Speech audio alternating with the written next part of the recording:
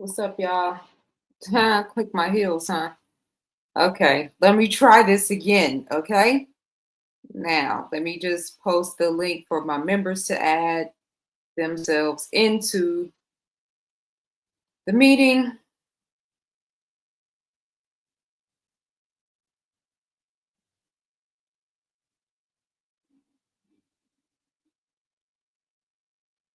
Okay, here's the updated link. Let's try this again. All right, cool. Oh my gosh, technology can be so wonderful and it can be so stressing at the same time. Okay, what's up, y'all? It's perfect now. Yeah, you can see me. But now all the stuff that I had downloaded, let me see if it's still here.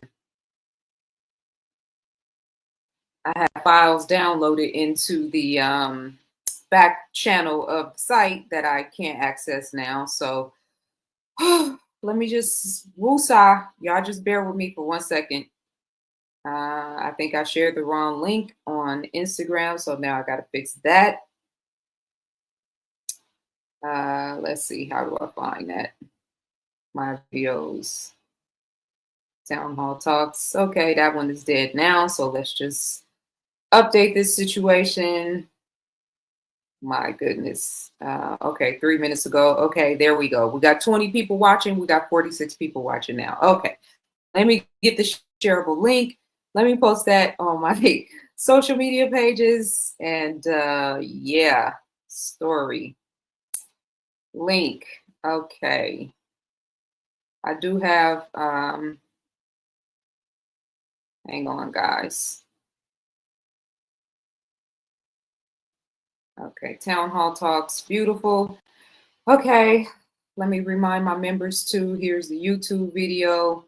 Here's the YouTube link. Jesus. Okay. Membership is notified. You guys have the StreamYard link where you can join me. And I'm going to give you guys the link as well to be able to watch me and to converse with us live. Let me just get my bearings straight because, oh my God. How are you guys doing? I don't want to get into, I'm obsessive compulsive when it comes to my presentations and when I do my headline news episodes and all that. So when stuff is not in order, it does not sit well with me. Peace and love. How y'all doing? How you feeling? Okay. Uriel said it's perfect now. Sandra was good. Nicole, you back. Thank you so much. Thank you guys for being patient with me. I do have Becky moments, I promise you, when it comes to technology, because all I really want to do is just write and research and be a nerd and go off in a corner somewhere and be to my own personal vices, and I have to deal with technology. So I have moments where I'm like, what? I feel like I'm a fish out of water. And don't get me wrong, because this is all, my business in terms of technology, social media, and whatnot. But I just need a second to re-upload the things that I already had uploaded in the back of the site here. Call myself being prepared, and yeah, here we go. Now I got to do this again. And it's like every time I start a new live, I have to upload the content, re-upload the content. So just give me a second here, you guys. I don't want to start our conversation off flustered. I do have some OCD issues that need to be addressed at one point or another. All right, let's remove this. And I'm on stage. You guys can hear me. I think I have 2 other videos. You guys remember when I did that Is Hip Hop Under Divine Judgment series? I'm going to scroll through one of those.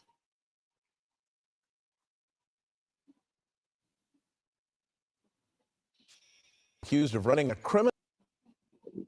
Okay, my sound is out. Are you guys hearing me okay? Let me know if my sound is okay.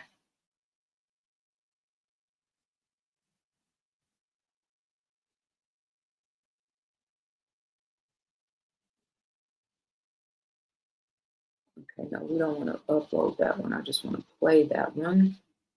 All right, cool. Okay. Okay, Sandra said yes. Okay, KW said sound was good. Fine now, it was just buffering. Yeah, I think because I still have Canva up because I do want to at least show you guys some of the slides from the is hip hop judgment under divine judgment, and I don't want to forget that part of the conversation, so I have it up. So I might have to close that out. I don't know what's going on. Social media technology stresses me out sometimes. All I want to do is just turn the camera on and just talk. I put a lot of time and energy into my headline news episodes presentation. So when I was like, okay, I'm just doing a regular thing in terms of sharing it, there's an issue on the original file. I think I locked one or some of the pages. So every time I try to go into the full headline news episode 69, it's getting stuck. I'm not going to complain about that. I'm just going to wing it because it's all good. My membership channel, decided to do this Town Hall Talks live with you guys on YouTube. So technically, this isn't even my regular headline news episode. So I'm not even going to stress about it. I'm just going to talk about the things that I have geared up to talk about. And anything that is not readily accessible in terms of my presentation, then we're just going to thug it out and I'm going to figure it out. David said the video is still buffering a bit. The audio is good. Audio is good. Sounds good. Wonderful. Herman was good. Bettina, is that your name, sis? Peace and love. UFO was good. Most Black says clear. Clado, wonderful. My hair, thank you very much. I'm getting ready to start growing it back out. So this is my final haircut that I just got this past week before I go on the hair regrow process. And women, ladies, you know that it's a process because it's cute right now. But once I get into that phase where it starts to get right around here, then I'm going to have to go to the braid situation because I don't really like doing my hair. I have curly, naturally really curly hair, so I can just wash and go.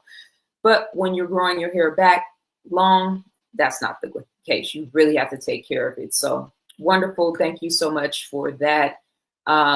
This equinox energy is cleansing out the degeneracy amongst us. Is definitely a moment of divine judgment for the culture.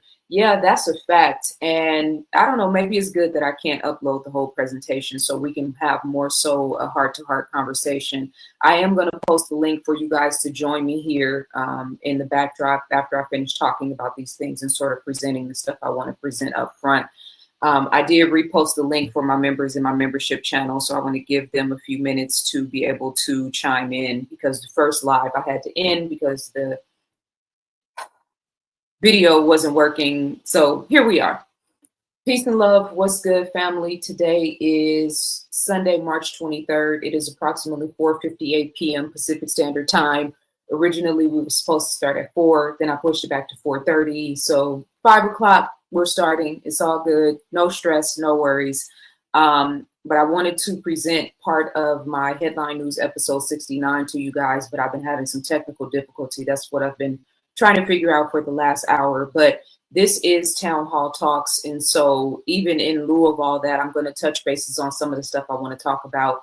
And then we can just kind of talk about that. I want to get you guys' perspective as well as anything else you want to talk about. If you are a member, I did post the updated StreamYard link in the membership channel. So please go to the Alchemy Cipher or the Cipher page. Get the link so you can join me, Erica.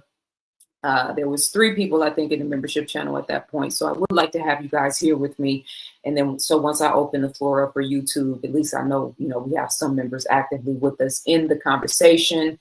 What's up? What's up? Yes, we are going to talk about Nipsey today. ZaZaAli, I know you feel good, baby. I'm just going to have to go ahead and let you be quiet for a minute. I hope the timeout is temporary. Please don't call me baby. I shouldn't even have to say this anymore. And don't worry, you guys.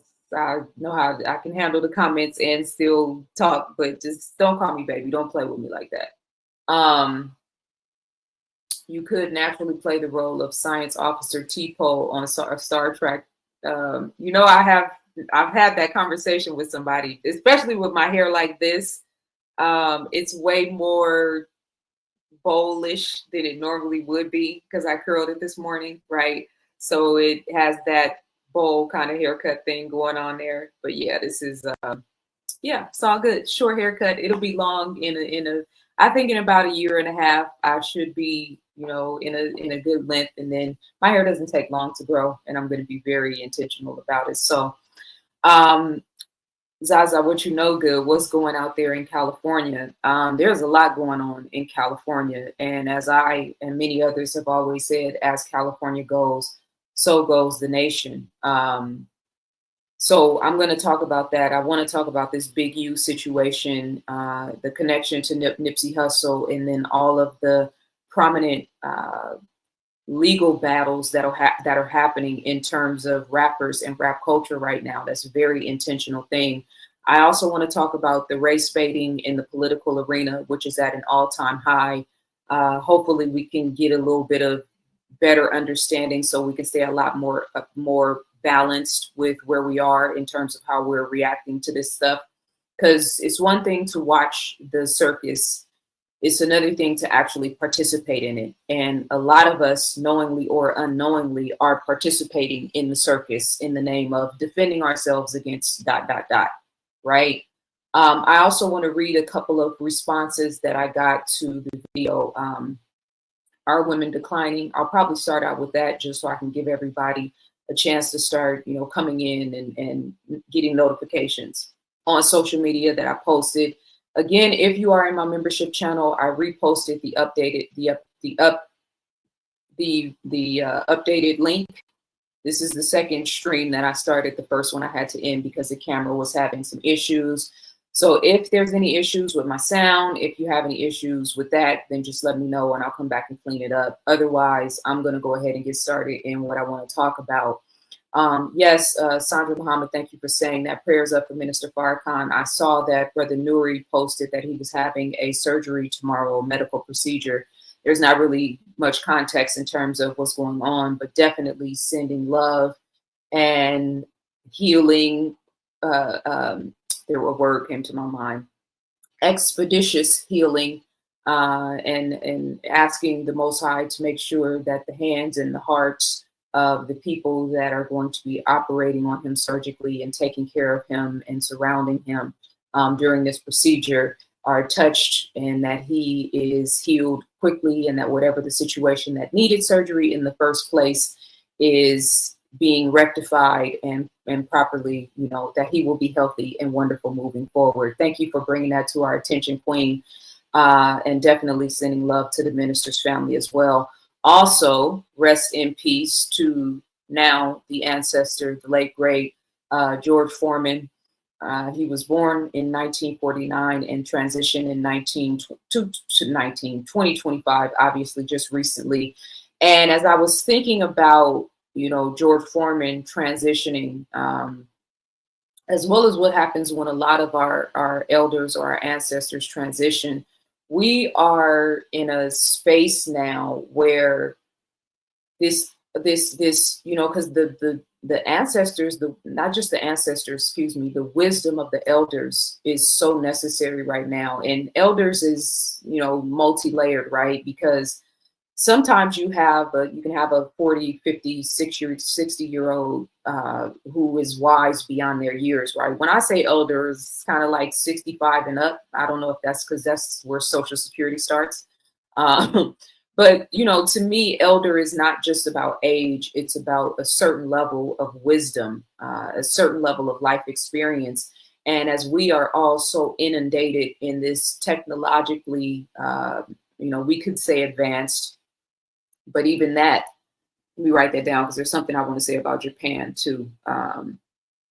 So technologically advanced Japan, just so I don't forget. Even as we are in this space of extremely higher advancements in technology, the condition of the minds and the hearts and the spiritual condition of the average person seems to be regressing. And Japan, for instance, I saw this video that was talking about this brother who was traveling in Japan. He was talking about the fact that you can rent an older person in Japan. And he was like, I know it sounds crazy, but there is this major epidemic in Japan of loneliness. And it's not just the elders, it's the young people too. I've talked about this years back. I was talking about when Pokemon and a lot of the digital, the infrastructure of what we call the metaverse now was being built. And so games like Sims and Pokemon were becoming prominent in the, in Japanese and Chinese culture. How there is this very strong sentiment of loneliness, right? And so while we are applauding Japan and China, for Japan in particular, because that's what I'm talking about, these advancements in technology, the human condition is greatly regressing or devolving, right? So that's the thing that I think is highly missing in the conversation of artificial intelligence and human and technological advancement. I want to see human advancement. I want to see, happy, vibrant, enthusiastic human beings. And I think that should take precedence over technology. So I said all of that because George Foreman and the elders that have transitioned recently and become ancestors, as well as those that are still walking amongst us. I posted a video of Felicia Rashad. She was on the Breakfast Club recently, and she was talking about, that video is in my headline news episode that maybe I'll pull up my Instagram and I can pull up some of that stuff. But she was talking about the way women represent themselves and dress now, and just, giving her perspective about how, it's there's nothing being left to the imagination, right? And so I reposted the video because I agreed with her, and then I gave my 2 cents to kind of add on to it. And a brother, I'm assuming this was a brother or a male or a man, came onto the video and started talking about the fact that she had posed nude at a certain point. And he's probably watching right now. This is the irony of this. And so my point was, okay, I've never heard about Felicia Rashad taking nudes. If she did, it doesn't really change my point. But we still have an elder here. We still have a woman who is in her 70s, who's obviously still vibrant and full of life and, out in the world, still making her mark as she wants to, but has wisdom and information that is necessary for these girls and these young women and these older women. We talk about the problems with younger women. Oh, let me have another reminder. Maybe I can pull this video up too when we get back to the conversation about the male-female dichotomy. But we are so in need of divine feminine wisdom and matriarchal wisdom and just guidance, heart-based guidance, which women are the leaders in that regard. More on that later. But so to have an elder to come forward and to say something that everybody is saying, nobody says, which I say all the time. So it's always fascinating to me. But we have an elder here sitting in front of us, taking her time to pour into us. And now I have a guy arguing on my page, telling me he can email me the pictures of Felicia Rashad naked because she did a photo shoot back in the days where she was naked. I don't know if that's true or not. I didn't even look it up. And then, of course, somebody else came on and was like, that's not true. Then when the other person said it's not true, I looked it up. I couldn't find anything to validate that. And then I was like, why am I even, it's like, why am I even being diverted? Right? Because the bottom line is we need women to give these type of messages, to emphasize these points. Ladies, young ladies, women, you will gain much more respect. You might get attention right now, but you will gain much more respect if you carry yourself in a certain type of manner. With women, with men, with everybody, with elders, with young people, it's just a thing. Human beings do not respect what we don't have to work for, what we don't have to earn. That's not to say that justifies somebody for disrespecting you. That's not to say that, there isn't a base level of human respect that should always be present, because there is. In a righteous world, there should be. But respect also has to be earned. And so I always say, whatever direction I see the masses going in, I'm always going in the other direction. So especially to you young sisters, you see all of the women that are naked and getting all of the attention and maybe getting all of the notoriety, and their products are selling off the charts because, they're promoting their perfume in a copper G-string. right? Oh, I would sell so many copies of Ancient People. I can assure you guys, this is the advanced updated version. It's 2 books now. But if only I would twerk for a few tweets, if I would go half naked and talk about, Yasuke, and represent myself in a certain type of way, I'm more than sure I would sell a lot more books than I already have. But I'm a true Scorpio. I'm in it for the long haul, and I am not willing to compromise myself to sell books or to sell anything for that matter. So my point is, we have an elder who I'm representing, who I'm standing behind her, who's saying what's need to be said, in the midst of so many men saying, why aren't any women talking about this? And then we have this guy coming on talking about, I'll send you the naked pictures of her. Like, and this is the thing I really need to emphasize to women. Because now, Felicia Rashad, let's say she did do it. I don't know if she did it or not. I couldn't find any proof. And once I started looking for proof and couldn't find it readily, I'm like, nah, I'm on somebody else's timeline right now. Let me get back to my point, or my center in terms of the point I was making. But then you got some random dude online that's posturing like he has some level of control or say so in his small, minuscule mind. And if you're watching, yes, I'm talking to you. This is why it's better for us as women to carry ourselves in a certain level of dignity and self-respect, because I cannot imagine some random peon sitting in his grandmother's basement, or he might be sitting in his own castle, saying, yeah, I'm taking this advice from her, but I got pictures of her nude. You want to see them? There's this weird level of like imagined control that happens in the male-female dichotomy, whether you give in to sex or whether you send them a naked picture or whether they have you in some compromising visual, whether they know you or not. I'm just saying, ladies, let's stop picking up wooden nickels. And wooden nickels in real life in terms of who you date, who you allow to be in your bed, and then wooden nickels on social media. You're not just going to be saying any random thing to me about Felicia Rashad. Whether she took the nude photos or not, I'm not sure. If she didn't, I have a rebuttal for that. If she did, I have a rebuttal for that. The fact that she did take the photos, if she did, is all the more reason for us to listen to what she's actually saying, because does she have children? Does she have grandchildren? Imagine being a grandmother and your grandchild looking at images of you naked on social media. So I'm just saying, rest in peace to George Foreman. I think the African proverb says that every time an elder transition, we lose a library of knowledge. I'm way more interested in and adept to listening to the wisdom of the elders. But I'm one of those people that could listen to a 4 or 5 hour presentation by Delbert Blair, right? I like to, because it's not just the information. We have so much data and knowledge now. It's like overwhelming how much content there is. And people, and now in 90 seconds, a person want to take you all around the world or give you all the insights into a 1,000-page encyclopedia in 90 seconds, right? So we got all this knowledge and all this information and very little wisdom. So when an elder transition, we lose a book and a body of knowledge in terms of wisdom.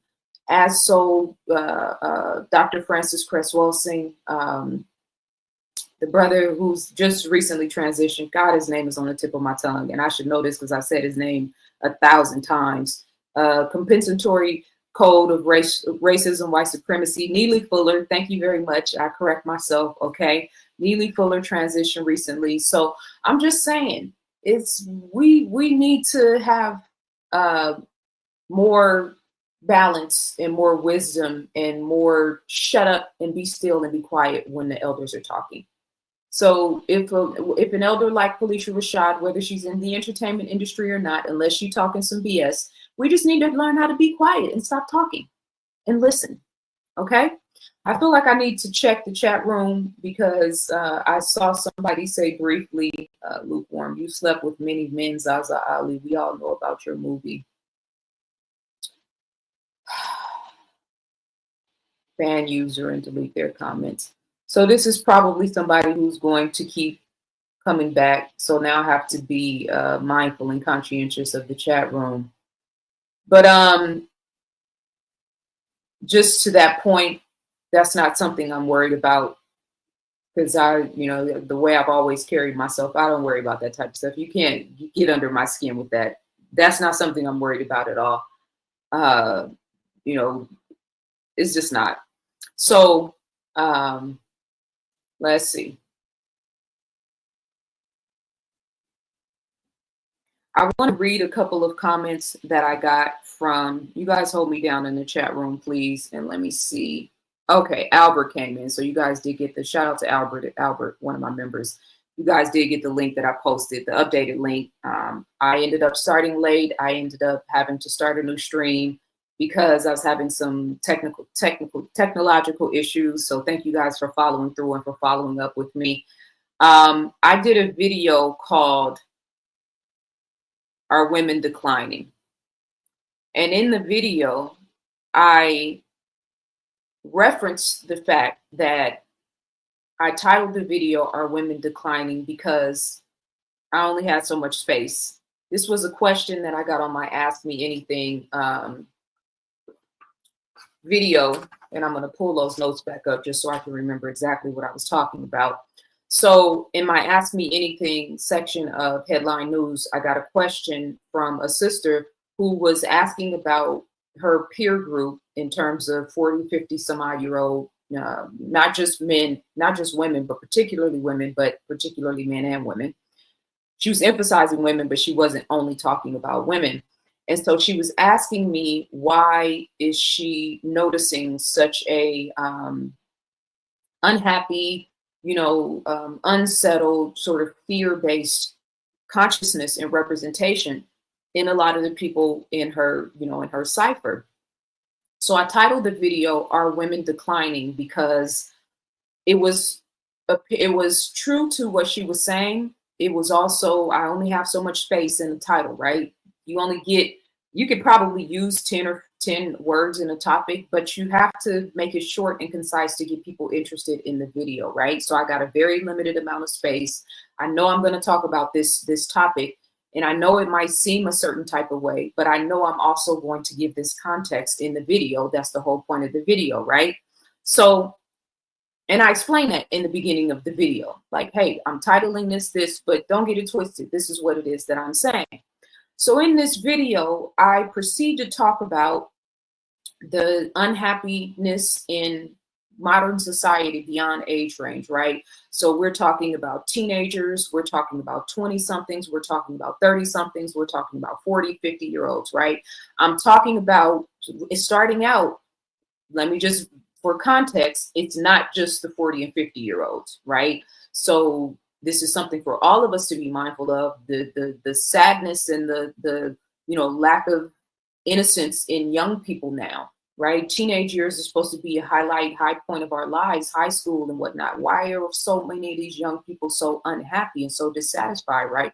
I just talked about Japan and how Japan, when we talk about Japan, we're talking about the advancement in the societies, how clean the subways are, how there's no trash on the streets, how you can buy a nice home for, all these wonderful qualities about Japanese culture. And yet you have older men being rented out because they're lonely.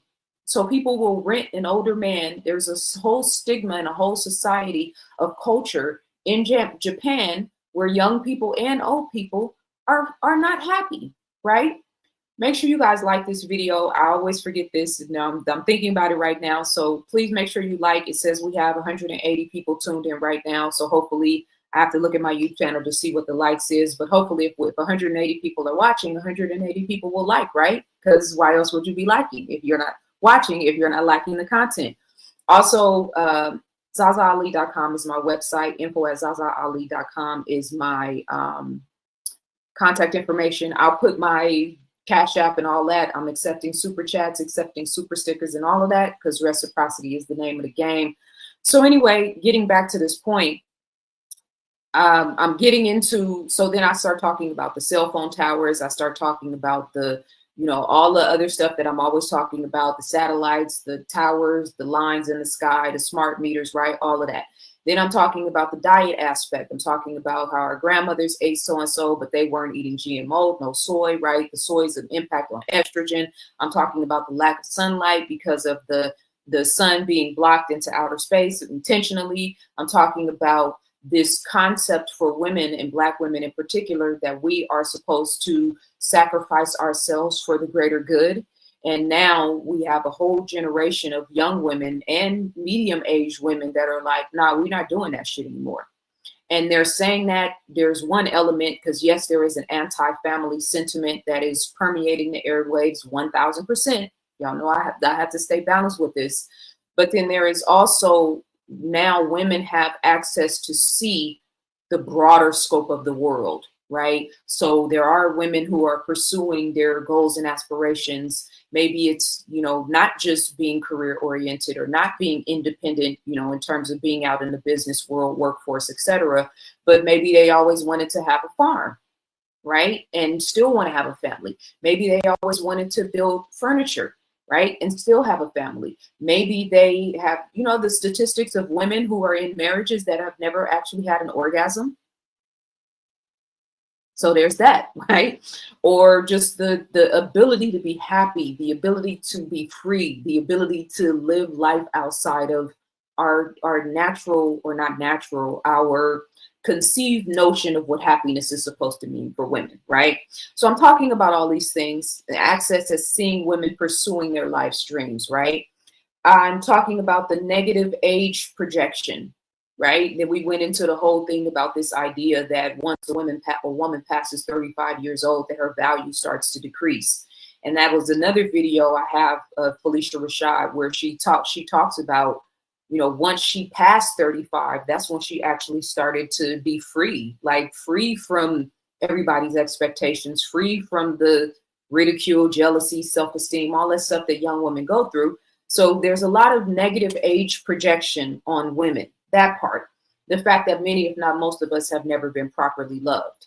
And that is from single parent households to households that are raised with two parents in it. That is a real thing. It's not just the people who were raised in single parent households. Now, do the odds increase if you have the whole family unit? Yes, if we're talking about sound-minded individuals that are looking to raise, you know, high vibrational, well-rounded children. If you're in a two-parent household where domestic violence is an issue or mental and emotional abuse is an issue, then you're gonna grow up to be a very wounded and, dare I say, abusive person, right? It's just the facts, right? So the pressures and the burdens of 2020, right? Being able to see the world before social media after, having both of those sort of, you know, past tense, present tense and future tense perspectives, right? The nostalgia of the 80s and the 90s, right? And I talked about the age perspective, the negative projection, and then the fact that women, you know, once they pass the 40-year mark, will tell you that's when they are the sharpest, the wisest, the most balanced, and the most comfortable, right? So I'm saying all of this to put everything in perspective, so it's not just the obvious things, right? The white lines in the sky, the diet, all of that. Like there's something deeper. We're living in a world of unfulfilled human beings. That's the mental, spiritual, emotional, and physical aspect, right? Because we're not dealing with the whole aspect of self. We're only chipping off certain parts. And so I wanted to read a couple of the comments that I got in response to that video, because I have said and will continue to say, and in the conversation about Felicia Rashad that I was talking about on Instagram, right? The conversations I'm continuously having on my platforms, and in this response, as well as a couple of other responses, just kind of underscored the point. And I really need for our brothers and our men to listen to me and listen to really hear me.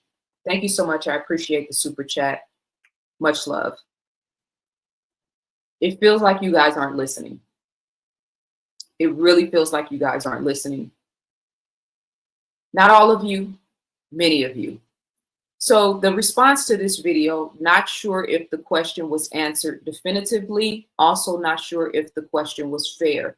This tells me off the bat, this person did not listen to what I said in the video.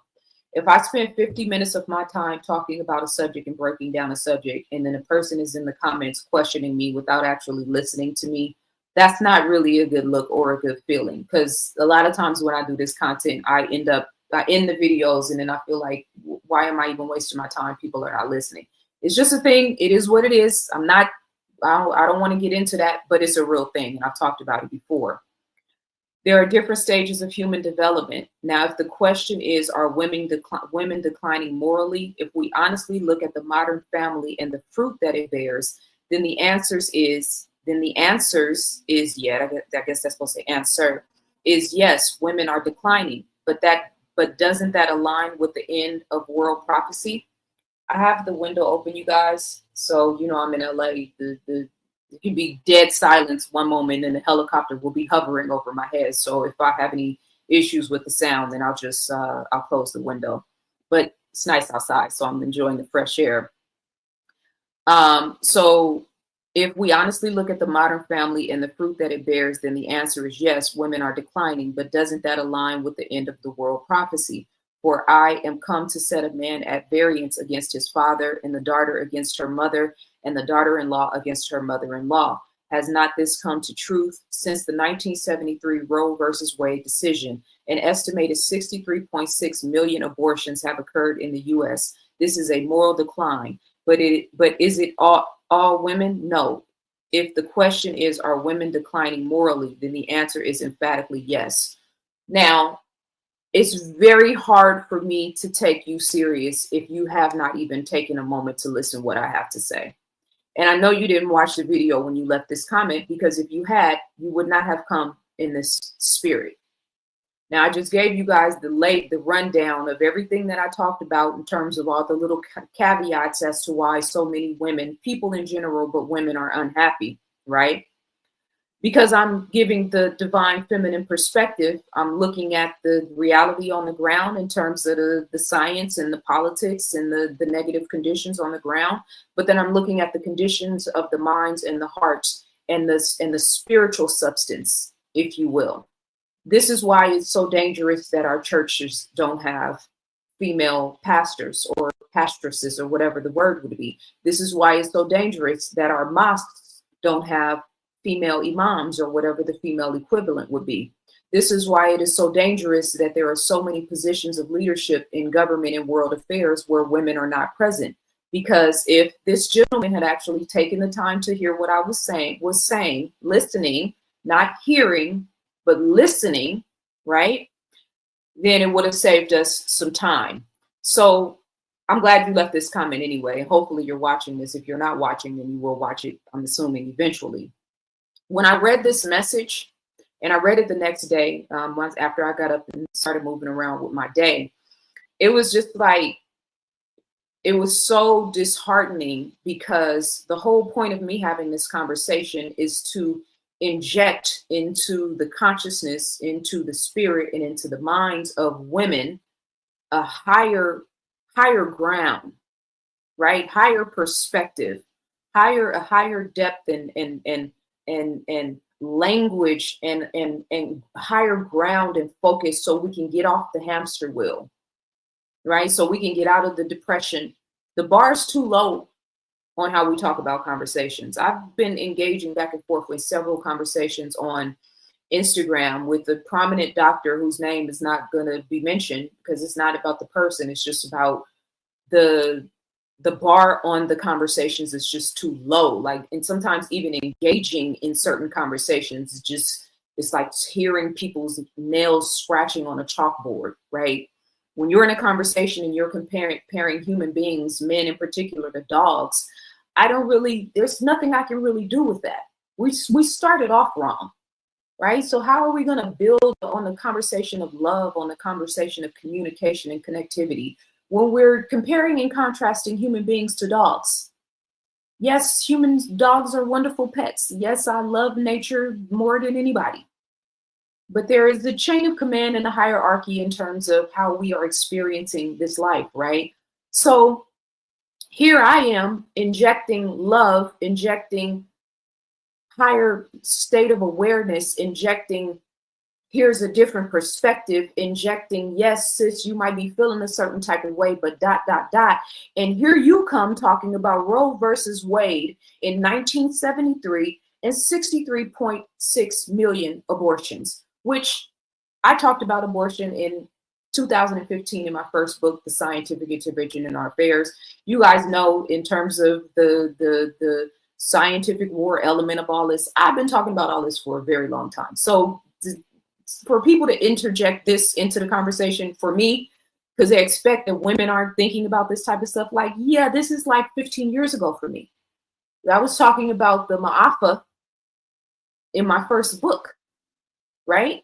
But it's just so frustrating to see where we are in our perspectives, and again, trying to raise the bar on the conversation, and here you come with this. So I responded, and my response was kind of like a quick knee-jerk reaction, because I just, in my mind, was just like, I know you didn't even listen to me, so I can't even really take your perspective serious. So I just wrote a couple of sentences, and I said the end at the end, because I'm frustrated, right? This is what you came up with from what I said.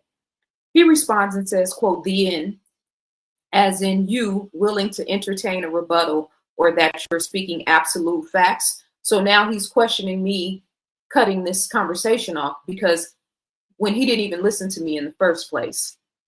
Though it appears you injected yourself as the surrogate for the summarized question, the question wasn't, is ZaZaAli in decline? It was, are women in decline? The truth of the matter is that both men and women are in decline, which is not an absolute, but that is an absolute. When you say it, it's an absolute. Both men and women are in decline, but which is not an absolute, but to many en masse to reject the premise at the rate that Roe versus Wade has allowed women to terminate the innocent suggests an absolute decline morally. This is not an argument, just a difference in opinion. So again, you're making a point, and you haven't even listened to the summation of what I've actually said. See, this is the thing about the scriptures, right? We're talking about books that prophesize what to come. So it was referencing things that were happening at the time that these books were actually written, whether it was in the mindset of the person who eventually would write it, or whether it was what was going on in the collective conscious at the time, right? So when we say the holy wise scientists go out into the world and pay attention to what's happening in the collective consciousness, and then they write prophecy based on where people are operating in their human consciousness. This is why, for people who just automatically disregard the scriptures, I think that is a major epic failure. Yes, they've been tampered with. Yes, the white man came and did that. Yes, some of it's real and some of it's imagined. All of those things. But the minute you get billions of people to believe in a specific literature or spiritual, especially when it comes to spirituality, right? That is activating. That's why they call it the living word. You meditating, focusing, praying, thinking about, conceptualizing this word in this book for 100 or 500 or 2,000 years. The word is living. It's a living word now. Not to mention the fact that we can look at, let's say, the book of Revelations and see what was taking place then is unfolding right now, right? So prophecy, meaning we think or we know this is going to happen in the future. We're living at a time where we can see it playing out right now, right? Okay, got it. Let me find a way to say this. I'm not even going to say I, because it's not even just about me. Because we could look at the book 1984, right? George Orwell, for instance. We could look at, there is another book that prophesies the Titanic was going to take place. I forget the name of the book, but it is a story that is literally almost verbatim. It was written way before the building of the Titanic. This book was written almost verbatim and explained what was going to happen in the story that eventually later happened, right? Consciousness creates reality. Whatever you can get people to believe in, whether it's a rock, whether it's a living scripture, whether it is a prophetic person, right? The Jesus avatar, the Asar Aset Heru avatars, right? The Kali avatar, right? The Abdullah avatar, when we talk about Neville, the teachings of Neville Goddard, the Buddha avatar, right? We're talking about states of consciousness that human beings are either aspiring to elevate and become, or learning lessons from, in order to become their highest and best self, aka Judah, right? Jesus versus Judah, right? So when I sit down for 50 minutes and I'm addressing the conditions of the mindsets of the average women, and then I go into emphasizing why this is happening, emphasizing the importance of studying and focusing yourself, emphasizing on you have to challenge yourself mentally, spiritually, emotionally, and physically in certain types of ways so you can get out of this rut and get beyond where society is limiting you. I'm not talking about the male-female dichotomy. I'm talking about happiness. I'm talking about quality of life. I'm talking about an abundant state of mind and consciousness. I spend all my time speaking to this woman in particular, but to all of the women who were listening to me, as well as all of the men, right? Because the balance in the equation is critical. And you follow up with statistics about Roe versus Wade. I'm writing history in advance. Oh my God, did she really say that? Yes, I did. That's what the scientific intervention in our affairs was, writing history in advance. The technology that I was talking about at the time in that book, in terms of the, I don't even want to say it because I don't want the algorithm to pick it up, but that was in 2015. And then in 2021, we realized that the technology that I was talking about at that time was in the needles that they were putting in people's bodies all over the world. Not to mention what I was referencing, Planned Parenthood and the organ harvesting and what they were doing with the dead fetuses, et cetera, et cetera. And then fast forward a year and a half later, a major story broke on Planned Parenthood. So I'm making this about me because I have examples to make this about me, but this isn't just about me. This is how consciousness actually works.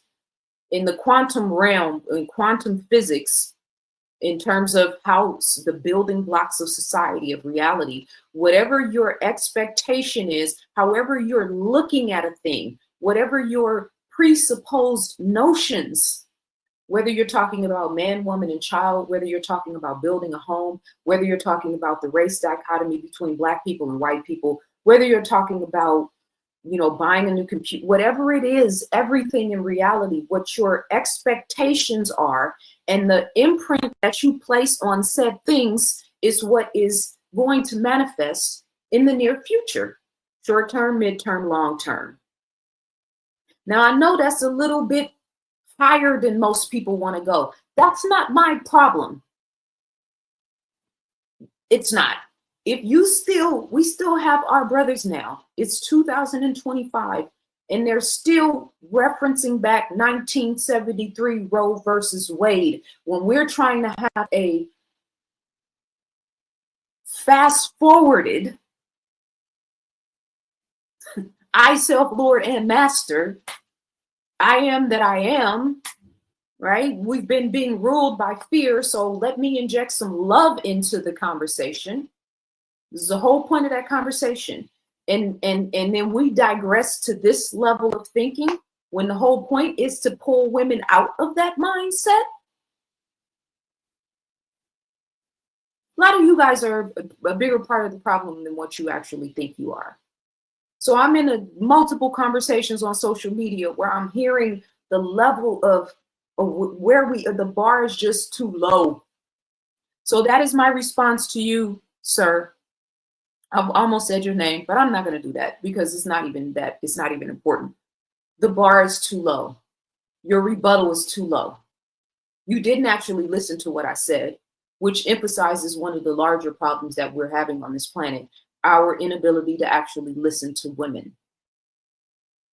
And then there's the knowledge aspect, and then there's the wisdom aspect. So I put a wise woman on my page, Felicia Rashad, that is telling women, be careful how you carry yourself, be careful how you represent yourself. And then I have somebody injecting themselves in the conversation telling me that Felicia Rashad is a hypocrite because she posed nude at one point in her life. I mean, what do you want? Do you want us to talk about the things that need to be talked about or not? Do you want us to help raise the vibration and the state of consciousness and awareness of these young women and these sisters or not? So stop injecting, put the clean glass next to the dirty glass and let the people decide. My perspective was to put the clean glass next to the dirty glass so all of the women that are watching can tune into this and then decide to choose something better for themselves. I'm very abreast with the statistics on abortions, and we can only pinpoint if 63.6 million women had abortions, we can only pinpoint that towards the women. But that means that there were 63.3 million men somewhere along the lines. And then how many of those men had multiple partners who had multiple, right? How many of those abortions were forced?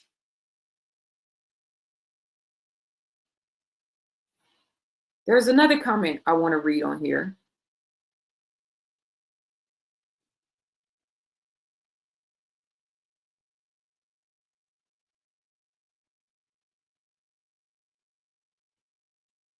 Women can't give birth to both sexes without a man's seed, so we both birth to both sexes.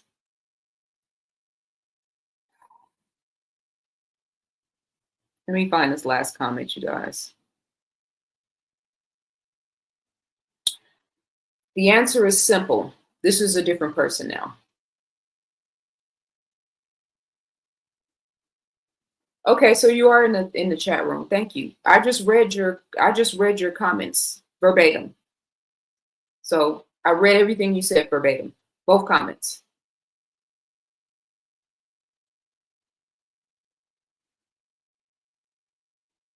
And that what I just said in terms of the extended part of the conversation is for everybody, not just for you. If we're still going to talk about how the white man took black men out of the family in the 1960s, because that argument is still floating in the collective to this day. Oh, it was the black woman's fault because the man had to leave the house so she could get the welfare check. We're still actually holding on to that to this day, that old outdated language and conversation. So for clarity's sake, thank you for bringing that point up. If you did refer to men and women, I'm talking about in the collective conversation, the responsibility being held on both sides. So, but again, to reiterate my point, I know that you didn't listen to my video, because if you had, there's no way you would have gone into all of that. So the larger point of what I want to say to you, as well as to all of the brothers that are listening to me, sometimes we just need you to listen a little bit more and maybe talk a little bit less. That's the point. And I hope that's received with love, because it's said with love. The world is in a very particular trying situation right now. The world is in need of guidance. Who's going to take that? Who's going to take up that reign? Who's going to stand up to the weight of what that entails? That's not going to be one person. It's not just going to be women, but it's definitely going to be a men and women who are balanced in the masculine and feminine perspective. So a man who is balanced in his masculine and feminine perspective is able to actually listen to a woman and take note of what she's saying without diverting the conversation into another space that is not productive for the original point. The things that you added was not productive to the original point. Why? Because you didn't actually listen to the full question. If you had listened to the question that this sister gave me for full context, you would understand why I labeled the title what I did, and then why I spent 50 minutes talking about what I talked about. Okay? This other comment that I wanted to read, the answer is simple. These women will decline who still follow the mainstream media, including social media. Those women who look for alternative media with the purpose to self-learn better ways for self-awareness and confidence will improve. For examples, you can read or watch biographies about women who grew up in difficult and traumatic environments and somehow learned to cope with it and later became successful, like Tina Turner, C.J. Walker, Annie Malone, or Josephine Baker. So with all of everything he said in terms of listening to and following other intelligent women, 100% I'm with that. I just want to say, in terms of womanhood, in terms of, the dichotomy of womanhood, right? Now, we're way too pressed and emphasize, we're way too pressed on and too focused on emphasizing what we don't want. The women that represent this caricature that everybody's talking about, or these caricatures, get way more focus than women like me. That's a fact. Get way more videos, way more reshares, way more content information, way more resources for sure than women that are actually trying to balance out the equation. So when I'm talking about and doing a video breathing life into women, I rebuke this aspect that women are declining or will continue to decline. That was the underlying message of what I said in the video. I think that got lost. So let me just make sure I double down on that and say that in clear and concise language. In terms of where the world is headed, in terms of what the world needs, y'all better hope and pray that women don't continue to decline. Y'all better hope and pray that there are certain ones among us that are actually reading the Bible, reading the Quran, reading the scriptures, paying attention to history, paying attention to what's going on in these laboratories, paying attention to what they're putting in the arms of these children. You know, when it was in 2020, 2021, it was the mothers who stood up in the parent-teacher conferences and in the town hall meetings and actually stood up and stood down for these children. It was the women all over the world. But we don't get that. We're not getting that perspective. We're only getting sexy red. We're only getting the females that are talking about splitting the tip at Chili's or Red Lobster or whatever, wherever. We're only getting the women that are either cheerleading for men or who are anti-men. There's way too much focus on what we don't want. That's what I see. That's what the underlying sentiment that I'm emphasizing here. We need to start highlighting and showcasing the things that we actually want. We need to start speaking life into what we actually want to see reflected in womanhood. That was the whole entire purpose of that video.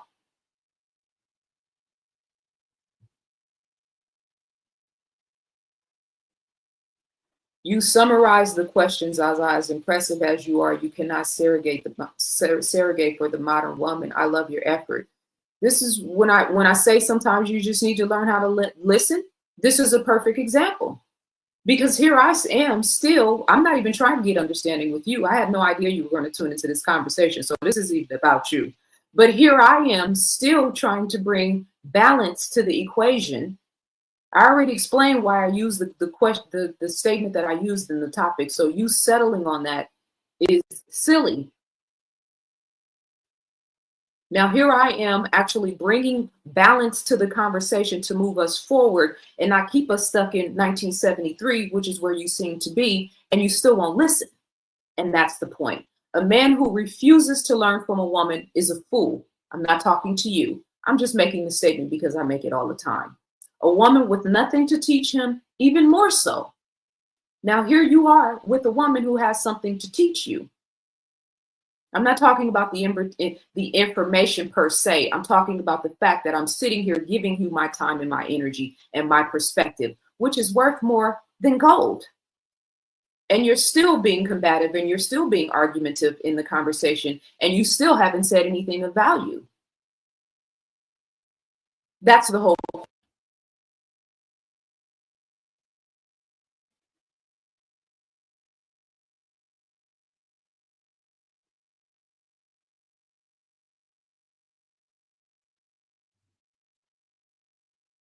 Men that have learned how to successfully navigate in this patriarchal society are not willing to concede to learning from women. It shows a lack of maturity on our part collectively. That's a fact. And I you know, again, I've for the women of the world, and this is for women and this is for men who are balanced in their masculine and feminine. Like, the world needs guidance. It's great to leave comments on Instagram and on social media pages, but like, the condition of the world is unraveling. People are losing their shit. The world, the society of patriarchy, men created that world. Now you could say, oh, it wasn't black men, it was white men. Well, black men allowed it. And now here we are with a world that has been created that is suffocating you in every possible regard, even to the extent that even when a woman comes along and clearly loves you and clearly values you, even when you don't listen or pay attention, you still can't even respect her and actually just be quiet and listen.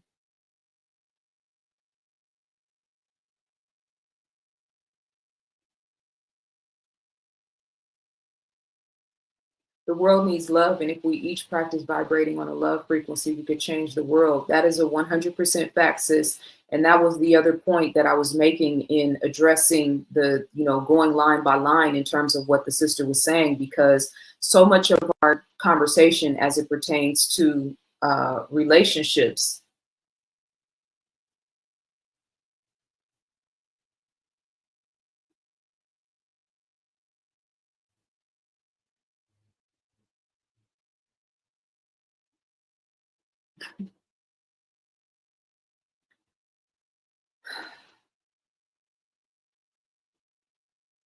You guys ever wonder why I don't do a lot of content on social media? This is why.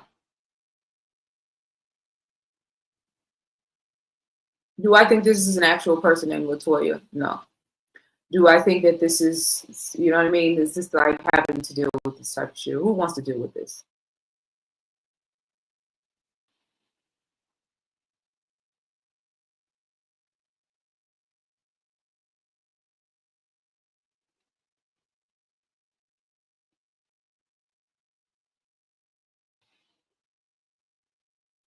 And the irony of YouTube is that these people have like 1,000 pages, so they can just log out of one page and log into another one. So the other thing that I wanted to talk about, let me make sure I got all the points I wanted to make out in terms of that. Yes, I did. The other thing I want to talk about is this recent, let's see. Okay, Robin is in the chat room, or Robin and Erica and Albert. You guys want to add to the conversation once I get done talking about Big U, the LA situation, and then I want to briefly talk about the race-based, the race baiting that's happening, and then I will bring you guys into the conversation if you want to add, if you want to join. So let me just share my screen here. In Los Angeles, Eugene Henley Jr. facing RICO charges, allegedly tying him to the notorious Rollin' 60s street gang. Eyewitness News reporter Sophie Flay has more on his appearance today in federal court. A big group of supporters showing up at federal court to support Eugene Henley Jr., also known as Big U. He's facing RICO charges, and the Department of Justice also accusing him of murdering an aspiring rapper in 2021. The federal government usually does not bring these types of charges unless they've done extensive investigation. It looks like he has been under investigation for several years. Federal authorities allege the music executive used his connections with a South LA street gang to run a, quote, mafia-like organization. Investigators say Henley is one of 18 members of the Rollin' 60s Crips charged in the federal complaint. He helped launch Nipsey Hussle's rap career. He's the father of an LA Chargers linebacker, and he's been admired as an anti-gang activist who also ran a nonprofit. But prosecutors say he used it as a front. Now accused of embezzling those donations to fund his life, including donations from celebrities like Shaquille O'Neal and Draymond Green. Before surrendering to authorities yesterday, he posted to social media calling it a misunderstanding. I'm disheartened by the fact that they're trying to say that I stole something from Developing Option, or I used Developing Option as a front. A statement from Los Angeles Press Secretary DeMarcus Fennell said in part, the city has zero tolerance for malfeasance and over the past 2 years increased oversight on gang reduction and youth development programs. This alleged act does not reflect the work of the GRYD program overall, which has helped lead to a dramatic decrease in gang-related violence citywide 2 years in a row. A detention hearing has now been set for Henley on March 31st. In downtown LA, Sophie Flay, ABC 7 Eyewitness News. Hello, I'm Mark Brown. Get more great ABC 7 content by clicking the subscribe.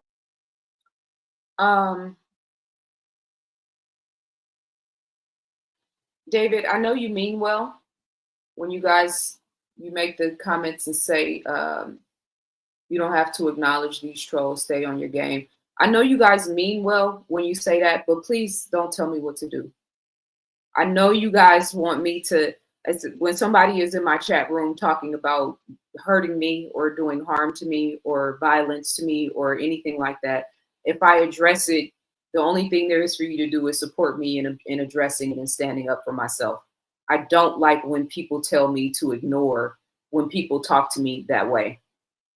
That is a very unhealthy and dysfunctional thing to me. And I know you've been listening to me for some time. So, you know, a lot of you guys have. And I know that you wish sometimes I would just ignore these type of things and just keep it moving. But what you're really asking me to do is to mask the way that it affects me for the sake of the broadcast, right? So it affects me in a certain way where it irritates me or it bothers me. What you're asking me to do, though, is just to act like that it's not bothering me and to continue on with the broadcast for the sake of the people who are viewing. And I find that to be very unhealthy and quite honestly dysfunctional. Somebody is coming into my house, stepping into my space and being disrespectful and talking about doing physical harm to me. I'm going to address it. I'm going to make sure they get removed, right? And if I feel like talking about it, I'm going to talk about it. And if I don't want to talk about it, I'm going to talk about it. But I don't like when you guys do that. So please don't do that. So the situation with Big U, why I want to talk about this, obviously, because I'm here in LA. Obviously, because I am and was not just a major fan of Nipsey's music. I was much more a fan of his soul and the essence of his being, right? I saw the impact that he had on a global level and still the ripple effects that he's even having now. When I talk about the energy harnessing of, let's say, a Tupac, right? Where now you have Pac who went from, classes being made about him at Cal Berkeley to them creating a hologram of him on stage with Snoop Dogg to now being, used in different AI mediums. Drake made a song of him, AI, that little clown shit that he did, and tried to use that in terms of Kendrick Lamar. All he really did was solidify his not being able to come back to California when he did that. But so the continuity of the energy harnessing of Tupac's energy, because he was such a powerful magnetic figure, is still prominent in the airwaves and in the collective consciousness today. And it's the same thing with Nipsey Hussle. Now, I can say a few things now that I wouldn't have said before, just because it was a little bit more delicate at the time. And those of you guys who were following me at the time know I took Nipsey's passing very, very, very hard. I did some meditations. I was doing lives. I was, very vocal about the way that it was affecting me, because I felt like Nipsey was tried. Just in terms of those of us who, in America in particular, yes. And then coming up out of the hood, the ghetto element, yes, because there's a power in that when you understand the alchemy of it, when you get into the alchemy of it. And then the fact that he was, tapped in with the continent, with the motherland, Africa, that aspect of it, that he was highly intelligent, right? That he was interested in the way things worked and how to build things and how to create things. The fact that he was successful in terms of building infrastructure in Compton and still dedicated to the community. The fact that he, wasn't no punk. And, for me, and being in the social media world and random regular people having access to you, just like the situation just now, some random person just comes spit in your face, right? And you got to be able to deal with that. It takes kahunas. It takes, you got to have thick skin, right? Especially in the Black community. Like, if you're trying to help raise the consciousness of Black people in America, you better be able to take a punch and you better be able to give one, right? So it was all of those things. But I also knew from listening to the Marathon, in particular, his last album, and some of his other music, that he still had one foot in the door and one foot out the door, right? And as you grow in your spiritual awareness, you grow in your, your connection to source, right? Becoming your true authentic self. You have to step fully in those shoes. The one foot in, one foot out element is dangerous, because now the stakes are higher, because the larger part of who we are is spiritual. We're spiritual beings here having a physical experience, right? So once you get to a certain level of consciousness and awareness, you're bound to a different level of accountability. And when spirituality, and you heard what he was talking about in terms of the power of the music, the power of the language and the music, he was elevating into a different state of consciousness, but he also still had one foot in the hood. How do we know? Because a week or however long before it was, I can't remember the exact timeline, he checked this dude, allegedly, that originally shot him, Eric Holder, which the fact that his name was Eric Holder was always so fascinating to me. Eric Holder being one of the prominent government positions in the Obama, during the Obama, when he was president. But he checked this dude for snitching. 1 foot in the door, 1 foot out, right? And all of the other stuff that comes with gang culture. I'm not from LA, so y'all don't have to scream and yell at me in the chat room or in the comments and tell me you're not from LA, you don't know LA politics. I'm 1000% clear. I don't know LA gang politics. I do know some former and some current gang members in LA. I do know hood politics. And there's certain aspects that are different, and then there are certain aspects that are 1000% the same. So me being from Oakland, having had family members murdered in broad daylight, having had brothers that I grew up with that were, could have been Fortune 500 CEOs if they had the right environment and opportunity and circumstances, who fell victim to the street, who were killed, right? But beautiful, intelligent, creative, artistic, highly advanced black men who just got caught in the snags and the snares of the hood. I saw that story play out way too many times in my upbringing in Oakland. So when Nipsey first transitioned and everybody was like, oh, it was the government, I'm like, what? Why are y'all? It's a little too soon for that. This is the thing I don't like about social media. Everybody wants to be the first person to say it. So you got people, Nipsey's spirit literally still hovering in the area, his body just being removed, him just being pronounced as deceased. Is very fresh, very raw. And you got people on the ground saying that they took him out because of a Dr. Sebi documentary, or because of, right, the politics and the logistics, the danger of being a truth teller in this timeline, right? And I get it, that could be a situation. But when you understand hood politics, not just LA gang politics, but the shit that happens in Black communities every single day, whether it's Chicago, LA, Oakland, Detroit, Brooklyn, Florida, Miami, right? Dallas, Houston, you got highly intelligent, beautiful Black men that get killed and murdered all the time. I was like, why is everybody acting like it's not a possibility that Nipsey got, this was some simple gang politic hood type shit that took him out? Why are we jumping the gun on this? Why can't we focus on the fact that there is serial killers, that there are devils and demons in the Black community that don't always need to have their hands held by police officers or white people? And this goes to my point that I want to emphasize, because I did the whole presentation, is hip hop under divine judgment. Now, let me share my screen real quick. You guys hold me down in the chat room. I'm trying to stay focused because I can feel the lioness very much so tiptoeing in me in this conversation, and I want to stay focused because I'm not going to be talking long.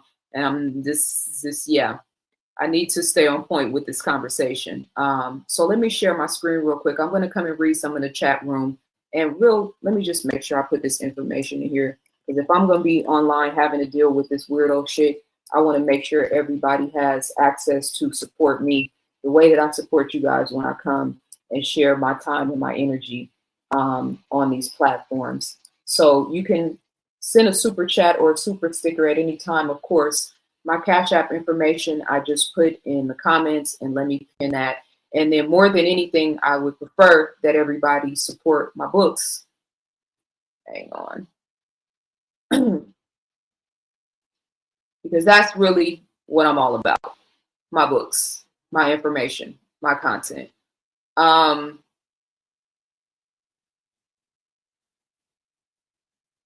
Okay, so when I did the hip hop under divine judgment presentation, I did 3 parts of this series. And my point was, I saw, hang on.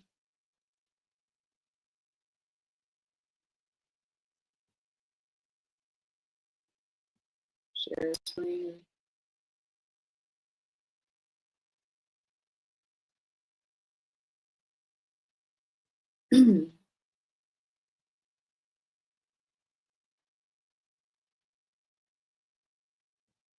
Okay, so there we go.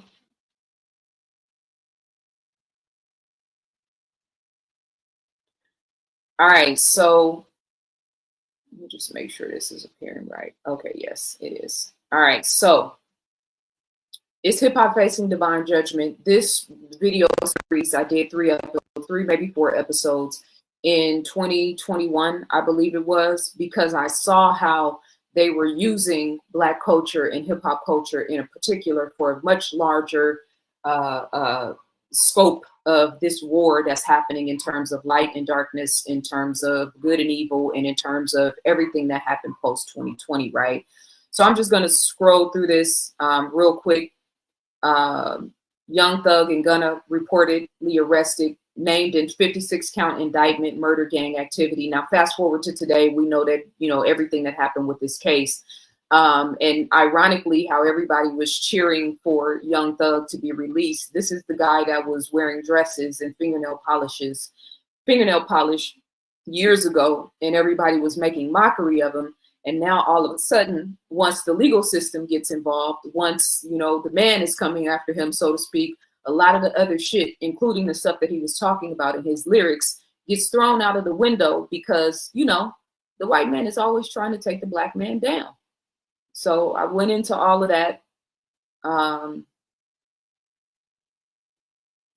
His lyrics being highlighted and emphasized, right?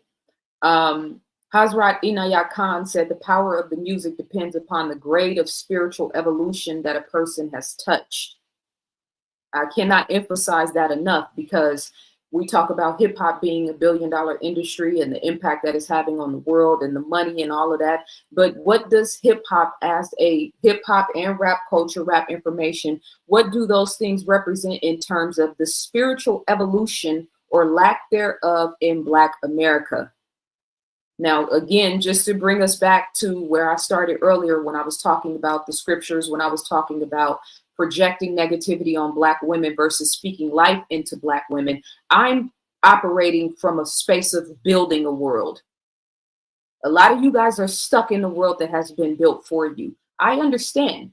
So some of the stuff that I say is not going to stick to your ribs. But if it sticks to your ribs, then yeah, we are the ones that are going to build the new world. The power of the music depends upon the grade of spiritual evolution that a person has touched. Chief Keef, drill music. The whole idea that we have accepted and embraced this concept of drill music, and now we have had probably hundreds, if not, well, hundreds at this point, I'll say 100 or more. Hundreds would be accurate, actually, of rappers around the world, the UK drill music, amongst other drill cultures around the world, they start emulating drill rap music, and now all of a sudden their rappers are dying. This is Hazrat Inayat Khan again. I'm not going to read that. This is getting right here into the logistics. Let me bring this, make this larger. We need to raise the bar on the conversation. Hold me down in the chat room, you guys, because I'm trying to maintain my cool. But again, I'm here to raise the bar on the conversation. If you're still stuck in that other shit, then this is probably not the content for you. So this image is representing the chakra system, right? Starting at the bottom and then elevating up to the crown chakra, which is at the top of the head.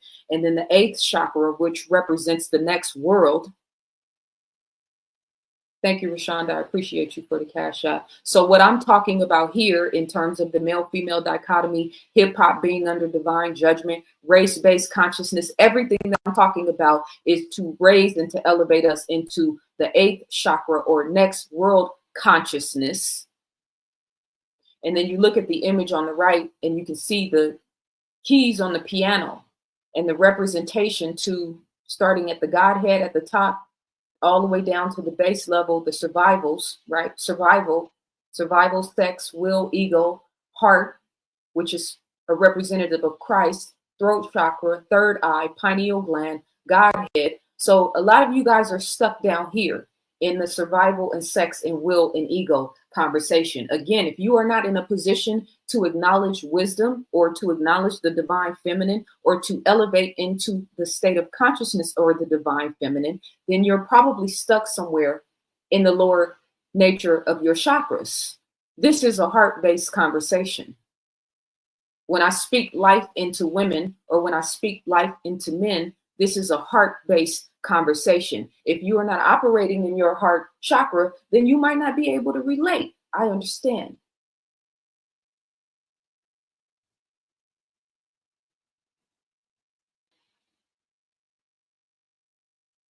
PNB Roscoe's, his killing at the time. Now, I've been watching some content on YouTube recently, and it's come to find out that Loose Cannon, who is one of the guys, Loose Cannon, Big U, Whack 100, all of these guys are all intertwined into this. But it turns out that Loose Cannon and Big U were actually at this Roscoe's, if what Loose Cannon was saying is real, at the time that this young brother was murdered.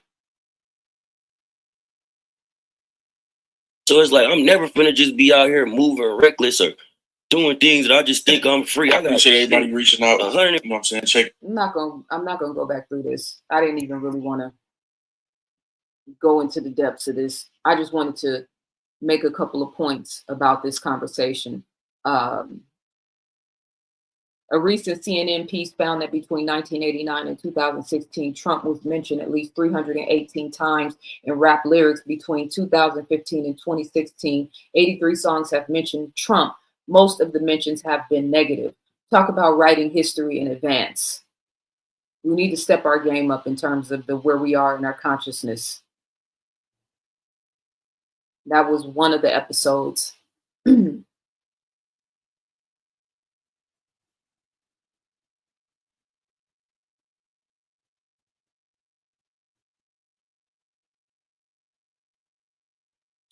And now I want to play this video. This is Whack talking to, that's Whack 100 talking to Loose Cannon. And they're talking about what happened the day of Nipsey's passing. I'm going to play the video in the background because I don't want my page to get striked, to get a copyright. But this is the actual video on No Jumper, Adam 22 interviewing them recently. And obviously now we know that all of these guys knew that this indictment was coming down. They knew that this was eventually going to hit the fan, right? So he's talking about, pull this video up. What happened the day of. So he FaceTimed me and stuff like that. He was like, Nipsey just got killed. I'm like, 6-0. I didn't hear that. So I hang up with him. I called Nipsey and I'm like, Nipsey, what's up? He was like, oh, what's up with it? Nipsey answered. Nipsey answered. He answered the phone. And I was like, I love you, cuz, or whatever like that. Did you tell him to call you just got? Or you didn't even mention it? I didn't mention it. And that's what fucked me up, because my cousin is Nipsey baby mama. You get what I'm saying? So it was like, I could have probably stopped it, or it had it. Stop what? You mean? That's what you talking about? No, because listen. So after I talked to Nipsey, and I was like, yeah, I love you, cuz, or whatever like that. I'll see you later, or whatever. So I hung up the phone. I thought Big U gave wrong information. 30 minutes later, the homies blowing me up like they just killed Nipsey. And so I'm like, wait. You get a call from Big U telling you Nipsey just got killed. Yeah. You panic, called Nip. Nip answered the phone. Yeah. And you like talking on regular. So it's like, at the end of the day, I didn't even think about it, because you don't even warn him that you got that call from dude. No, because their relationship was so up. It'd be like they be hot one minute, then they be cold the next minute, and then they be lukewarm. Like, you and 30 minutes after you get off the phone with Nip, he get killed. Yeah, I got it. So you think he hit you a little too early? Yep, he hit me a little bit too early, because the homie Shitty double back 3 times. You hear what I'm saying? And first he shot him, boom, go into the alley, came back and shot him, boom. It wasn't good enough, and then he came back and he shot him again. But now it's like You know. Yeah, no, but that's crazy. It's deep. So it's like, I don't know who to trust. Now, let me ask you a question. I heard this. I don't know how true it is. I heard that Shitty and Nipsey had a fight. Yeah, they had a fight like a week before that. When they had a fight, you know, Shitty ain't known for fighting. Yeah, no, not at all. He known not at for all. Yeah. doing the other things. So at the end of the day, it's like Nipsey beat him up. Nipsey is what's like 6'4", 6'5". Shitty is like 5'5", 5'6". You know what I'm saying? Like frails. Like he get hot. So there was already some friction. Yeah, it was already friction because of like some police telling shit. And now let me ask you something, bro, because you know they go. I know you. See, you don't say nothing. You kind of like me in a way. You don't say nothing unless. But the homies know. So it's like, it's not like I'm saying something that they don't know. You get what I'm saying? So it's like, for me, it's like you telling me, oh, I'm with the police or whatever like that, trying to smooth your background out. So I'm like, on 6 I'm going to expose your buster ass neighborhood crib.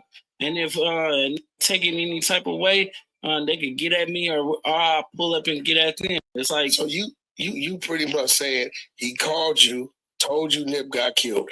You called Nip in a panic. He answered the phone. Mm-hmm. When you hear his voice, you like, well, Nip ain't dead, but you don't warn him. Mm-mm. What he said. 30 minutes later, you get a call after the fact, Nip dead. Yeah. It's going to probably be my last video. I'm going to go turn myself in. When they raided my house, it's in my property. They was asking about whack. Now we're going to stop that there because Big U is going all into, let me just take this off the screen real quick.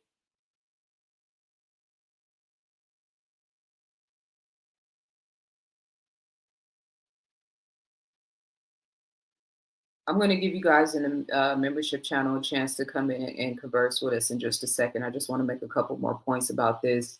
And you can let me know in the private chat whenever you guys want to come in and we will go from there. Thank you so much, Keith, for the super chat. I appreciate you. So there's a few things. The first thing is, do y'all hear the level of the mindset? Do y'all hear this? The street shit element, right? The check-in, the hood politics, all that, the gang element in terms of LA, which there's familiarity. Every hood's the same in one regard, and then LA is a different beast in terms of the Bloods and Crips. But do you hear the mentality? So when I first saw what happened to Nipsey, I did not jump to conclusions and automatically think they took him out, because that mentality, I have seen that shit 1,000 times. I grew up around that in Oakland. No, we didn't have Bloods and Crips. I still not know Bloods and Crips in Oakland to this day, at least maybe the Mexicans, but not Black people as far as I know. It was more so a turf thing in Oakland, and more so about drugs and money and turf in Oakland than the situation in LA. But listen to the mindset. And I'm just going to backtrack for a second and go back to the beginning of the conversation, because I'm living in multiple parallel realities at this point. And it's necessary for my health and well-being. I have to make sure I'm tapping in with the God frequency at all turns, because a lot of this shit is just completely bewildering and beneath me. And I say that as somebody who grew up in the hood and was a first-hand account witness to a lot of this insanity, right? So let's go back to the conversation we were having about the quantum realm, about the fact that consciousness creates reality, about the fact that whatever you expect in third dimensional reality, whatever that imprint your family puts on you, family teaches you that you are intelligent, that you are loved, that you can do anything, that you have limitless potential. Now all of a sudden you grow up, and not just because they told you that, but because they represented that vibrationally in the household. Saying it and embodying it is two totally different things, right? So teach you that you have limitless possibilities, and then you grow up and believing that, opposed to growing up in a household where you're being told that you ain't shit, or the white man is only going to limit how far you can go. what's the brother's name? The actor who everybody's sharing the video where he's talking about, I can't remember his name, but he's basically saying it's not about how hard you work, it's about being connected. Like, you can't work your way into certain levels of success. You have to be tapped in order to be blessed to be in certain rooms, et cetera, et cetera. That might be true in Hollywood and to a certain regard, or have been true, because now we have social media. So there's a whole different way of getting your art form out into the world. But I would never actually say that, because guess what? The universe is going to line you up with all of the experiences that double down on that sentiment. So these are our men. This is supposed to be our warrior class. This is why gangs are attractive to a lot of young Black men and Latino men as well, Asian in certain regard. It's that rebellious element. That's why China has gangs. That's why Japan has gangs. That's why Ireland has gangs. America probably has more gangs than any other country, right? Because it is tapping into that natural warrior inclination. Then you add all of the other dysfunction of poverty and you know what comes with living in that environment. I remember this young brother I knew, and I probably talked about this in a video before, I'm sure I have, whose mother was buying crack on the same block that he was selling crack. But she would go and purchase her work when he wasn't around from his friends. And he found out at one point that some of the brothers in the neighborhood ran a train on her for money, right? Or for drugs, I should say. So this is the level of dysfunction and chaos and savagery that is happening in our communities across America every day.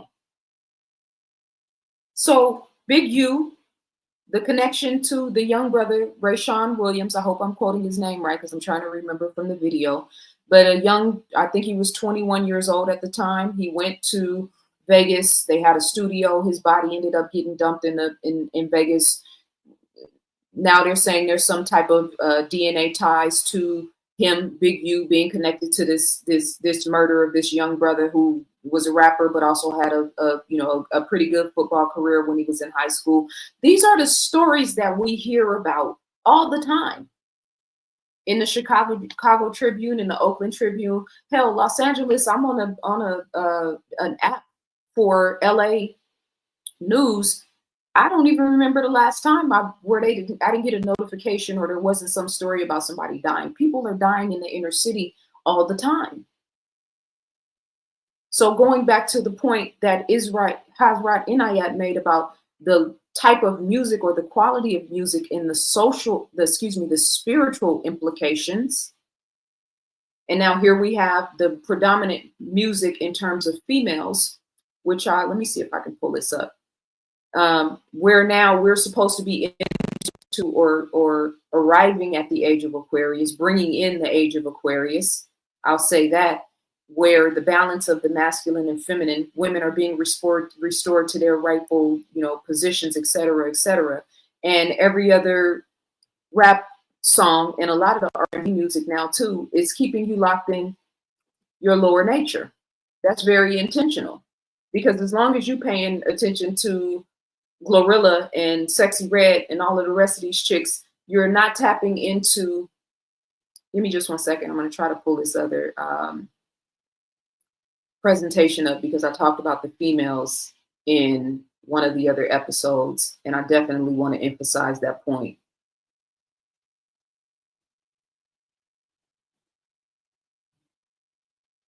Much love, Reese. I appreciate you, King. For the Cash App. Let's see. I think this is the one where I talked about the females. Let me just make sure. And again, this is why it's so important in this dichotomy of the male-female, the conversation, because I understand that, all of us are tired. It's not just you guys, men, males, brothers. You guys aren't the only ones that are tired of the representation of these females. It affects the way that men and women interact. It affects the way a lot of you guys engage with me in the comments. You can't even hear what I'm saying because you're so fixated on all of the shit that you don't like in terms of female culture right now. Is this the video? Hang on, you guys, give me 1 second. Okay, so I'm not going to do that because the computer is moving super slow. So there's a couple of other things I want to talk about, and then I'm going to open the floor up and then we can all talk together. So we got the big U element. We got the gang violence element. We have the stories. Yella Beezy was just indicted for murder, right? A couple of days ago. This was another thing. This is relative, but it's a different topic. But let me just say it because I'm remembering. This lady did a analysis of OnlyFans, and I think it showed like 70% of the young women on OnlyFans in America on OnlyFans were between the age of 18 to 25. It was a startling number. I have the video saved. It's in my actual headline news presentation. But this goes back to that conversation about women of today, modern women, right, versus, you know, the up and coming younger women, right? Now it's actually embraced and accepting for a young woman at the age of 18 through 25 to consider OnlyFans as a viable means of income. And I don't mean the OnlyFans where you're making cupcakes or like showing people how to sew. I'm talking about the OnlyFans that are based in a sexual nature. This is a viable option for young women now, and they don't even have to leave their homes. But how do you think the men and the males that are engaging with these females are going to go out into the world and engage with the other women that aren't willing to do that shit, that aren't willing to compromise themselves, that aren't willing to play that game? You don't know how to deal with women like us because you're so busy paying attention to them. And it's causing a problem. Okay, so with the Nipsey Hussle situation, I just want to make sure I make this point. I'm going to open the floor for you guys in just a second. I was very irritated and frustrated when all of these people started coming out and making it a conspiracy thing about the government or about some other entities outside of the bullshit that is ingrained in gang culture all across America. We automatically pivot to it being a conspiracy or something else instead of it being the shit that we're all surrounded by and inundated who live in these communities. I don't like that. It's disingenuous to me because, again, I've known highly intelligent, beautiful, charming, attractive, highly intelligent Black men that died in the streets over some bullshit. So here we have Big U, his connection. There's another video where somebody in the comments says justice for Nipsey, and him and the other dudes are laughing. Right. So there's that. There's the dude who's in jail right now and his connection to the Rolling 60s and all this shit, the interworkings of gang warfare. So the idiosyncrasies and the destructive, dysfunctional, savage element of gang warfare actually has the power to take out one of our best and brightest.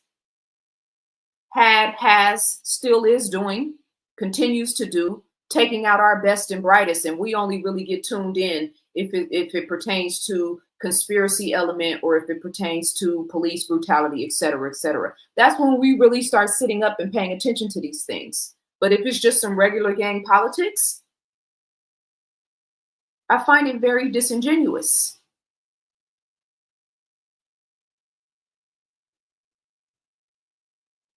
Still harnessing Nipsey's energy. I made that point.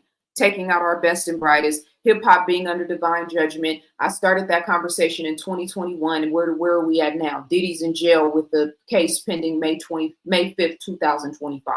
Jay-Z's just been plastered all over the news for allegedly taking advantage of a 13-year-old. Whether he did it or not, the language and the message and the intention is planted in the subconscious minds of the masses.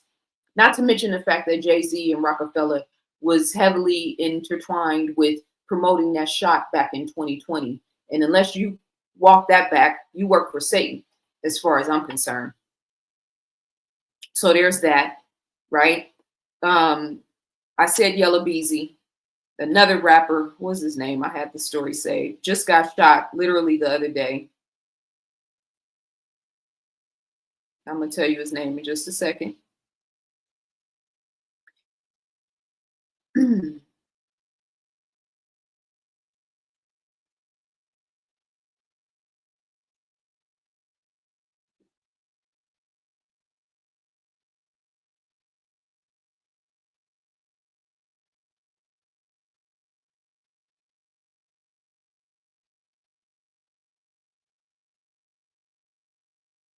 Sauce Walker's family confirms he was one of the 2 victims shot in downtown Memphis, says he expected to survive his injuries. There's like 2 other cases. I have them in the full episode of Headline News. I'm going to get more in depth about it. But the point is, you know, the housekeeping element for Black America is serious right now. Our self-awareness, self-accountability, or lack thereof is on the chopping block right now. In the same way I said in a conversation about relationships and family and staying, you know, forget your feelings, stay and work it out, right? And yeah, stay and work it out, but there's a caveat to that. But the point that I was making in my response was, in 2020, when those mandates fell or came down and everybody was forced now to be at home and to be with their children all day long and with their spouses all the time and having to stay face to face in situations where normally you get to move around, you come home, you eat dinner, maybe you eat dinner together, maybe they're in the room on the iPad and you're on your phone, right? But it exposed a lot of the lack of real connectivity and in-depth sort of family love, right? Family representation, right? The ability to help to nurture another being to their highest and best self, so to speak, or not, right? Domestic violence numbers went up. Alcohol statistics in terms of alcohol sales skyrocketed. Why? Because everybody had to stay home and look at each other. So that aspect of the family conversation, I also want to add in the major race baiting, which is happening in a major way in terms of the, why are y'all so mad that they took Black Lives Matter off the streets in Washington, D.C.? So what? They could have saved that money. I think that was like a $10,000 or $20,000 job. They could have taken that $20,000 and given it to 2 Black families and completely changed their lives. You crying and complaining about letters on the ground being stripped. There are several cases of Trump walking back strong, prominent military figures, right? Former fighters, all this stuff. Oh, they're taking his name out of the history books. They're undoing this, they're undoing that. And then a week or 2 later, oh, it was reinstated. The Supreme Court said it's not real. Please stop letting these people play games with your emotions. The race-based consciousness, that the need for that timeline, the focus on that timeline is over. That's why it doesn't work with some of us now. That's why you can, you know, the whole Black Lives Matter element, it's run its course.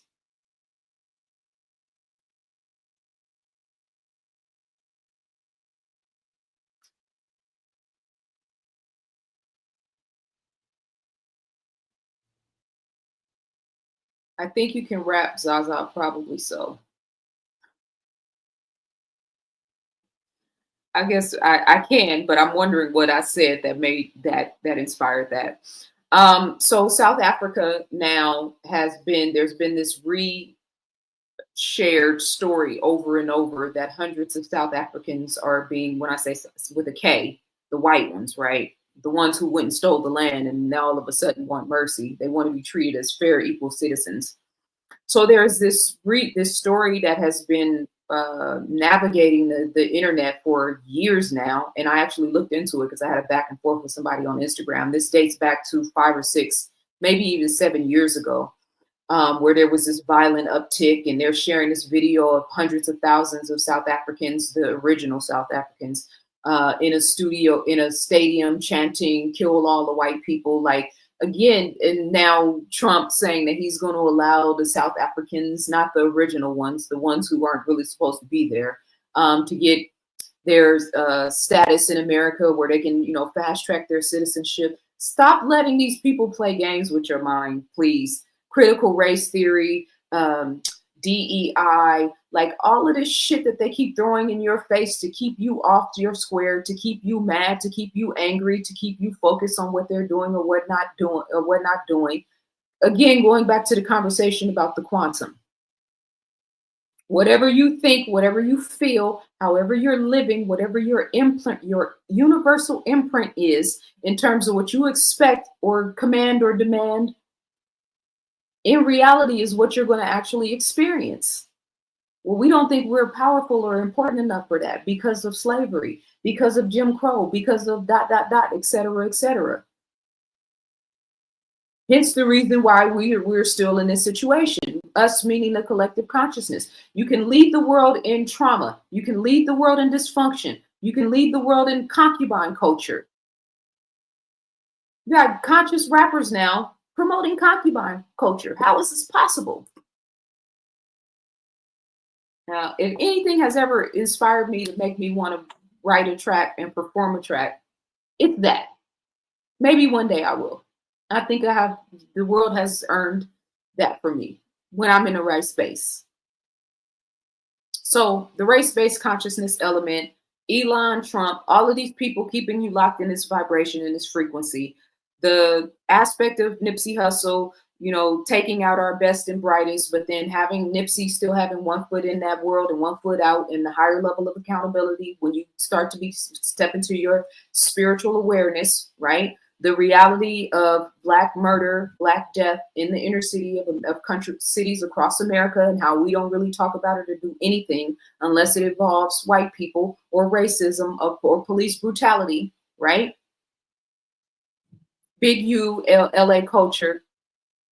I had a video of a sister too that was talking about how Big U physically assaulted her. She's a rapper. It's in the episode, but yes, it's like this very anti-woman sentiment is like ingrained in all of it. Drill rap, regular rap, basic rap, you know, is there, that element is there as well. I'm definitely gonna produce a song for you guys one day, just to show you that I can, you know, and if I wanted to, I really could. So I'm going to tap in with my members now. I'm going to bring you guys into the conversation. Just let me know if you do. I don't want to bring you on without your permission. So Robin, Erica, Albert, and then anybody else. Well, let me give you guys a second to chime in. I'm going to read some of these comments. And then if anybody else wants to join us from YouTube, if you're coming from YouTube, the only thing I ask is that your camera has to be on, because I'm not going to be playing games. If somebody wants to say something or address anything and has something slick to say, I have to prepare for that. You're going to do it face to face and not standing behind a blank screen. So in the chat room, Kai is there too, or she was there. If you guys want to join in, just let me know and I'll bring you up on the stage. And let me tap in with some of the comments here. Thank you so much. I appreciate the love. Thank you, Big Rob, too. I appreciate you, brother. Much love. For everybody else, that's my Cash App. You can show some reciprocity. And let me come to these chats here. Let's see. ZaZa, contact Red Pill, aka Phil Moreland. He is working with. I know Red Pill personally. I know all of those brothers personally. The cumulative and detectable effects.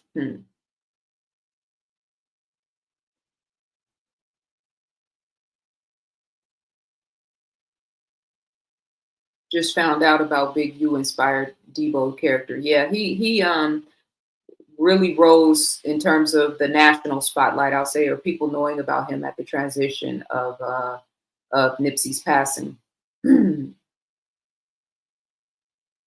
Thank you, Michael. Much love, brother. I appreciate the support. ZaZa on the beat will be dope. Yeah, I'm gonna show. I'm a real writer and a poet. I used to do ciphers, freestyle ciphers when I was in high school, Castlemont High School. For those of you guys who are from Oakland, Castlemont and Tennyson, but I went to Castlemont first. So yeah, I definitely can hold my own. Yeah. So, you know, if you read my writing on social media, a lot of people don't read the writing. It's not a world of respecting writers, but if you can read my writing, then you definitely know that yes, Anthony Mackie, thank you, sis, that I can get down. Hip hop has changed so much, it's hard to dumb down enough to even understand the reckless mumbling. For real, man. And I take it personal because hip hop is Black culture.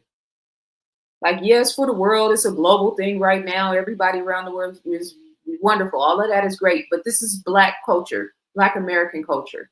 So we have to have standards and guidelines.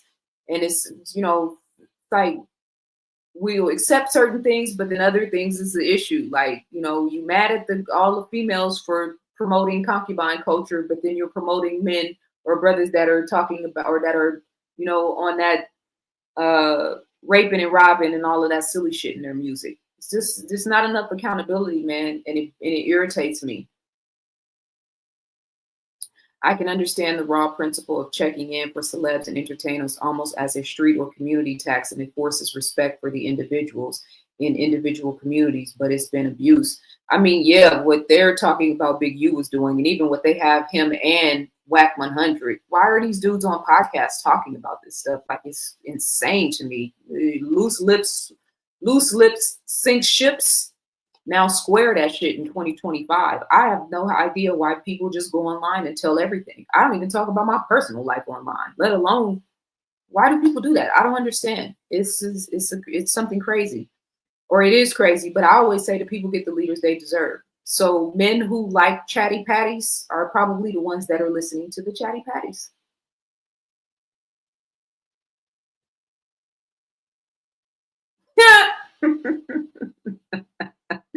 I agree. For real.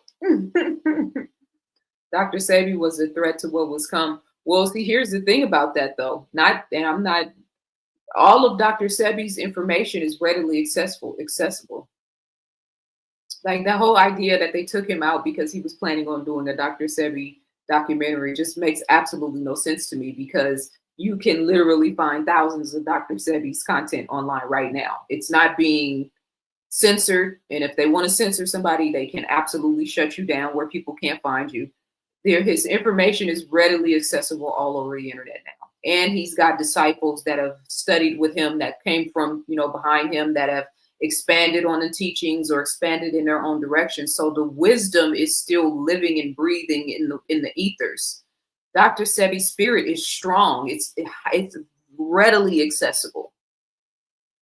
And so here we are post 2020. How many people have actually taken advantage of it? How many people paid attention? Okay, so now that we know that it was a fugazi, we know that there was some strange happenings.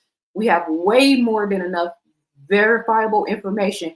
How many people have actually started utilizing those resources? Changing the way that they eat, not eating dairy. He talked about mucus. Right? Dairy is the highest mucus forming additive in our foods, right? That and lack of proper oxygen. It's really saying the same thing in a different way. But how many people have actually gotten serious about any of it? Fasting. So I'm saying the great ones can come amongst us, but if the people aren't paying attention,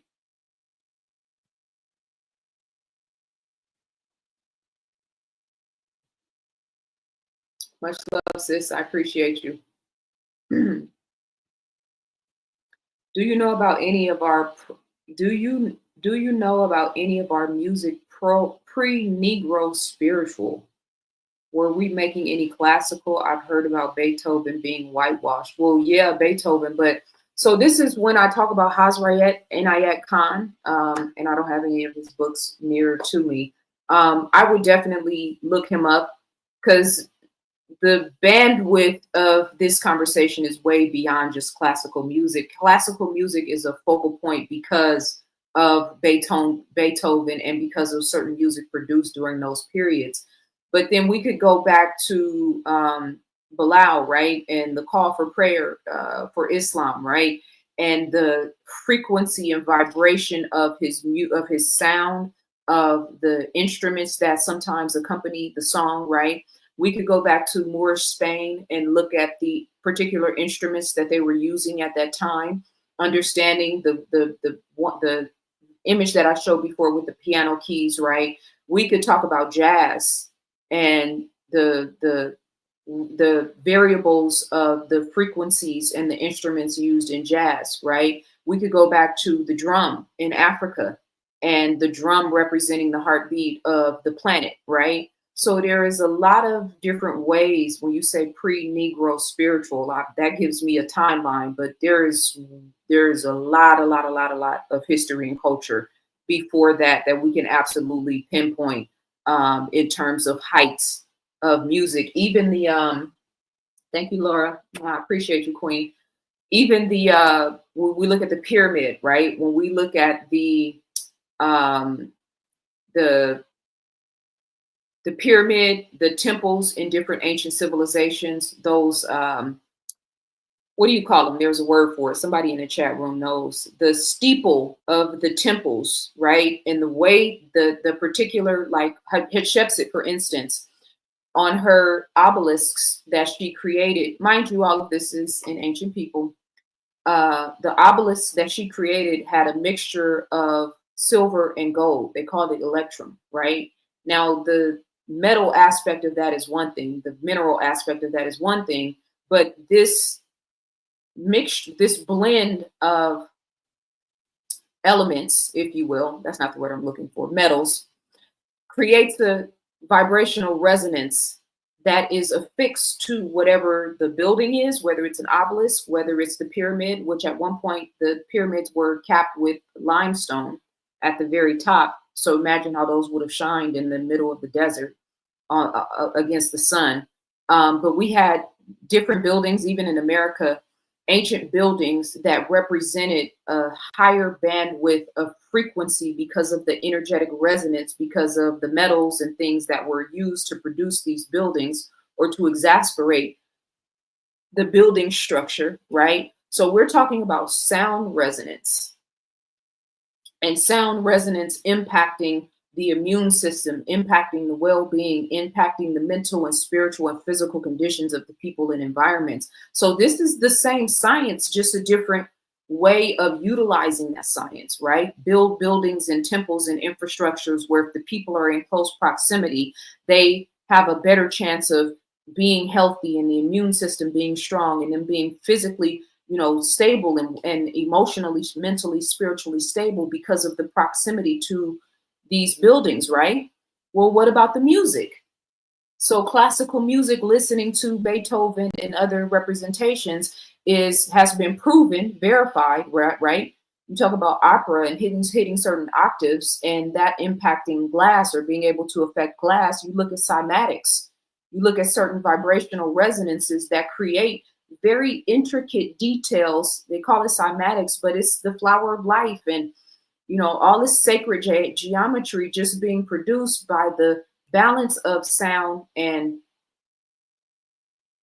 matter, physical matter.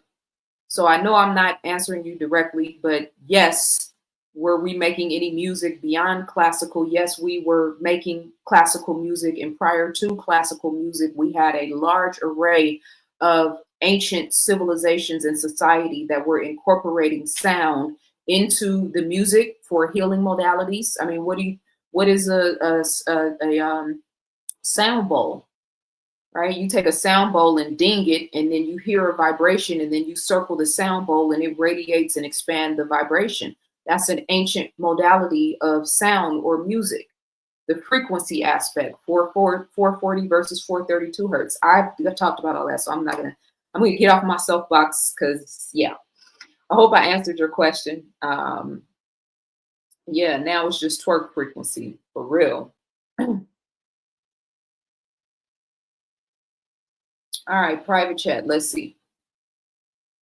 Okay, I don't think I'm qualified for this conversation because I'm from the UK and it's the first time hearing about a lot of the points raised.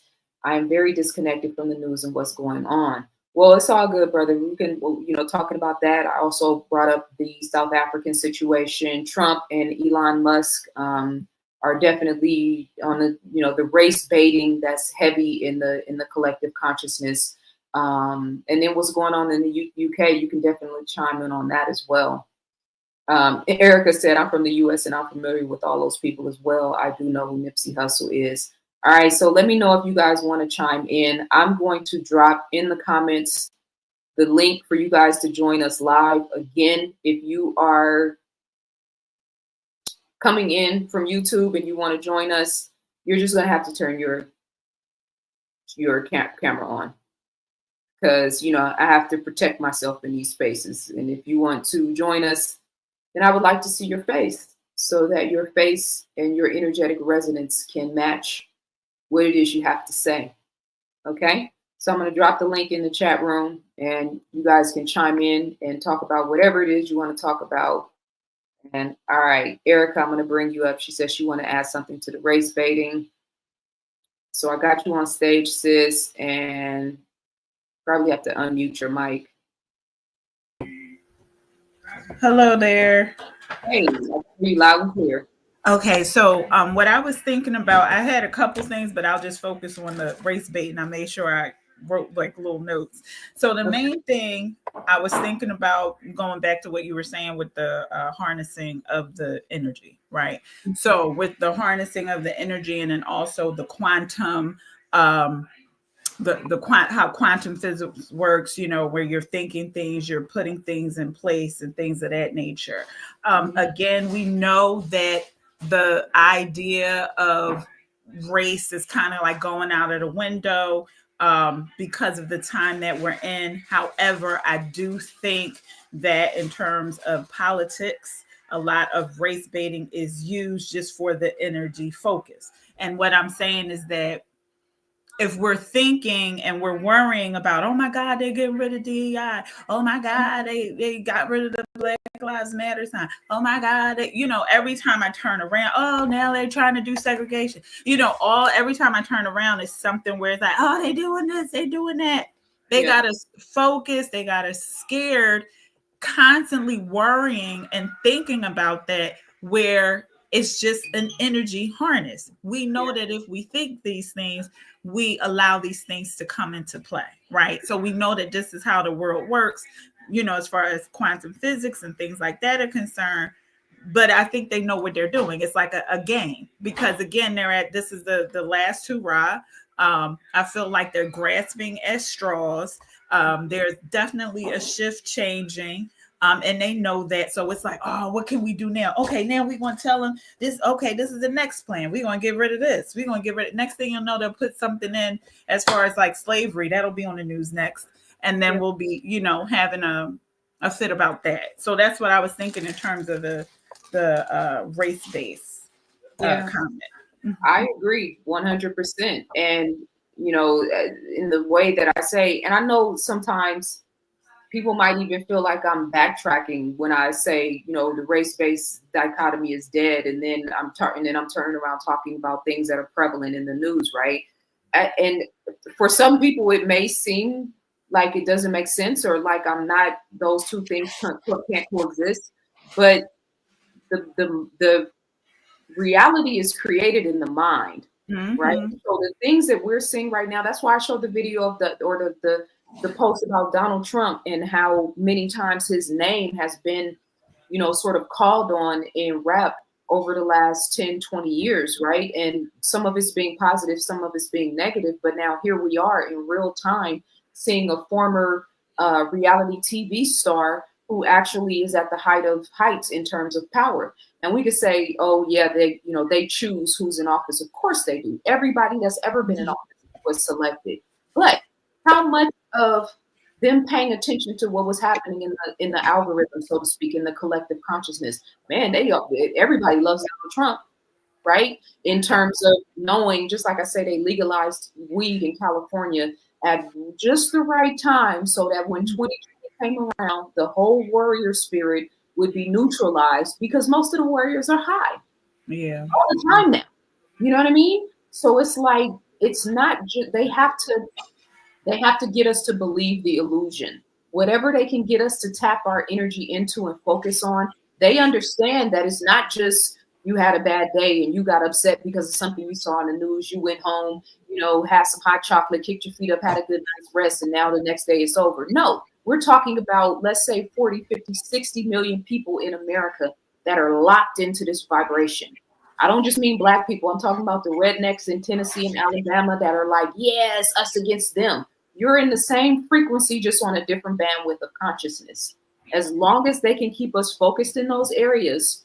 That's why for me, like when I talk about women, and you know, the conversation we had about women, when I talk about, you know, our people here, and the best case scenario, the worst case scenario. Like I know for sure 100% that we are going to play a very, very, very, very pivotal role in the army of God, right? In terms of this spiritual warfare aspect. Now, when I say we, that is to whom it may concern, right? 5% of the 5%, however we look at the numbers. But as long as that intention is set, as long as that idea, that concept is firmly rooted in me, I'm not worried about the fear campaign overtaking me. I might have certain things, the fire in LA was like, whoa, that shit was way too close for comfort to me. You talk about terror. I've seen it right in front of my eyes, right? But I also know that with the stability of the spiritual perspective on all of these things, this is why we were born at this time. This is why you come from the hood, you got a leg up. Why? You've been seeing Satan for a long time. You know what I'm saying? You lived in an environment where you heard gunshots or shootings were an actual thing. I guarantee you in 2020, you had a leg up because you've seen Satan operate in different spaces and places, whether it's through somebody in your family or through a random community, somebody in your random neighborhood, right? So yeah, yes, the race-based timeline is over, but consciousness creates reality. Yeah, there is a lag in the reality of it. That's why when the Black Lives Matter thing hit in 2020, I was like, yeah, this is a fugazi. Why are you wearing a mask that says I can't breathe? Do you understand how stupid that is? Right? I felt like it made people look, I don't want to say soft, but I just felt like it was, I don't know, that's the best way I could say it. Just made them look soft. Like it made us look weak in a sense. It didn't make us look as strong as we needed to look in terms of that. But I do, I definitely think that in terms of how they're doing things now, and not for nothing. Now, as you were saying, that this just came to me again, back to the race-based consciousness, right? So yeah, it seems like in terms of politics, they keep making these decisions on, that they're making them in terms of race, right? So my mom will say stuff like, and white people will cut off their noses to spite our faces, right? Just to make sure that we can't, have certain things, like certain laws will be put in place to stop us. They'll stop the whole world just so that we can't have it, right? So with healthcare and things like that. However, the flip side to that is, as they're dropping things like DEI, as they're getting rid of certain programs with, USDA, with the farming and all that other stuff, or USAID, I'm sorry, with the farming and all that other stuff, the main people who we see are getting hurt is them. So again, it's like, you're trying these things, but these things aren't working anymore. Just like what you say, old world models are not working anymore, right? So they keep doing these things, going back to how they used to do things before, and it's not working to their advantage. And no, that's a great point, sis. Thank you for bringing that up. And on a spiritual level, there is karmic debt that is being paid. Right. So a lot of the white people that are amongst us now that may not be as, headstrong in that race-based consciousness are still paying a karmic debt for their ancestors. Right. For a multitude of reasons, on an individual and a collective conscious level. Right. It's like, hurt people. Right. Yeah. So I'd rather spend my time focusing on destroying you than to deal with the fact that I am completely miserable and I hate my life. This is the biggest play that I think Donald Trump, this billionaire dude, this guy who has very little in common with the average white person who is barely making ends meet or, living on a scale of poverty. He has very little in common. That's why the race narrative keeps these people connected to them, because they still have that shit sort of percolating in their spirit from their ancestors. That's the only thing they can throw out. Like, that's the only thing they could throw out to relate. Like, this is what I can use. I can throw in this hate card. Yeah. So. And like Chris Rock said, he said, you guys would rather when he was during one of his performances that he said, "There's not a white man in this room that would trade places with me, and I'm rich." I'm rich, right? Yeah, Or just having the skin, the complexion to make the connection, so to speak, and all of the benefits that come with that. That's why 2020 was so critical, because a lot of those benefits got stripped away. Yeah, you got to stand 6 feet apart too. Yeah, you're not going to get any special treatment anymore either. Yeah, you're an essential worker or not. That's the only people that matter right now. Like, they've been sort of chipping away at that, that white bravado, right? Taking away their rights, the shots in the schools, right? They're breathing the same shit we're breathing in. They're being negatively impacted by the fact that we're not getting as much sunshine. Yeah, it affects melanated people more, but white people have melanin. Everything has melanin, and everything needs the sun to survive, right? So the towers that I've talked about, I've been in some of the upper, richer areas of the Los Angeles area, and they got these towers at these middle schools and high schools in predominantly white schools in areas that are very wealthy, right? So it's chipping away at it, but at the same time keeping that race-based narrative, because as long as we're focused in that direction, white communities are not focused on solidifying their communities in spite of what the government is doing. Black communities are not focused on solidifying our governments and creating strongholds in spite of what the government is doing. Think about all the energy that Americans, beyond race now, we're talking about 300 million strong, every 4 years, how much energy, how much money, how much time goes into the campaigns. It's the only time when there is a cohesive collective network of people, whether you're on the red, the blue, the independent, there is a cohesive network of energy, focus, time, and intention right on this one direction, right in this one area. And then once the election is over, everybody goes back in their corners. Okay, we got to get ready for the next 4 years, or we got to get ready for the midterm elections in the next 2 years. Meanwhile, nothing is really changing. Nothing is really changing on the ground for the average person. So we write history in advance. We got to get to a point now where, yes, we're paying attention to what's happening on the ground, but what are we building in the minds and hearts of our people? What is the overall goal? Kingdom of God? Okay, what role are you going to play? Not you, Erica. I'm talking to everybody. I know. What role are you going to play in the building of the kingdom of God? Okay, you make clothes, cool. I write books. I teach. I research for a living, right? I have a foot in the publishing industry and in education, right? So what role are you going to play? Or do you farm? Okay, beautiful. Are you good at working with children? Okay, beautiful. Are you a midwife? Okay, beautiful. You make furniture? Wonderful. You make tissue? Cool. But the conversation now for all of us is, how can we add value to building a kingdom and not just paying attention to the kingdom that they built for themselves? It's not even impressive. Donald Trump does not impress me at all. And this is somebody who has money, who has access, who has fame. And even the celebrities of the world, like all of this infrastructure that they built to have the people who we've been focusing all this time, they're not even impressive. Respectfully, the music is one thing, the artistry is one thing, but what are you adding in the collective conscious? That's why for Black music right now, whether it's a Black female singer or a male singer, rapper, etc., what are you adding of value in the collective consciousness?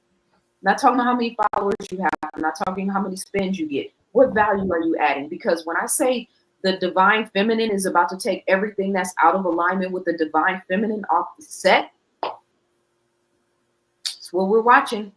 That's what is happening to Big U. That's what's happening to Yellow Breezy. That's what's happening to all of the celebrities, everybody that's out of alignment at the top of the pyramid and at the very bottom. So thank you so much, Queen, for adding your perspective. I think, Jamal, did you want to come in? Because I saw you pop up. Let me know in the chat room if you want to chime in. I'm going to bring Saint Germain in real quick. I'm announcing you so you don't get caught off guard, sir, because I see you just popped in with us. So let me Jamal said he wants to chime in. So I'm going to add you, Jamal. And then I'm going to add Saint Germain in too. And Jamal, I'm going to give you the floor first. We can hear you. Oh, well, let me know if I can hear you. Talk. Let me see. Can you hear me? Okay. Yes. Peace. No. Peace, Queen. Bless you, everyone in the chat and the three up here. I'll try to be a little bit short because I'm not as smart as yourself or the previous person that you were talking to. But I think what I wanted to address was here's what I'm sensing, and you help with this a lot, is that yes, there is a divine feminine, which is to me much different than the feminism that we've seen being pushed. For sure. But more importantly, with the big U's and Diddy's and all that, what I really see is a spiritual and social transformation where what I like about Trump is that he's doing demolition work. And I feel like we've been under, whether it be basically all of our leaders, letting them know, look, I mean, all your leaders is about to be gone. Okay. So you're going to have to find a whole new set of governance, whole new shit. You're going to have to take it back from the top. So we're going to get rid of Diddy. We're getting rid of your big U's. We're getting rid of we're letting your Kanye's look like a goofy. We're letting you know Barack Obama's really not with you. We're letting you know all your peoples is they folded up on you. So you guys are going to have to come together, or what you're going to have to do is figure out how to assimilate in the new world. And I'm happy to do both. I'm a Chicago dude and a Toronto dude. And so a lot of people from other races, what you find in the exit polls is that Black people trust the government more than every other race. And so as a result, I just feel like we look silly. I don't really, I'm very much interested in a sort of new way of thinking, while at the same time looking at what are the truths about everything, you know. And using the new vibration to solve all of the problems, because I'm a Capricorn, so I need to take all the high-minded, deeply philosophical mumbo jumbo and try to make it into something every day where people who are in their lowest moments can go from point A to point B. And so what I wanted to say, oh, sorry, go ahead. I was just going to say, what would be your suggestion to that end? Well, number one, I think that it depends on whether it's a micro or macro level. But on a micro level, for me, dealing with all the stuff that I dealt with, what keeps me going is number one, embracing whatever situation I'm in and trying to find appreciation. Number two, talking to people and hearing opinions that are outside of my normal orbit, to the point that I get so far out of my comfort. It's tough because I have depression, and so does my daughter, who I turning on this picture with. But we're pretty well-rounded people, so we be in the trenches. We're in the suburbs. We talk to every type of person, all types of people. I was born Muslim, grew up Christian. All the Black Power movements. My dad was in the Nation and all that. And then my mom flipped and became a conservative Christian and doesn't like anything Black, and she's super pro-Trump. So I've had to deal with everything. So I'm prepared for everything. And so is my daughter. So one of them on a micro level is embracing everything. Embrace taking whatever it is that we could first ingest from a spiritual level and onto all the way to a practical level, even if it's small. That's the first thing. From a macro level, I think that just trying to buck whatever negative energy is in the zeitgeist, whatever, the great division that you see between men and women, Black men and women, especially, and this whole entire world is gangbanging. I mean, look at what Trump and Israel are doing in the Middle East, and so now you got the resistance with Iran and Hezbollah and Inshallah and Hamas. So the point that I'm making is that this whole world is gangbanging. And at the end of the day, at the top level, you have people, billionaires, people in groups, and a lot of these people hide in plain sight. And if you go and do your research, these people tell you openly what they're about. And you're like, how do people not recognize this? Like at the same time that Will Smith slapped Chris Rock, they were holding a global government summit at that same time. Right. In Davos. So the point that I'm making is that you start to see different plans that are happening. So if you say, I can't do nothing about that, then the best thing you can do, even if you're down in the dumps, is to learn to love and embrace the people around you and stick to the codes that you have around you. Do what the guys in the 60s used to do, because that's the street code that I support. I don't mind a code amongst the people to say, hey, you know what, we're going to keep things in the community. As long as you protect the community, protect the innocence, and you learn, and you educate yourself, and you can deal, because there's when the music business is corrupt, all the areas where blacks have had to elevate is filled with corruption. So you need really smart people, and you need gangsters and people like that to sort of break through all these layers of corruption. I'm from Chicago, so I know about all the underworld. My brother was killed by the mob in '89, so I got a bunch of gang members and a bunch of pro blacks and a bunch of all other kind of people. So, and then my kids are half Irish. So I'll be arguing too. I don't care. I'll argue with everybody and love everybody. But like the point that I'm making is that you basically try to push a new governance. I remember getting beat in the '90s because I did not want to. I didn't want to join the gang when I was 11. But at the end of the day, I won the Cold War, because if they're gonna beat me because I'm opposed to colors, when my older brothers and them are not, never, oh, it's never going to change, and ain't nothing going to change. And then 4 years later, you take all of my points, and then the lame dudes are the ones that are bringing girls into the hood, because now they want to open up things and say, yeah, people from other races can come to the hood. Because if you remember in the '80s and '90s, listening to Pac and Ice Cube songs, the gangs were very much opposed to people of different races being in our communities. By the 2000s, they're like, man, we don't care about race. We don't care about this, gang banging. We don't care about none. We're just exhausted from all the division. And so that's why I'm just giving you an example right there of how in my own personal life, I've bucked all kind of things on a spirit that I know for a fact is on a spiritual level. I just didn't understand at the time. And there's a heavy indoctrination going on. And I've been through mental and spiritual health, but you guys can respond to that if you want. Yeah, I appreciate you, brother, for sharing your wisdom. And I wrote a few things down. You said I'm going to address them, but I want to give Saint Germain the floor to go ahead and say what you want to say. If you want to respond to anything that he said, and then I'll follow up. No, I thought that was really good. I don't want to get a feedback loop. I don't know if y'all can hear me. Loud and clear. Okay. Yeah, I'm going to mute your mic, Jamal, just so we don't. No, Jamal, I thought that was beautiful. Everything you said, I really resonated with. I'm a little bit older, and I'm not really sure. You said a lot of things, but you were talking about sort of being ready for a bigger kind of societal change, and I think that is kind of the question that we have to ask ourselves right now. Because I was just talking with Child of God in the chat about getting out of this place, about immigrating from America, and whether or not that is a viable option for Black people, or for anybody really, or should everybody be trying to get out of here.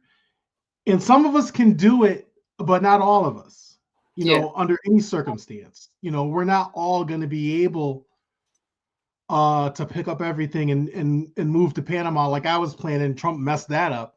For me, that was going to be my plan. But I don't know about it now. But I think in a different kind of way, I think that is the most fundamental question we can ask, is where do we go from here? Because I don't, I might have been, I'm older, so I'm kind of like, younger people might have thought of me as more of like a capitulationist when it comes to dealing with, trying to find the better bargain in conventional politics between the Democrats or Republicans, because traditionally, Black people have been wedded to the Democratic Party, not because, at least on my part, not because I thought that they loved us, but just because on a policy level, materially, it was more expedient to make that, temporary alliance, at least, in the 2000s, or, as long as I've been, since the 90s, even though Clinton was terrible for Black people as well.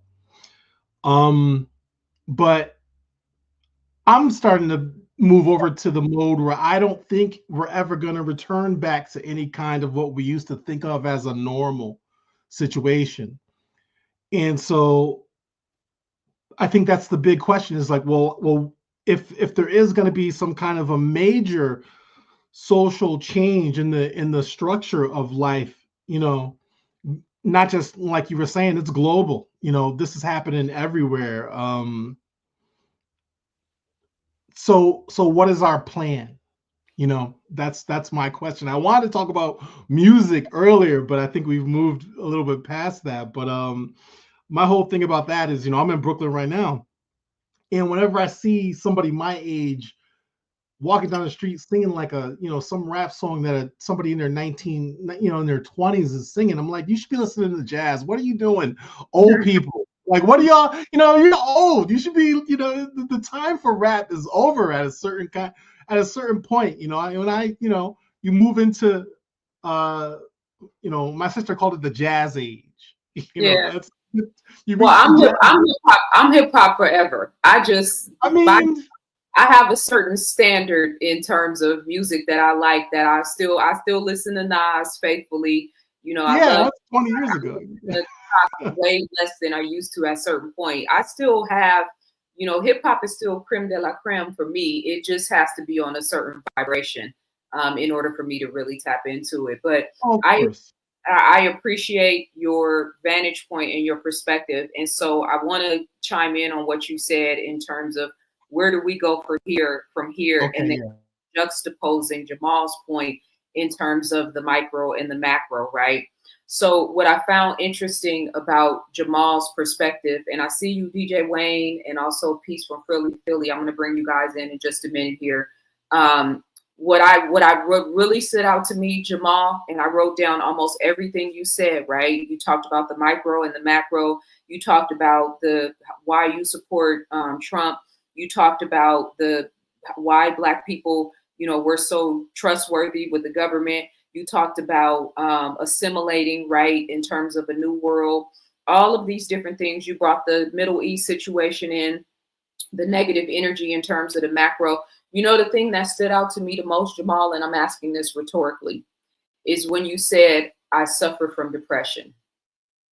Me and my daughter. That, for me, stood out. And not to take anything away from the importance of everything else you said, but that to me stood out. And I used my orange pen and I wrote some little stars around it so I wouldn't forget that point. Because this is when we talk about the microcosm versus the macrocosm. We have been trying to build institutions on the backs of broken people for way too long, and it doesn't work. And so that's why I'm so careful about the savior complex in terms of the brother from Burkina Faso, for instance. I've joined a few conversations online where they're like, this is the most important Black man in the world. No, he's not. You're the most important Black man in the world. You're the most important Black woman in the world, whoever is listening to me, right? Because we have gotten so far away from our power and our potential. For you to go from, and this is, I'm only honing in on you, Jamal, just because it's relative, because you just made the statement and there's a larger point. The limitless possibilities that we have from the time we come into this life to the time that we leave, to being tethered to a word like depression, right? And so when you say the word depression, you said it, but then somebody else in the audience resonated with that word because they're depressed too, or because they've been labeled depressed, right? Or because they just saw a commercial, you know, in the interim before they joined this conversation about depression. So there is a vibration and a wavelength where depression is prominent. And it's beyond race. Obviously, it's beyond, you know, where we live, landmass, all of that different stuff. People in a certain area of the hood might deal with it more than, let's say, you know, at one point, half of the married women in America were addicted to prescription pills, right? Well, everybody says that that's the highest plateau for a woman to be married and have a family. So why are half the women addicted to prescription pills? Is there something there? Are they happy? Are they right? So this idea of sacrificing ourselves for the greater good, not what you're saying, but a larger point of my point, has run its course, right? The whole big little you and big, what is it? Little I, big I, little you. I don't know what it is, but it's like there's this thing where we're like trying to tell people, yeah, tone that down a little bit. That's wonderful that that's going on with your world, but we got bigger fish to fry here. There's more important things on the plate. No, actually, and this is the divine feminine, you are the most important focus of conversation right now. Why are you depressed? I'm not asking this question logically. I'm just saying for the sake of the conversation, right? Because, and then I would say, I respect you are where you are, King. I would ask you, please, not to affix yourself to the term depression anymore.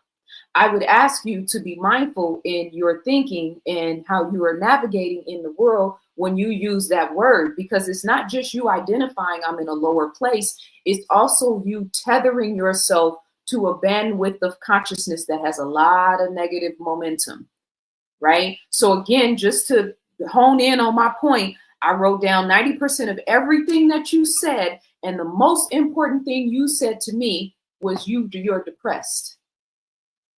And I'm honing in on that specifically because now going to Brother Saint Germain, he said, where do we go from here? We got to deal with the depression. For Jamal, first and foremost, we got to deal with the sisters that are listening to us right now that are stuck in domestically or physically or mentally or emotionally abusive relationships. If that's the case, we got to deal with the people that are working jobs and are barely making ends meet. If that's the case, we got to deal with the people who lay down at night and can barely close their eyes because their level of internal conflict and suffering is so strong. They have to listen to what's happening in the main. Listening to Donald Trump talking and Elon Musk in the circus is a reprieve for a lot of people. They can watch the circus so they don't have to deal with their own shit. Right? So we're in this space where we've been totally ignoring ourselves on the ground in real time. Mental, spiritual, emotional, physical. You guys hear me talk about those 4 things all the time. Thank you so much, Tony. I appreciate you. When you hear me emphasize those 4 things all the time, because we can't escape, we can't navigate having to deal with those aspects of ourselves anymore. We're in relationships that are not spiritually nourishing us. We're watching social media and it's not mentally stimulating us, right? We live in an environment where the food is destroying us. It's not helping us to reach our highest heights physically. Where do we go from here? Litmus test for yourself. Tapping in. Where am I mentally? Tapping in. Where am I spiritually? Where am I physically? Where am I emotionally? Because we want to talk about the stuff, in terms of politics and Trump and Putin and, Burkina Faso and all this other stuff. And meanwhile, we all on a hamster wheel. Where do we go from here? Get off the hamster wheel. Maybe it's a job in a business. Get off the hamster wheel. Well, I don't know how. Okay, then now we got our instructions. We got to figure out how. Get off the hamster wheel of emotionally sabotaging yourself and recreating and reproducing patterns of self-destructive behavior that keep you in a loop of low self-esteem, lack-based consciousness. Spiritually, I feel disconnected from source. I feel like God is not with me. I feel like I don't have a support system anymore. And I used to feel like I was connected to God and connected to source. Okay, then that's where we go from here. It's not a one size fits all. There's an individual aspect of this that's been neglected for so long that we can't even come together and have real, true conversations about the collective consciousness, because it's all predicated on ignoring the individual issues, ignoring the individual suffering. We have so many women in this world that are so out of touch with their true, authentic selves. They're choosing OnlyFans. They're choosing feminism. They're choosing 4B and all these little pockets of, oh, we don't want black men, or we don't want this. Like, there's so many caveats of consciousness because everybody's running from themselves. So the answer is the easiest answer, but it's the hardest shit in the world to do. I've talked to so many people. You would be surprised how many people will sit down and argue you from top to bottom about politics and then be like, okay, that's cool. I got your point on that. Now tell me who you are. What is it that you really want? Well, I'm working at this job and hopefully next year I'll get a raise. And then once I get a raise, I'll be no. I didn't. I said, what is it that you really, truly want? What is your heart's truest desire?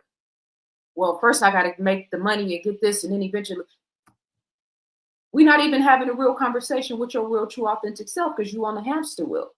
So that's where we go from here. And I know that sounds like one of those Hallmark card responses. And for a time, I wouldn't have even responded like that. But it's like, nah, everywhere I stand is holy ground. I'm not rushing to run I'm not rushing and running to Africa.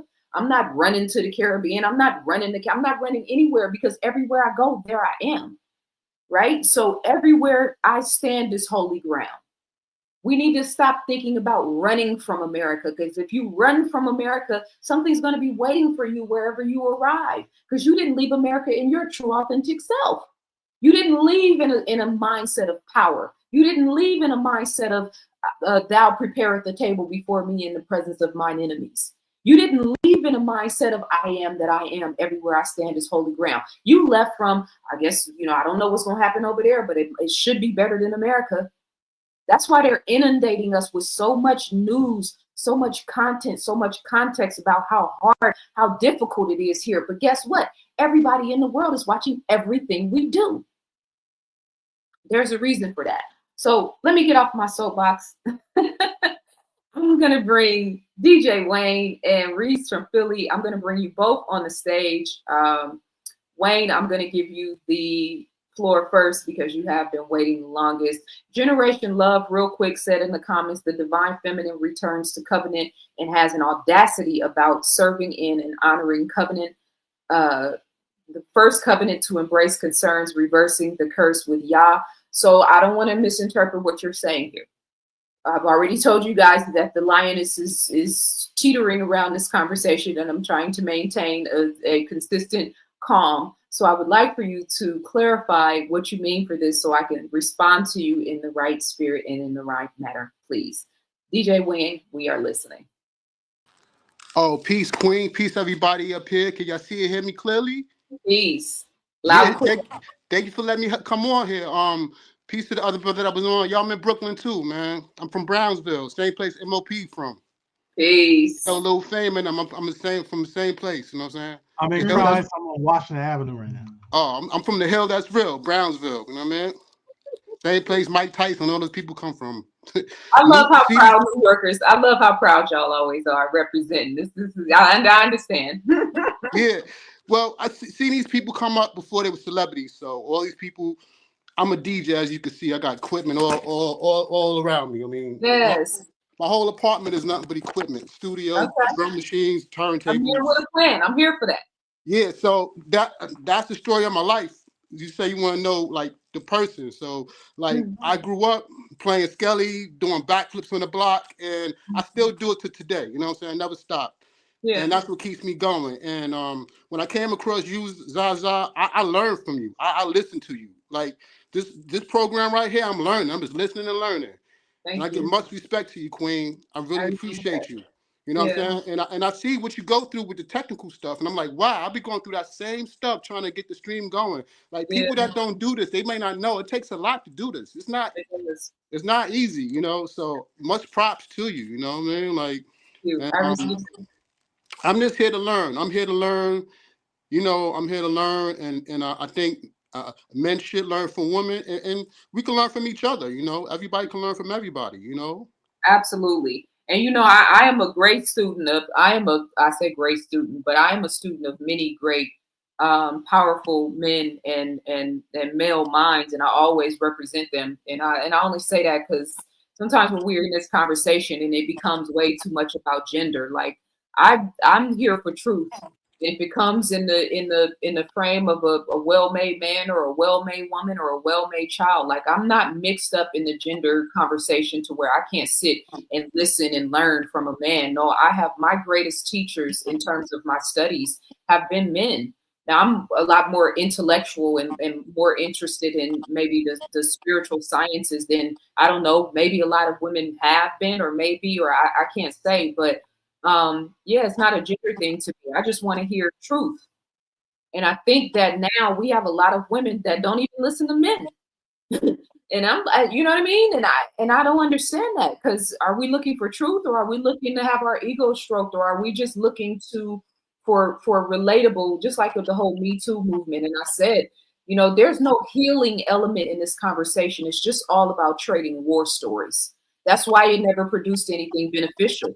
Yes, there is absolutely a major RAPE culture in America, in entertainment, in Hollywood, in rap, in all of that. Okay, 100%, we got that. Now, are we going to take this beyond the trading war stories element and start really tapping into How do we rectify this? How do we change the trajectory? How do we command and demand respect in all spaces, right? And so I think that, you know, for women, again, for me, it's just we got to up the ante. I'm tired of standing around women standing around pointing the finger and blaming men. You know what I mean? Like, we give birth to both. I have a son that is a young man now. So for me, blaming everything on men means you're putting my son in that category. And yeah, we're not doing that. So I just love to hear my brothers, when you guys come forward and represent that you can listen, that you do listen, first of all, because it really does matter. And then also that you out in the world living this shit. You know what I'm saying? It's you on the train, you on the subway, you have family members, you have women in your family, your nieces, your cousins, your aunties, grandmothers, like they need to be held down. They need to be supported. They need to be listened to. And I guarantee you, they have an untold amount of wisdom laying in it, whether it's dormant in their minds, whether it's something that you might need to talk to her to bring that back to the surface, right? But the divine feminine wisdom and perspective is greatly lacking in this world. And I'm going to say this and then I'm going to stop. One of the greatest representations, in my opinion, of the divine feminine is the art of listening. I am a great listener. I say that, and I don't even want to sound cocky because it's a thing. I am a really, really, really good listener. When you guys talk, I'm actually really listening to you, right? So for the women, because a lot of times it's like, yeah, all of this, right? You know, the caricature and the eye wrap and all of that, right? Sometimes the best thing you can do as a woman is just to be quiet and just listen. So I'm going to let Peace from Philly come in. I see you back there. You got action. I saw the cat. You got a lot going on. So let me give you the floor. And what you got to say, King? All right. So I'm no expert in spirit, right? But I hear you talk about it all the time. Now, I've noticed something in the last 4 years. And I've been paying attention to the world for a long time. I'm 55 years old, right? So I watched the Black community transition from what it used to be to what it is now. I know how it happened. I refuse to debate anyone alive on that. I watched it, right? I guess my generation was blessed, or you could say cursed, to witness that and be a part of it. I apologize for my partaking in it, right? But let's fast forward to today. And let's talk about spirit. I haven't seen a pregnant teen in 3 years anywhere in the world I've been. And the rest of my life, the whole earth was blanketed with them year round. And that's how the world's population got to where it is today. So me, a new business owner, right? I'm looking at that like my business, I'm banking on the world and population to increase over the next 10, 20 years. Doesn't look like that's going to happen. I think spiritually, mankind is disconnected from itself. And we're in a fallen kind of situation where the end of us is coming. That's the way it looks. I used to hear this kind of paranoia before from the elders back in the day, you know, the church going people. You remember the Y2K BS and the polar caps and all that nonsense. I never went like that. But for the first time ever in my life, it really does feel like mankind is in really, really big trouble.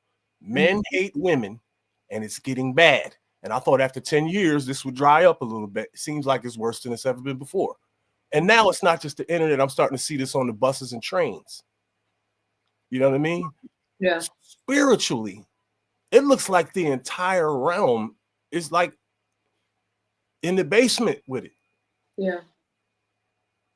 Am I wrong about that? Like, we're not even making more humans.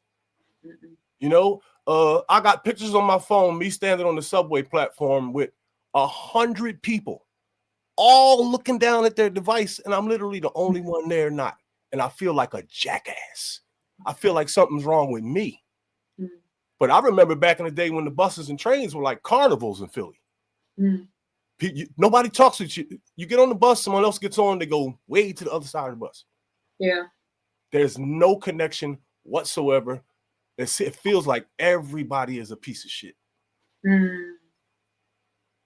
Wow. Well, first of all, you said 55. 55 where? I almost clack everybody else out just so I could bring you up. You look very, very, very good. So much love for taking care of yourself. Yeah, exactly. I'm with you on that. So first of all, let's just make sure that we take a second to appreciate that, the fact that you have maintained yourself and are taking care of yourself, and obviously still have your mental faculties in check. And even the conversation about the spirit aspect, which is critical. You said, there's a very high concentration of disconnect from self. And I absolutely agree with that. That's why, even going back to Jamal and, us talking about all this worldly stuff, and then but you're depressed, bro, right? Which means that you're disconnected from your higher self or from the Most High, or have been at a certain point. And I think that number one, living in major cities right now, we're being inundated with a lot of frequency and technological data and infrastructure, not data, infrastructure and energy that we can't quantify, right? So especially if you live in a place like Brooklyn, especially if you live in a place like LA, you're in the inner city, please understand when I tell you, you got Wi-Fi router, you got smart meter attached to your home.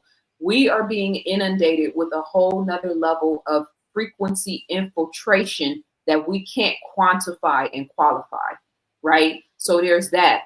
And in the same way, if you go in a DMV and you get the lady at the counter who has a bad attitude, and all you trying to do is get your driver's license renewed and get up out of there, and you go in happy because you got an appointment, by the time you leave, you ready to wig out on somebody because she was just so off-putting and disrespectful, right? Well, that's happening to us on a cellular level in terms of how we're navigating in the world now, because the wavelengths from the Wi-Fi are carrying the frequency from the social media platforms, and the 100 people that you're looking at that are looking at scrolling on social media, there's a radiance popping off that screen. That ELF energy is affecting them a certain type of way, let alone if they're dealing with depression, let alone if they're dealing with anxiety and jealousy and all this stuff that it's like an accumulation of negative, low vibrational energy that is permeating the ethers that we're all living in, right? That's why being in the inner city versus just going to the park and just checking out for a minute, or going to the beach and checking out a minute, it's like a whole reset, reboot, not just because of the sun gazing and the, having the dirt beneath your feet and touching the ground and the wind and all of that importance, but also because you're not in the frequency war when you're in those spaces, right? You're not paying attention to what's going on what's happening in the Middle East right now is so mind-blowing. What they have done and are doing to those people, right? Same thing is happening in America. It's just a more subtle war. It's subtle warfare here. It's blatant direct there, right? So I think that the in terms of the connection aspect, that's why having these conversations is important. That's why me having you guys be able to come here and express yourselves and to be heard and to actually speak your truth without me having to project or tell you you're wrong or tell you it's not there. No, you are the Lord Savior. You are the Lord of all lords in your universe. What you say, what you experience, what you expect, what you intend in your reality is absolutely 100% creating your reality. Now, the more you stay on the depressed frequency or the anxiety or the fear frequency or the lust frequency, right? If you tapping into Sexy Red and Lotto and Nicki Minaj more than you're tapping into the ZaZaAlis or et cetera of the world, then yeah, that's how the devil's going to get in. If it's fear, if it's debt, if it's, not realizing your potential, whatever those little caveats, those individual unique things about ourselves that we put on the back burner for all of the reasons we put them on, now have to be put in the forefront, now have to be the focal point. So your mental, spiritual, emotional, and physical well-being, Reese from Philly, DJ Wayne, Saint Germain, Jamal Johnson, right, has to become the primary focus. And then everything that's a part of our lives is going to grow and expand from there. And I know that's a sort of a simple way to address a lot of very large, issues in our culture and in our community, but it's the one that we all can actually impact right now and change right now and have an impact on right now. Anybody want to add anything to that? I got a question for you. Yes, sir. You ever study cymatics before? I have. So when I hear the word God, right? Mm-hmm. What I think of is three energy forces working together. Light, water, and sound, right? So the God is, to me, is a universal song being played, whatever, everywhere, all the time. You know what I mean? Because there's ways to prove that life and actual existence comes from those three things working together. Yes. You see what I'm saying? So you can prove that without a book. I don't like books. I went on reading binges before to try to get smart, and I kept running into contrasting information, so I just figured it was all BS. Started to try to use my mind and observe with everything around me, try to figure some stuff out, right?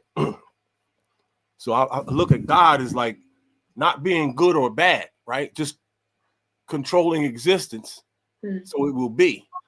And it's up to us to iron all that out, right? And I think the people in charge are on the other side of the spiritual coin. And the only way to save the world, if you want to call it that, mankind or whatever, is somebody has to be good enough to flip them to this side. And I don't know if that's possible. I think that it's what you said was, so you said it's up to us to iron that out. Just those words in itself, just that concept in itself, right?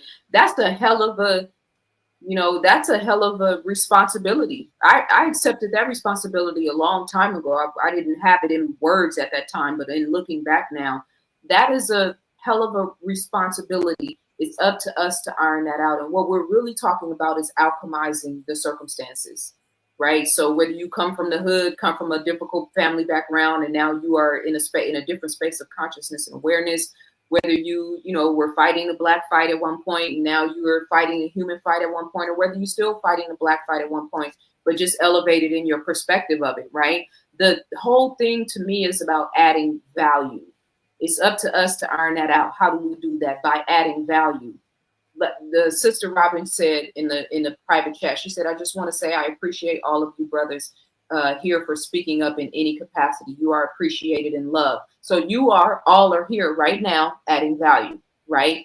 Jamal said, I agree with you, and I just want to clarify that we have depression and mental illness and mental issues. So it's clinical and genetic, but I appreciate your stance and soapbox. I would even go a step further, because beyond the clinical aspect or the medical and scientific aspect, you are the Lord and Savior of your universe and your reality. So even if the situation on the ground might not yet reflect it, you can change the label and the nature of whatever you think is something that's genetic, something that's been passed down from family, or something that just happened in your and in her lifetime. You can write a new prophecy. So instead of saying we have depression and mental illness, you can say we are expanding mentally, spiritually, and emotionally to break the chains of psychological trauma or dysfunction that have been in my family for eons of time, right? So the language is critical. He referenced God, right? He's talking, and he connected it to somatics, and then he also talked about light, water, and sound, right? We're talking about the building blocks of reality. We're talking about thinking a thought, the power of the imagination. Let's say, for instance, I did a video in my membership channel the other day talking about don't forget to daydream, right? How many of us actually have time that we make time on a day-to-day basis to daydream, to visualize and focus in on the things that we actually want to manifest? Oh, well, I want a high vibrational relationship with a partner who is equally yoked or is interested in the things that I like. Okay, well, how much time do you think about that on a day-to-day basis, opposed to listening to podcasts or content that is everything but, right? There's so much negative conversation as it pertains to the how many good black men are there in the world, right? We take the gay out, and then we take the prison industrial complex, and then the ones who didn't finish college, and then the ones who aren't making this, and that. I mean, is it a wonder that the levels of anxiety and depression and stress and suicide in our community are what there are? Look at all the negative projections. So that concept of God And, you know, in the beginning was the word. Okay, so then we can add value in all spaces and places and experiences through the word, right? We can add value that by being physically fit and the way we carry ourselves energetically, being in environments. You add value by taking care of your body. You add value by reading books. I've shown the video time and time again that shows the spark that happens when you think a new thought. If you do the same thing every day, your brain, the electrical activity in your brain is very limited. If you constantly read new books and go experience new things and travel around the world and have different types of life experiences, you got major electricity going off in your brain, searching for a new thought. That thought creates a new thought. This is where wisdom comes in. So when you know, he said, where do we go from here? Challenge yourself mentally. What are you reading right now? That's a rhetorical question. Challenge yourself spiritually. What is your spiritual practice right now to keep you tapped into source? Challenging yourself emotionally. You know how many women there are in this world from the age of, I'll say 15, young women, 15 up until 50, that don't know how to sit still or to have a subtle, calm conversation about emotions and about their mood swings and about their problems and issues without flying off the handle. If you got that issue as a woman, then that's where your focus needs to be. So we're so gung-ho about the macrocosm, and I totally understand the reason for that. The way that we I won't say fix, but evolve the macrocosm is through alchemizing our life experiences as individuals and then adding value in all of those spaces as we're doing here today.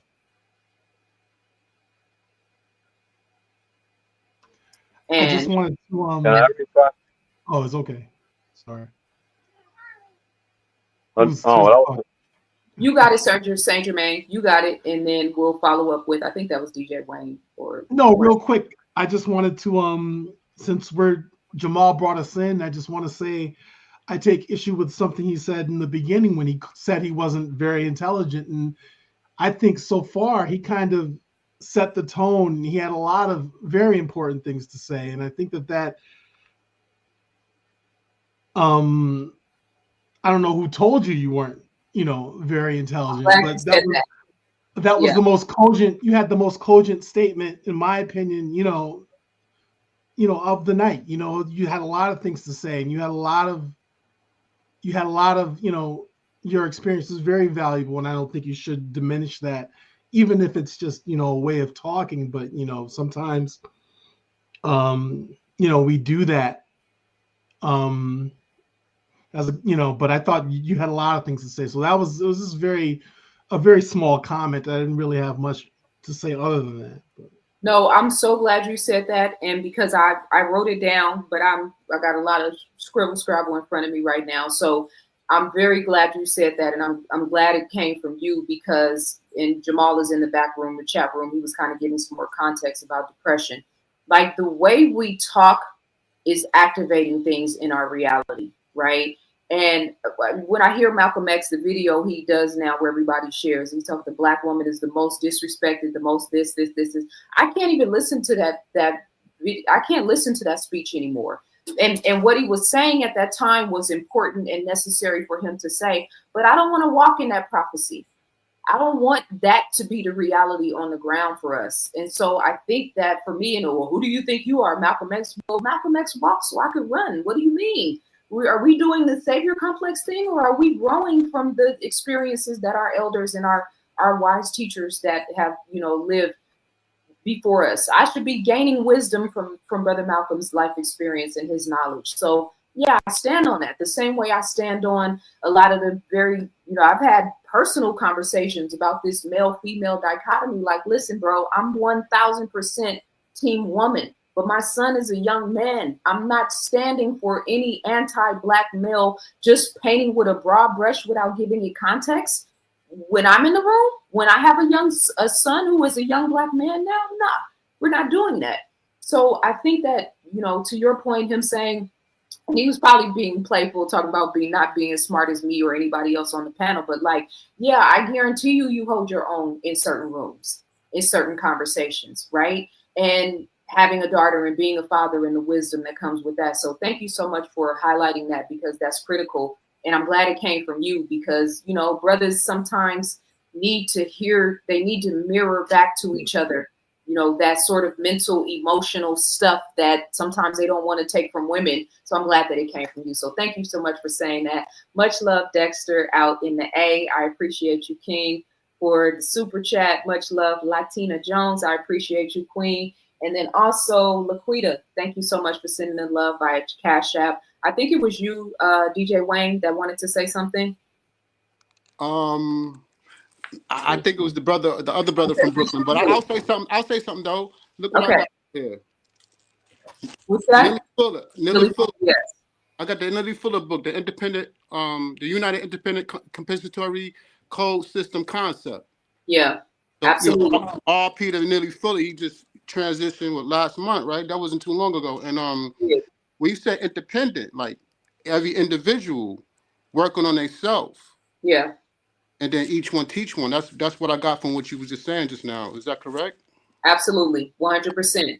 And then the works of the Neely Fullers and the Dr. Francis Cress Welsings and the Anthony Browders and the Kaba Kameni and the Professor James Small, Chancellor Williams, right? All of the great historical figures and great minds that have been among us and that are still among us. Like, we're supposed to be, building pyramids from their wisdom.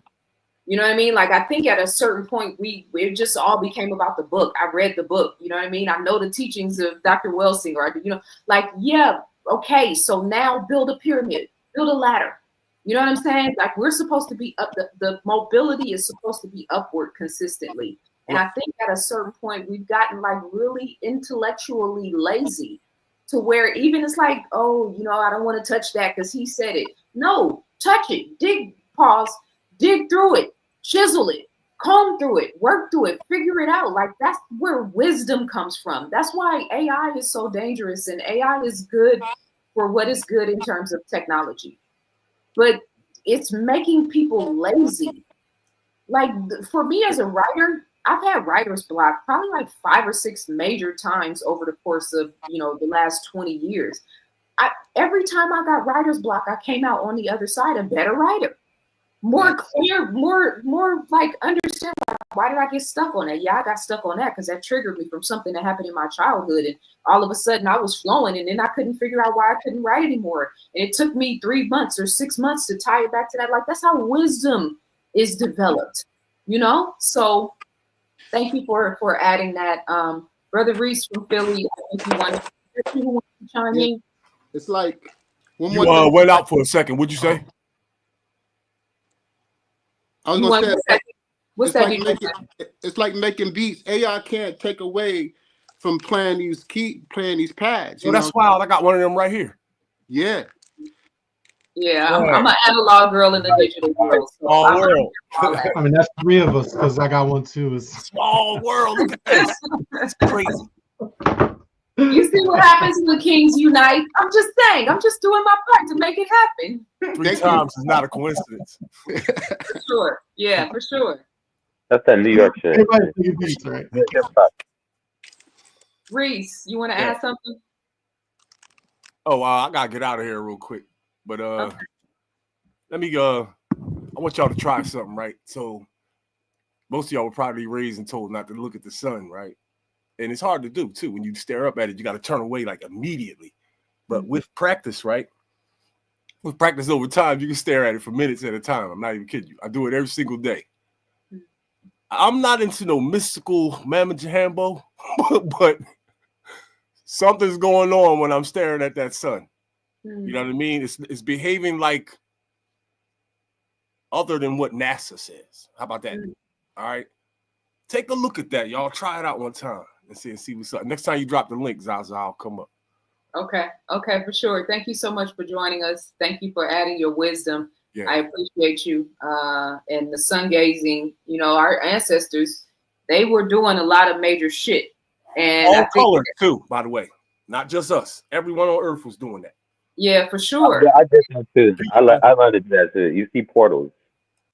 Yeah, and it's, you know, going back to what the brother said in terms of like, where do we go from here? Like, yeah, we got to tap back into those mystical sciences. It was never supposed to be this hard. It was never supposed to be this difficult for us to get to the higher stages and levels of ourselves. That's why they're keeping us on this this hamster wheel of negativity and fear-based consciousness, etc.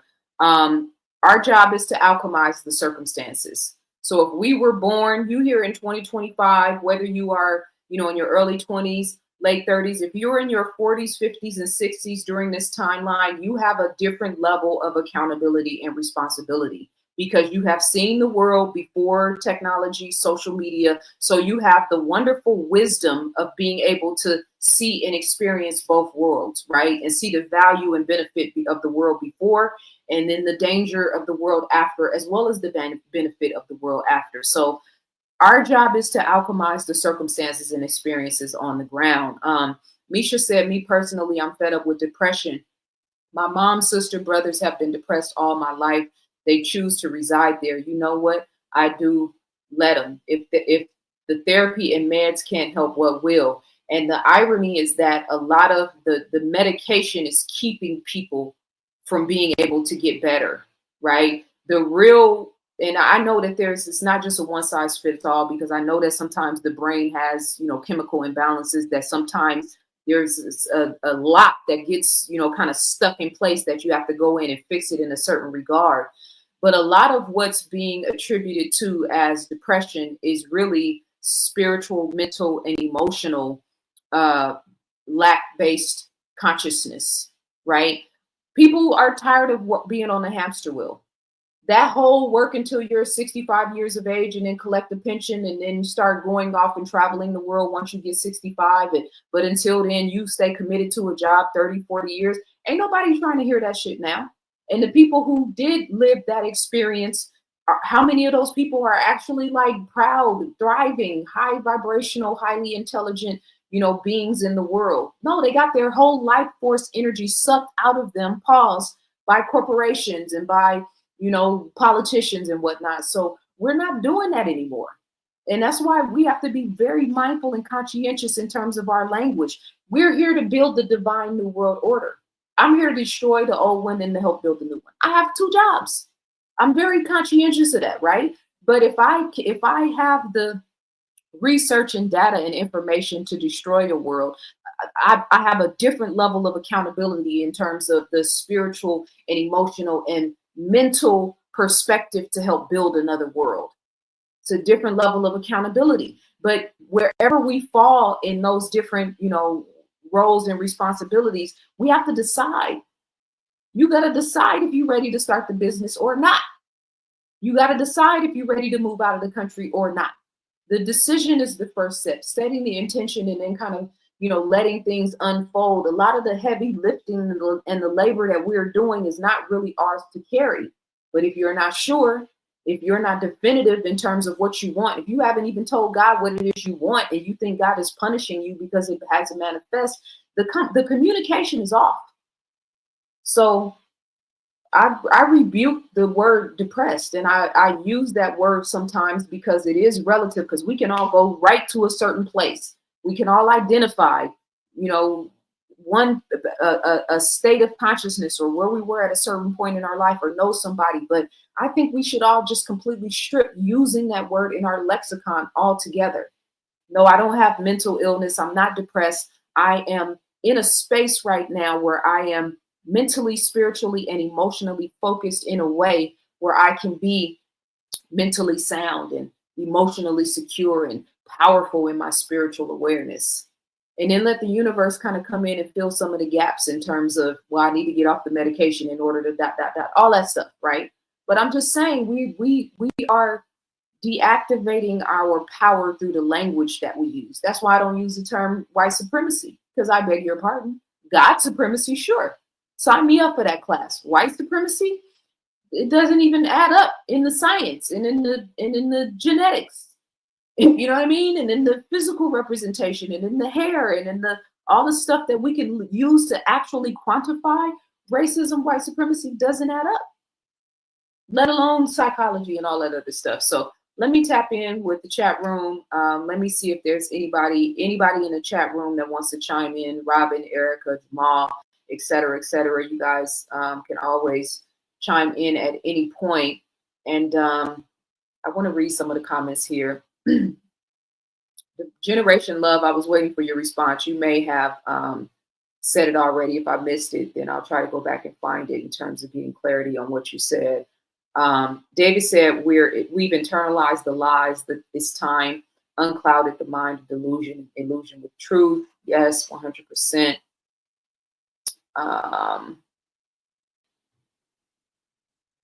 I want to be the answer to some of our ancestors' prayers.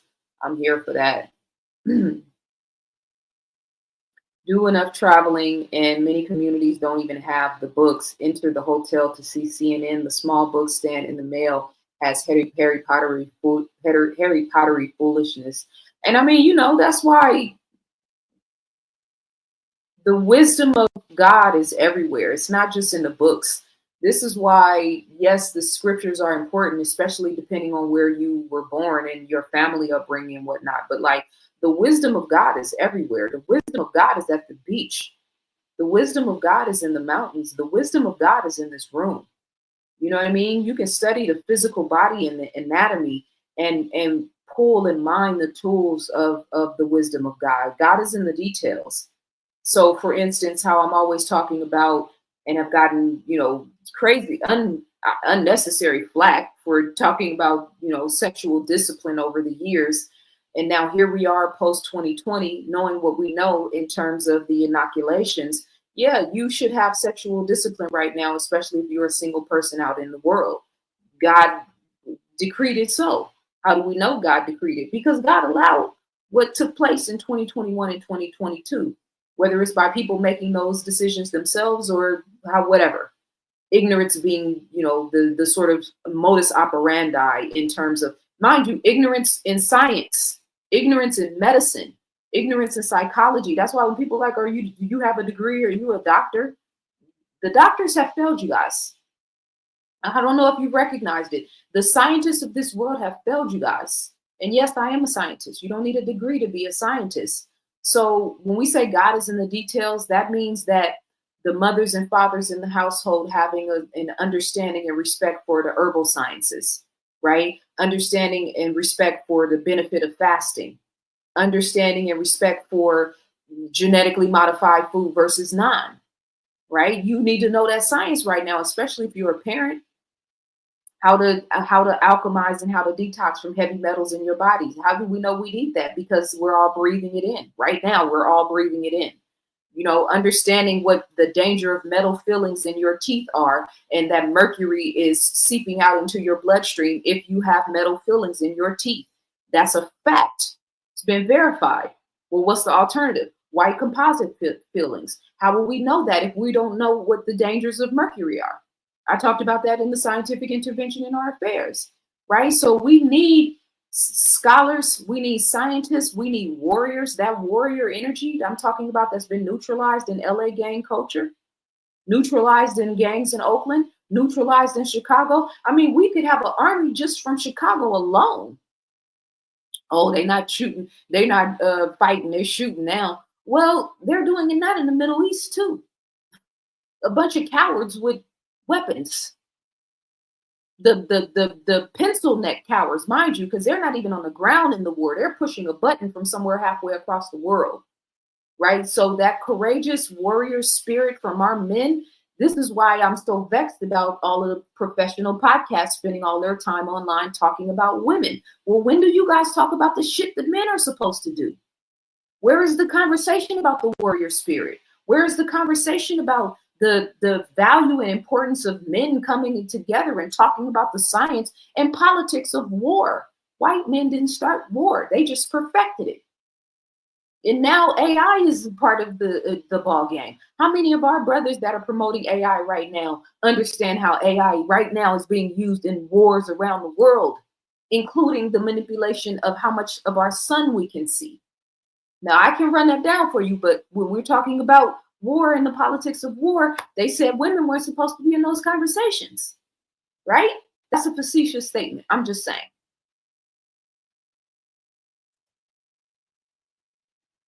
Mike, I see you just chimed in, so I'm going to bring you up unless you give me instructions otherwise. Thank you for joining us. Thank you for being here. Let me know if you can hear me and say something so I can make sure that we can hear you.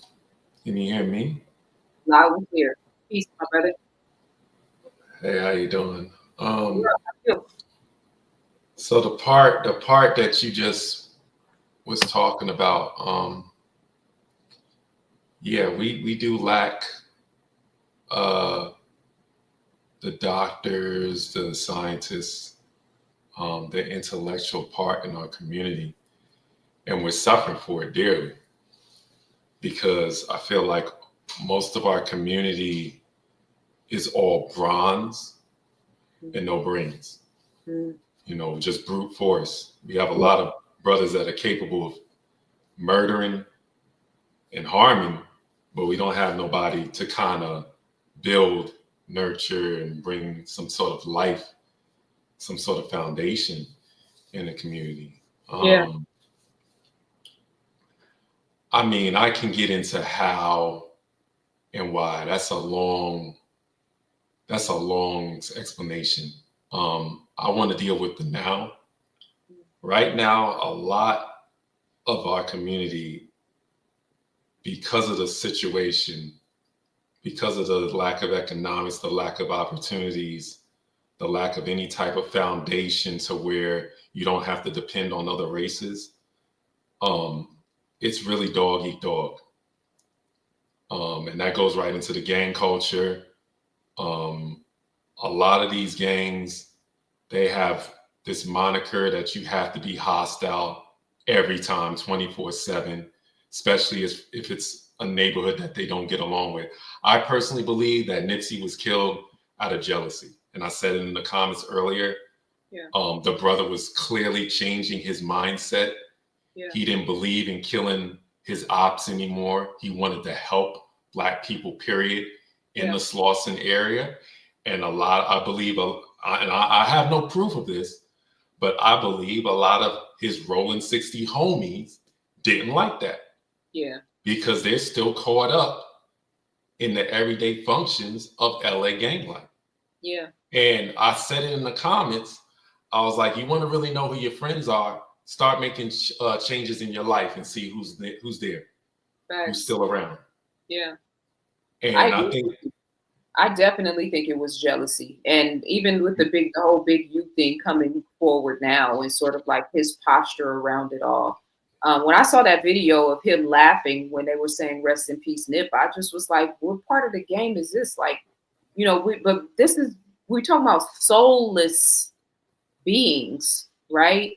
And so when you reference that brawn aspect, the brawn versus brain aspect, right? I want to make sure that the caveat for the brawn element is that a lot of what we're conceptualizing as brawn is really self-hatred, right? That ability to just kill without limitation, right? Killing young Black men, killing each other. The physical, and then the brawn aspect is, you know, could represent the fighting aspect. A lot of these dudes nowadays aren't even fighting anymore. They don't even have the courage to fight, right? So, and then to your point about the lack of doctors, scientists, and intellectuals, we have them, we just don't support them. And I know this for a fact because I have been a witness to this in my own life, where all the stuff that we're saying that we're not doing or we should do or we could do, when somebody does it, it doesn't get the type of support that it should. I was 19 Keys did a video and he was talking about, I just saw a short clip, like a 60-second, 90-second clip, and he was talking about how in the white community, they have infrastructure set up for the Elon Musks and the Steve Jobs of the world, where they have brilliant minds. And so they, you know, whether you're going to your colleges and universities, your federal funding, right?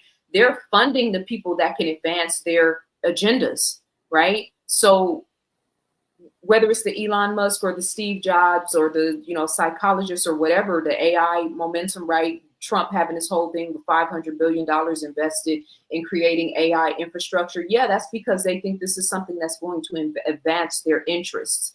Where do we collectively come together and support the people and the infrastructures that are going to advance us collectively? But if somebody's son gets killed by a police officer and they start a GoFundMe, they'll raise $1 million in a week, right? So there's this thing where we are tethered to white people in the most dysfunctional, unsavory way. They get active and then we get active. And I don't like that, right? And just going back to your point about the brawn versus no brain, the brawn versus brain, right? I said this, we don't understand the subtleties of war. And in a time of where now the war has been, we're not even talking about boots on the ground anymore. We're not even talking about sacrificing, the collateral damage of war in the old times, right? Where you had, America sent 50,000 troops away. The game, the game on war has totally changed now. It's digital, right? It's, starving people and keeping food, creating food deserts, and, not allowing the United Nations to go into Palestine to give these people food. It's a lot of different ways that they're doing it now, and just launching bombs without collateral damage on their side. But we don't understand the subtleties of war. So we're in a situation where now in 1970s, I think it was, when a child was born, there were 3 mandatory shots that had to be had. In 2025, a child in the first year has 72 mandated shots. This is something I have been sounding the alarm on for a very, very, very long time, because this is a subtlety of war, meaning it's not blatant, it's not flagrant, it's not something that's going to slap you in your face when you walk outside, but the life expectancy for the average person every year that passes is continuously getting lower and lower and lower and lower. The sperm count of the average man is decreasing by day. The average woman's ability to be able to maintain a pregnancy and carry it into fruition, and I bring that up because somebody else brought up population control. The war in terms of population control after 2020 hit a whole new plateau that I don't even want to say out loud.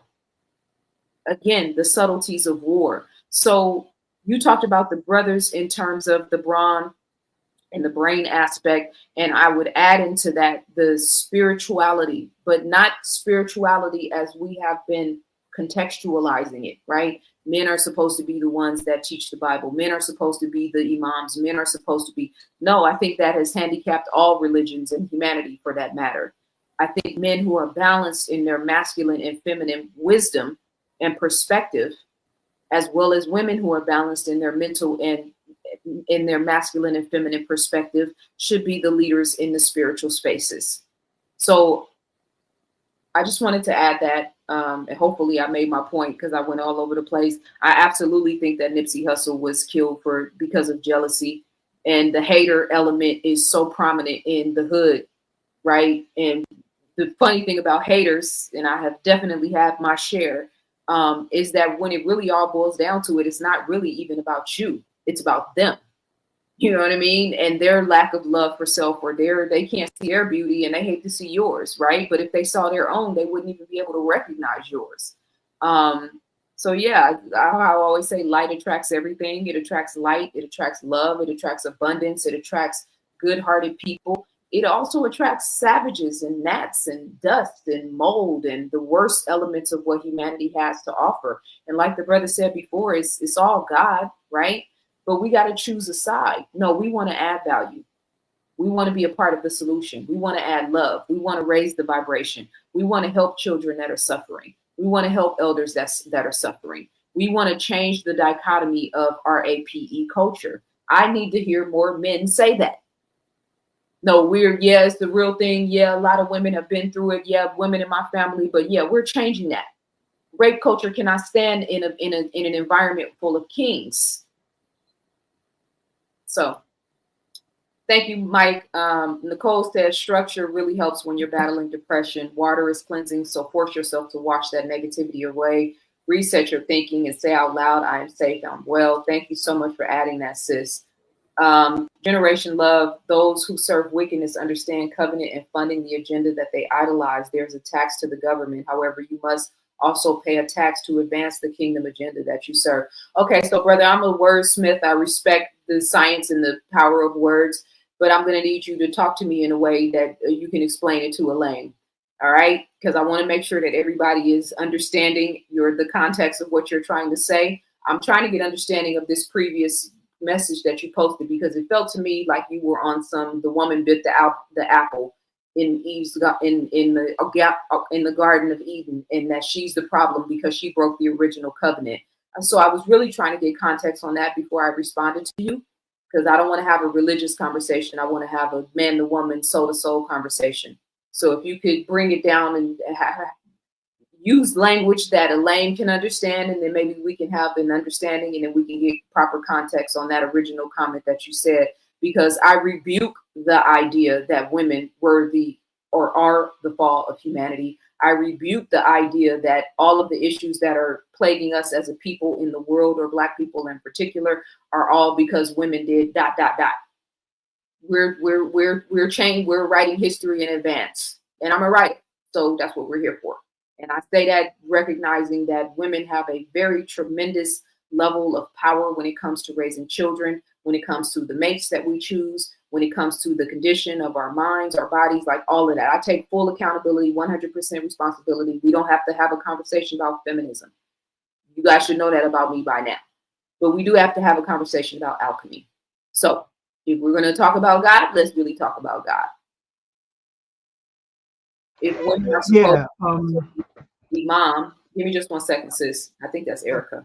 If women are supposed to be, or somebody, pardon me, if women are supposed to also be imam, then covenant is also honored by the same said imam. Submission is a treasure. Yeah, see, I don't want to do riddles. I want to have a real conversation.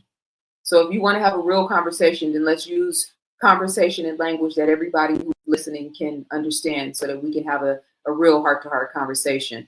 I'm not sure who that was who tried to join in, but if you want to come back in, you got the floor. That was me. I have one more thing to bring to this.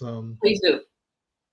The brother from Philly was talking about the population, what they call in global circles, they call it the population bomb. The fact that in the West, we're not reproducing at replacement rate, and it's worse in Europe. Yeah, is as bad as it is in the United States, or the worst place is actually South Korea and Japan. They're done.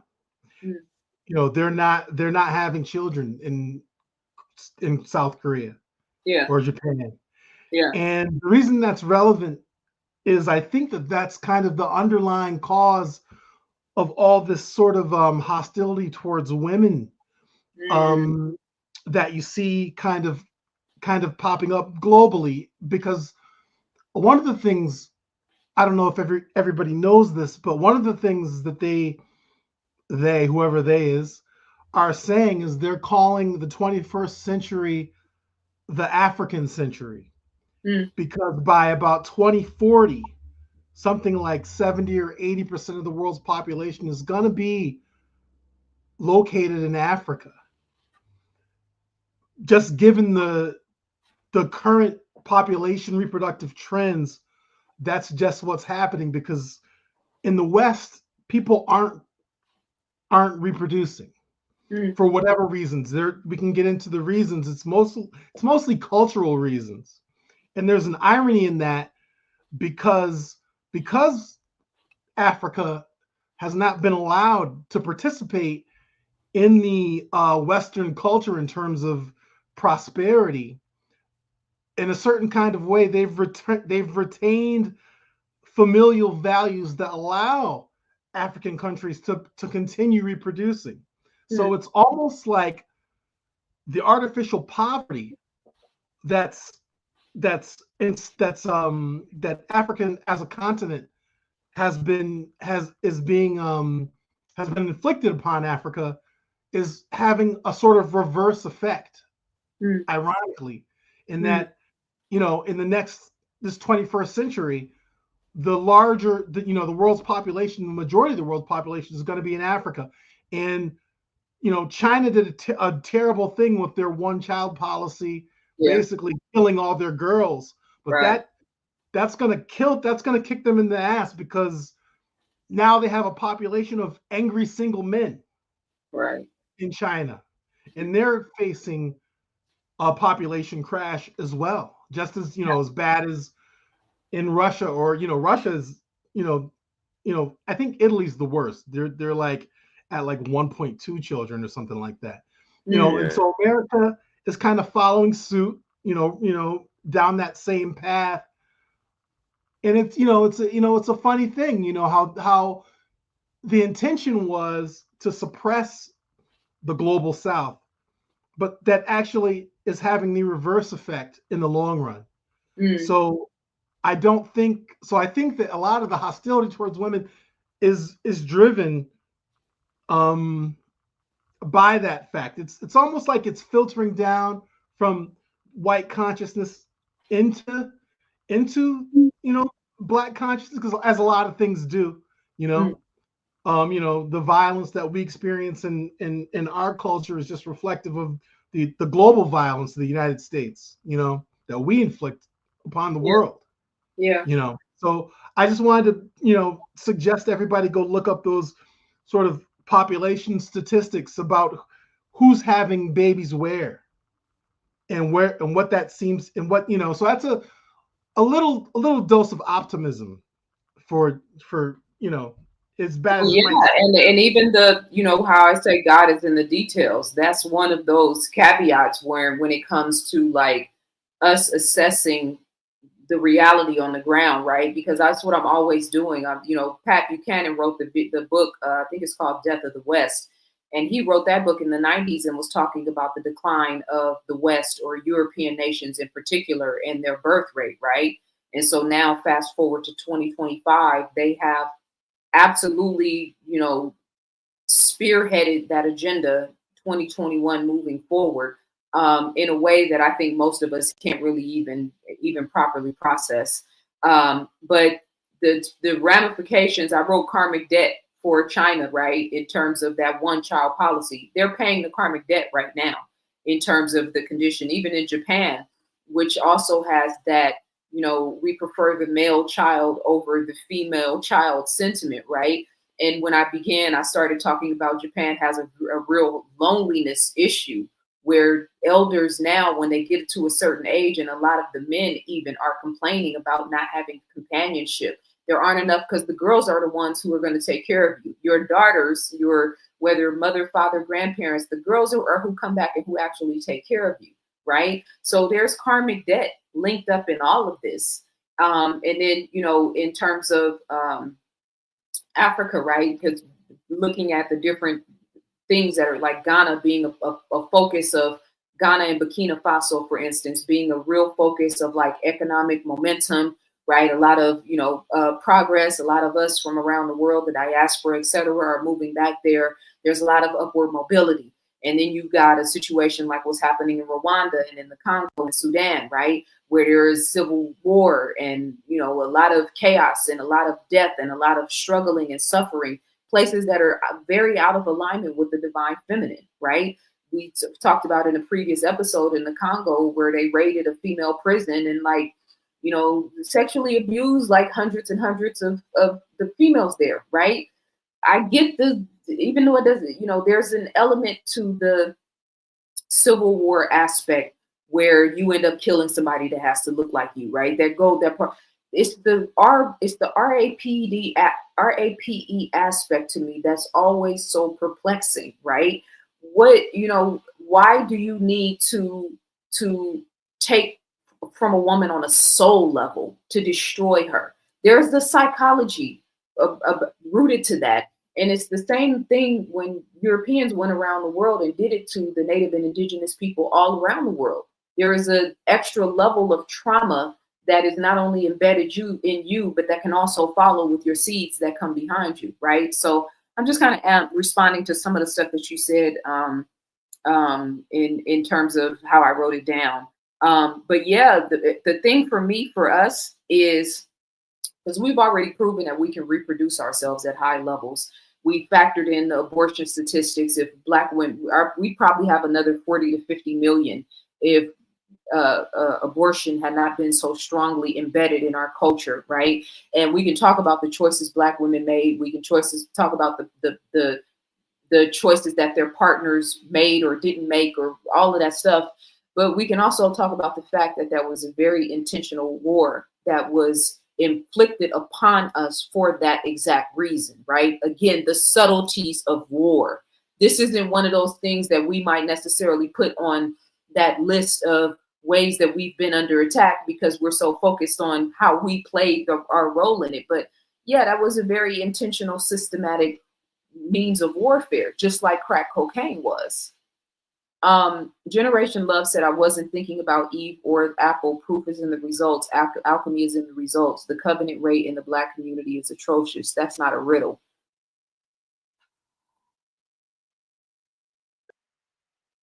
And there's nothing for me to say at this point. They are mixing it up in America. Light and dark is heavily promoted. Uriel said, high stress hinders the production of ATP. Nicole said, or is it population control? Right, that part on both sides. They have a plan. That's why they're making those AI robots. Their weakness is their need for human resources. Once they don't need human resources, masks are coming off for real. They already are coming off. Did you guys see the KFC commercial where they have a human being that basically it looks like a whole sacrifice ritual. They place a human being and dip the human being in the ocean, and then it comes up looking like a fried chicken McNugget or a chicken strip. I mean, it's so weird and evil to me. I said Satan has become from behind the curtain. That's a fact. America should repopulate with indigenous people due to the massacre of original Americans. That is something that is going to be the power and the choice, and that's going to have to come from indigenous people, African people, Black people, originous, Asiatic, whichever word you prefer, Hebrews. It does not matter to me. That is something that we are going to have to initiate, to set into motion, and to have full accountability and responsibility for. Regardless to what they've done, regardless to what they plan, regardless to what they've been doing, if we're going to make that a focus generationally in our lifetime and beyond, that is something that we're absolutely going to have to do ourselves. Rebuilding 100 years from now, something people living fight may never see, but in their souls know what they stand for the betterment of the whole. I agree with that 100%, and that is absolutely supposed to be our responsibility. Thank you so much, Zoo Kuiper. I appreciate you. I remember my grandmother unplugging the phone if it rang too much. She told me I had 10 minutes to talk to my girlfriend, then get off the phone. My point is to discipline yourself and set boundaries on technology. That's an excellent point. And when I talk about the, technology, sex, how you eat, right, what you give access to the people in your environment, that balance between indulgence and discipline is everything right now. We say, what does God want us to do, or where is God in this? Like, look at the circumstances on the ground. Our food is genetically modified. Okay, then that means God is emphasizing fasting. That means God is emphasizing growing your own food. That means God is emphasizing for us to go to places where we can grow food year round, or support people who grow food year round in order to fix the issue, right? But we have to still be mindful of what genetically modified food is and what it actually does to the body. I think that in terms of the condition of sperm, the population numbers, I think that their genetically modified food is a very strong component of that. I think the white lines in the sky are a very strong component of that as well. How are we going to rectify that if we're not even talking about the fact that it's happening, right? So yeah, that discipline aspect right now is really important, and it's specifically for women. The only time we really talk about discipline is when we're talking about the gym or when we're talking about eating. I am here to emphasize over and over and over again, for women, for ladies, for girls, we have to step our game up in terms of discipline, in terms of willpower, in terms of the power of our mind, and like really establishing ourselves, being centered, and then connecting to God, connecting to source. You do not need a middleman. I'm not making that about gender. I'm just saying middleman, like pastor, priestess, church, temple, book. All of these things are supposed to be guardrails and guidelines to help you get closer to God. But none of them are mandatory for you to have a direct link, direct connection to source, Lord of all lords, Allah, the Most High, Neteru, the Orishas, the Elohim, whatever your concept of spirituality or God is, you do not need somebody in the middle between you and source telling you how, when, what, where, and how, or why. Now, does it help to have guidance? Absolutely, especially in a world of chaos. But we're undoing this idea that women can't be spiritual leaders or spiritual teachers. I rebuke that shit.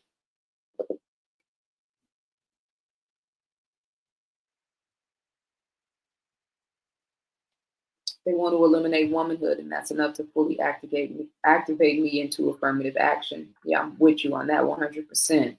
So I feel like we have had a great conversation. Let me see.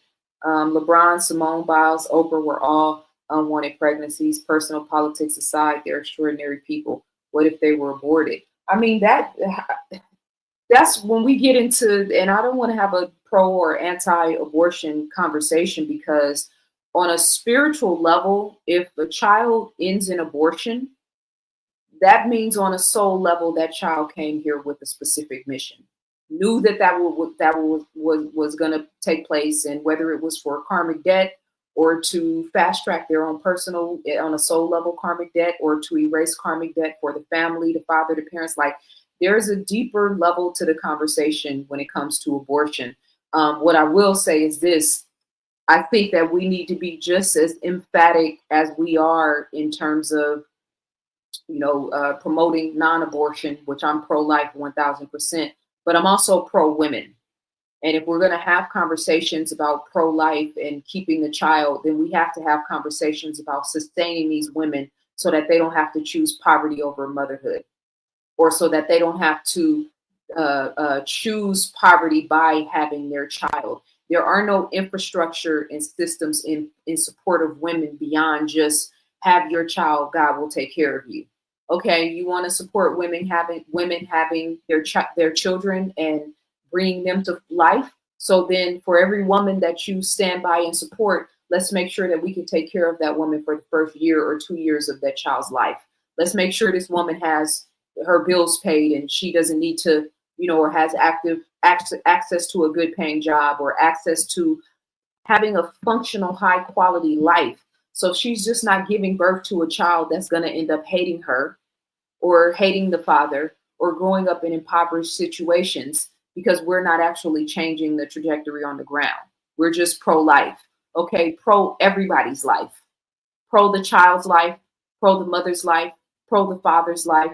Let's make sure that the father in this situation has viable income for the first year of that child's life, to make sure that they're not ending up in a shelter situation, now needing money from the system, and now the cycle is repeating itself. That's why, to me, the abortion conversation is not a real viable conversation. We're talking about we're reacting to circumstances on the ground and not really talking about the root issues, why these women aren't bringing these children to term. And yes, it's ignorance and selfishness and all of that stuff, but it's a lot deeper than just that. It really is. I know as a woman in my lifetime, there have been plenty of occasions where, and I've been the one that's established community and brought people together and worked for the adding value and adding to the collective, and times when I needed help under all of those situations and couldn't get it. Right? And I'm somebody who has done a lot to add value to the culture, let alone just your regular, everyday, average sister that's just trying to figure out, a teenager, young 20-year-old, 30-something out here as a single mother, or, with a man or without a man. That's not getting support from our culture and our community. So the abortion conversation is way deeper than just have your child, God loves you.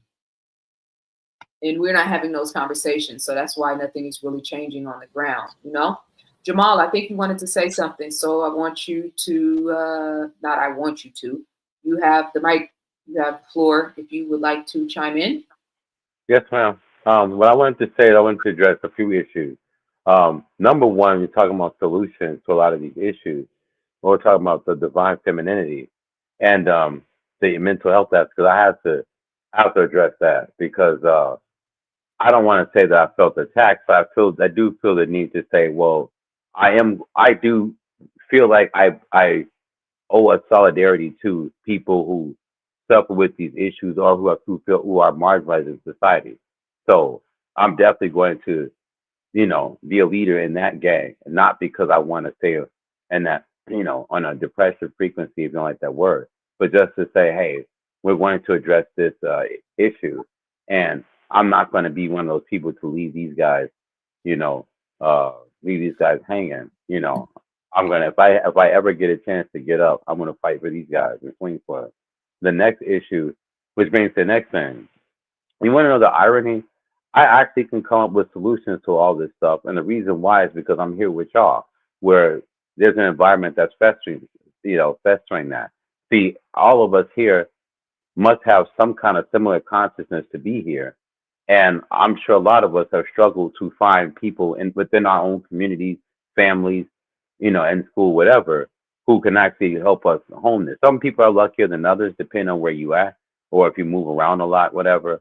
But it's difficult to find. If you don't have your tribe, and you're trying to gather up what this thing is that you have brewing inside of you, whether it's spiritual energy or ideas or what your purpose is, while you're in an environment that is totally like, what?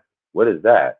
Going in another direction, whether you're in the hood or the suburbs or whatever, or church, you can get limited by those things. And so, um, I'm really happy that we're in the age of the divine feminine. I first thing I studied was Wiccan because of the aspect of the triple goddess, and that doesn't mean I turned my back on God. It just means that I'm expanding my understanding of Him and what this world is about. So as far as the solutions to the issues that we have, if we can't find them, then the best thing to do is to establish an administration that you think could find them. So I think that ironically, Big U, Nipsey Hussle, and Whack 100 would be very well served if a ZaZaAli was the queen and commander in chief of the Polish Blockman, which gets to the first issue. You need civilian leadership. So you need somebody that says, hey, we're looking at all the issues, but Big U, you can be a general. And if you screw up, then you're out of there, whatever, right? You win, whatever you're doing. So then that way, because my dad was the Black Panthers, I have a bunch of gang members in my family, so I understand Christianity. I can understand pro-blackness. I understand conservative people who, I love Candace Owens too, just as much as I love Yvette Carnell, if y'all can believe that. So I listen to Cynthia G. I listen to Crimson Cure. I'm down for all of that. All of respecting what they got to talk about and what is real. I and look, I'm not gonna want to hide from my flaws. So there's some things that Cynthia G says is correct. That's okay. Whatever it is, where place is coming from, that's her business. I'm not bitter at her. I'm not. So I'm not gonna have dusty energy, even if I am dusty with my bank account. But but no, like the point that is to make is that um I definitely believe that we can utilize everything that's in our community, and that I love our whole community. Our kingdom consists of Jay-Z and Beyonce's house, as well as crack pipes and needles and shell casings on the ground. I mean, all of that is our community, and everything else, and incense and dashikis, and so um, I think that from a low point, or from the ground level, um, that you learn to appreciate what your community is, and learn to see what the rest of the world is and how to connect that and figure out where you're. Um, I don't want to start telling people what religion to follow and all of that, but at the very least, if you do have that foundation, and at the very least you want to see beyond the matrix, I think that's a good place to start. And I think everything else will fall in place. So we'll find the answers to all of the things you're talking about if we were to establish good leadership, the right leadership, you know, um, and the right values. Instead of looking for the right people, you need to have the right values. So we can impeach the person. What if the right person, the right leader, everything, he's this, he's that. Remember, I grew up I heard about a race war my whole life. I didn't care about none of that. Like, you know, my our brothers are heavy gang members, and one was killed by the mob. They were deep in the streets. I still wanted to, that gave me warrant to look into all of that and say, hey, I think this gives me this room for a new type of leadership, because as far as I was concerned, all of them lost their mandate. And so that's where I learned to get new ideas from arguing with conservative minded people to pro black to people in the streets and to all of that. And I think that a lot of you guys seem to be people that are I've gone into new set of consciousness, and I think that's the leadership we can start within our community, and then just go down the line with everybody else, and to the silent majority is who I also want to represent. The men who just lie dormant. Women ain't checking for them. Nobody cares about them. Hip hop is not representing them anymore. Uh, Hip hop, by the way, even before as well, the Democratic Party is the first to throw black men under the bus, and both are suffering for it today. Uh, Not to try to make this about race. I missed the '90s, but it was messed up. But like, I think that the silent majority, the men who are lying dormant, the women who are lying dormant, women who are just good souls, good spirits, and if you talk to them, you say, "Wow, I love learning from women and learning from men." And so those people, I think, are the ones that should now be the face of Black America and what humanity's about. So that's what I wanted to leave this with, to say I think that's the place to start, even if you broke as hell and you're recovering from addiction. I think that's a good spiritual place to start from, and study Wicca and the Bible. I appreciate you so much, and thank you for clarifying. I want to address a couple of things that you said, and I really appreciate you for sharing and giving more context to what we started off talking about.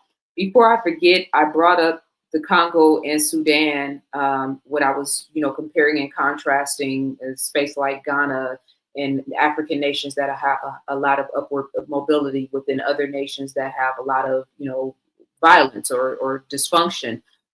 In terms of the continent, and I'm going to say this, and it's going to sound like I'm painting with a broad brush, and I don't intend to do that, but we don't really talk a lot about the conditions of the women in Africa, in different countries, in different nations.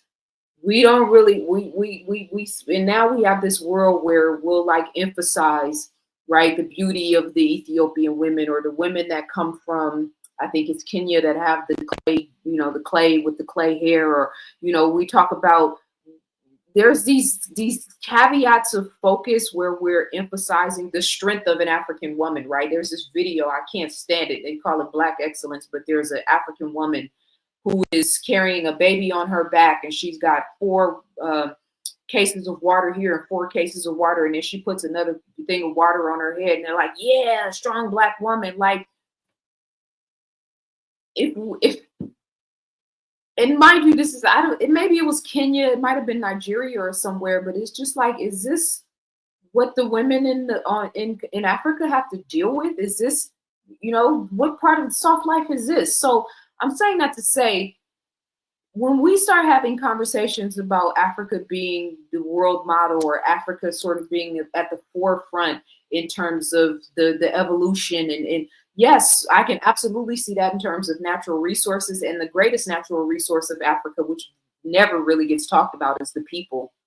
I mean, I love the fact that the lithium comes from there. I love the gold, all of the tremendous mines and all of that stuff. We still, I think, in the collective consciousness, don't see the people of Africa as the greatest natural resource there. And so the people don't see themselves as the greatest natural resource there. That's why there's, we can be in a situation where we have lithium mines and gold mines, and people are getting paid pennies on a dollar, when if they shifted the narrative and went back to the land and cultivated new enterprises, we'd be having a totally different conversation, which we are in Burkina Faso, right, for example. But the suffrage in Africa needs to be talked about more, particularly as it pertains to the women and the quality of living there. I just want to put a period on that. In terms of me emphasizing the element, the word of depression, you use the word attacked, and then you kind of walked it back a little bit. So I want to make sure you know that when I started going in on the word depression, we pivoted from you and pivoted into a very large conversation about depression, because there are a lot of people, including myself at one point in time, who have been and were tethered to that word and what it means. You know that because when I say it, everybody can go into a certain space in their mind, right? So solidarity and being, a proponent for that marginalized community, I'm with you on that. I actually most of my content is not for people who identify as depressed, but to help people mentally, spiritually, and emotionally galvanize themselves and to be better and to do better. Quality of thinking, quality of living. Those, ironically, are the videos that get the least views, but they're the most important videos to me, right? I don't have to mention the word depression to be doing my part to address depression, because the same way I'm talking about suffering in Africa, in America, you would be surprised how the people that you think you know the best, not you, but all of us, the people that we're dealing with on a day-to-day basis at our jobs, in our families, are suffering on major levels, suffering with complex issues that they don't talk about at all. So this is a very, very big issue in the collective consciousness, right? So my solidarity with the marginalized communities, whether people who identify with depression, mental illness, disabilities, children, which I'm a main proponent for, right? Women, et cetera, Black men. You said women are not checking for the average man and nobody cares about them. Again, my brother, I'm going to have to challenge you on your language. Now, that might feel accurate in terms of your environment, your physical environment. That might feel accurate in terms of what you see online. This whole thing now that Andrew Tate has all men thinking that 80% of women only want 20% of men, and now men are actually believing that. Please stop listening to these fools. I'm not talking to you, my brother. I'm talking to all of the men that are actually listening to me right now. If somebody is continuously giving you an ideology that is increasing your insecurities, that is increasing your insecurities and decreasing your self-esteem, like, oh, I'm just a regular average guy, I don't have a Corvette and $1 million in the bank, so nobody's gonna want me. Please stop listening to males and men that are perpetuating that type of stupidity, because it's not true. And when I say that you don't have to be in a relationship to have a relationship with somebody, these brothers that I'm talking to and engaging, you, Jamal, Saint Germain, the brother on the screen who I'm getting ready to address his comment in just a second, DJ Wayne, all of the brothers that I'm talking to, we're having a relationship, pause, don't get no funny ideas now. But I'm just saying, we are relating right now. These are not men that I'm going to get married to. These are not men that I'm going to have a relationship in terms of anything intimate, but I still have a relationship with them. There's a brother-sister dichotomy here. So I'm invested in their well-being. I'm invested in their mental, spiritual, emotional, and physical well-being. And I don't have a dog in this fight. There's no skin in the game for this, for me. So when we say women are not checking for them, I'm checking for all of the brothers that I'm talking to right now. Maybe not to be my man or my husband or relationship, but is that the only way you quantify value? Not you, Jamal. I'm talking to the broader consciousness, because I keep hearing this. Women aren't this, women aren't that, the women aren't this, the women aren't that. No, the women that actually care about you, that love you, that are trying to inspire you to be sexually disciplined, that are trying to inspire you to pray, that are trying to inspire you to fast, that are trying to inspire you to stop messing with these concubines. How many times have I said that in the last 15 years? So I am absolutely 1000% checking for you. I'm 1000% invested in your health and well-being. We got to get beyond just the conversation. Oh, if you're not married, you can't say, if you're not married, you can't talk about men and women's relationships. Why not? I'm not talking about being married. I'm talking about what it means to be a woman and how it means, what it takes for a woman to feel validated and respected. Can a married husband not learn from that? Or a single woman? So it's like we have these little nuances. Don't talk about this if you're not this, and don't listen. All of us are trying to figure this shit out. All of us, not all of us, many of us are one paycheck away from our whole lives falling apart, or one family member away from one traumatic conversation with the mother or the father that's been narcissist your whole life, and you're on edge because they've been negatively projecting, and you brought that shit into your relationships, and now you met a husband who's just like your father, et cetera, or men who didn't get enough lap time, or women who didn't get enough. We're all dealing with the volatility of living in this reality. But guess what? I'm here. I'm listening to you. I hear you. I see you. I value you. I care. I'm going to really need, when I say men aren't listening, I'm not talking to you, Jamal, because I'm honing in on this conversation. I'm getting ready to read on the screen.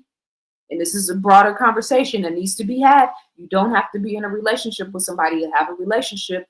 The male-female dichotomy is bigger than just who you marry and have children by. There's a much larger responsibility we have to one another that's completely getting ignored. So when I tell you that, or when you hear women that are invested in your well-being, please stop throwing the women who are not in my face. That's a blanket statement to whom it may concern. When I tell you that I'm a woman who is focused on being my highest and best self and listening to men and listening to your concerns and your needs, please stop telling me about all of the women that are doing everything. But you know how frustrating that is for me? When I'm sitting here with you, listening to you, I'm having to navigate a lot of the negative projection. I'm still here with you. I know a lot of you guys aren't used to that, which is the reason why this conversation is necessary. Now, to the comment on my screen, I think men in general have always been pro man, woman, and child, safe under one roof. I don't know what women are believing in now, but it's not family anymore. We all have to adapt. I mean, this is just underscores the soliloquy, the TED Talk. Are you hearing anything that I'm saying? Are you paying attention to how the way that you talk and your expectations of Black women, there, and there, how it affects me? Because I have to listen to you. Women, I think men in general have always been pro man, woman, and child. No, women have always been pro man, woman, and child because we give both sex to both. We give sex.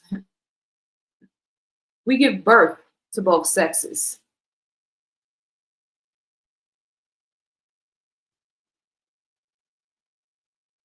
We need to learn to break generational curses and interrupt the patterns that destroy family dynamics, which is why this conversation is necessary. Let me check in on the private chat. Okay, I still see you guys in the private chat for the members. The structure, Erica said the structure is patriarchal. It's not a male-female thing. We have female rulers in this patriarchal society. The energy is masculine, that not necessarily having to do with men or women. I think that's true. And then I think there are varying degrees to that, right? Because men are suffering in a certain way under a patriarchal system, and then women are suffering in a certain way under a patriarchal system. Can men get ahead at a different pace in a patriarchal system than women if they play that game? Yeah. Can women get ahead in let's say a feminist environment if they play that game where it's, and I don't want to paint with too large of a brush in terms of feminism, but as long as you are, very highly pro-female and focusing on the issues of Black male, that's an environment where you will succeed, right? So I think there's layers and caveats to it. What we do know is that everywhere around the world, it has been confirmed that women are not safe physically, right? Who was I listening to? I'm not saying all women aren't safe. I'm saying America, Africa, nations all around the world, it's a real thing. Women's volatility and safety is a problem, right? And it's not at the hands of women. It's usually at the hands of men, right? Now, I don't say that to make men the problem. I'm saying that as there's a problem in the collective consciousness that affects both male and females. How are we going to deal with this?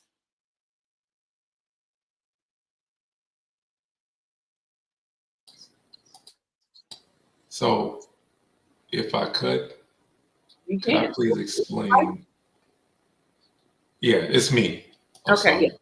So the point that I was trying to make was that I believe that as Black people in America, we have to stop thinking of everything as man versus woman when it comes to identifying these people who control this country and how they operate and how they enslave our minds and how they keep us where they're at. The white woman is just as dangerous as the white man when it comes down to controlling Black people. It's not a patriarchal society. It's not a matriarchal society. It is a society based off of race, class, to keep a certain class of people at this level, thinking this way, doing this thing in their community, while this race over here has all the benefits and powers to control that one. And it's men and women. And I gave a perfect example of Agrippina from Rome, who was Nero's mom. If you're familiar with the story of Nero and how he governed in Rome, Nero was a complete psychopath. He was considered the Roman emperor. Yes, he was the one in power, but his mom pulled all the strings. And she did that out of the benefit of the royal family, not for men of Rome or women of Rome. Had nothing to do with that. Had to do with power. She was trying to hold on to whatever power her family could have until this guy either croaked and she could get in there, or she could influence some other guy to get into that position of power. So it's all about controlling people. It's not about men or women. They will use any person to control anybody. Just like if they could use a Black person from our neighborhood, like a Candace Owens, right? Who's a woman, who's Black at that, to control Black people, to make them think a certain way about other Black people, they will do it. That's all I'm saying. We get into these titles of patriarchy and feminism. Oh, it's a feminist society. It's a patriarchal society. No. It's a society about controlling you. I want to control you in your race. I want to keep you down here so that my race can be up here so we can continue to flourish. That's my men, my women. It doesn't matter what gender. You're not white. You're not me. I have a problem with you. I have a problem with Black men and Black women. I will use anybody to destroy you. I will use the brown community to destroy you. I will use the Asian community to destroy you. I will use gays to destroy you. I will use anything I can to bring your country and your people down. It doesn't matter. That's all I was saying. I just want to add to what you were saying. And so I get exactly what you were saying, because I agree 1,000%. That's exactly what it is. But maybe I was saying it wrong. And what I mean is that when I'm talking about patriarchy versus matriarchy, I'm looking at it in terms of the societal structure. So yes, I know about Nero's mother. I know about how she was and how crazy she was. And yes, we have other women in history who were just as wicked. You got, Mary, Queen of Scots. You got, Catherine de Medici. You got all these women who were behind the scenes working. However, at the end of the day, the structure, what I'm saying is that the face of the whole system was male. So yes, Nero's mother might have been the one pulling the strings in the background. However, it had to be his masculine face. And so when I'm talking about patriarchy, I'm not necessarily saying that, men only ruling or women only ruling. And I'm not even talking about feminism and all that. I'm not, because that's not how I live. That's not how I do.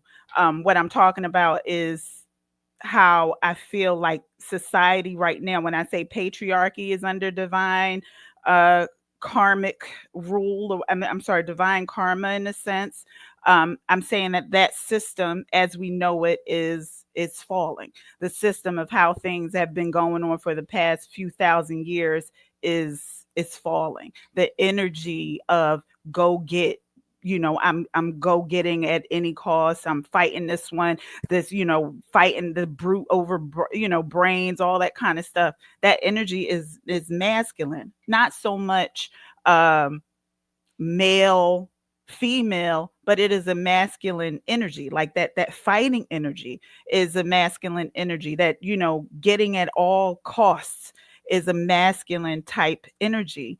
And that's where we've been in the past few thousand years. And that's what I mean in terms of the fall. So I'm not saying that it is a matter of like a male female thing. I'm thinking of it in terms of this whole group, this structure of how the world has been playing, it's going, and it has been a patriarchy matriarchal society, not necessarily in the sense of male, female. Yeah, we know, but those same white people, that same white family that might say, I don't like you at any cost. Yes, I'm trying to control you at any cost. Those same white men are putting their foot on their white women's neck.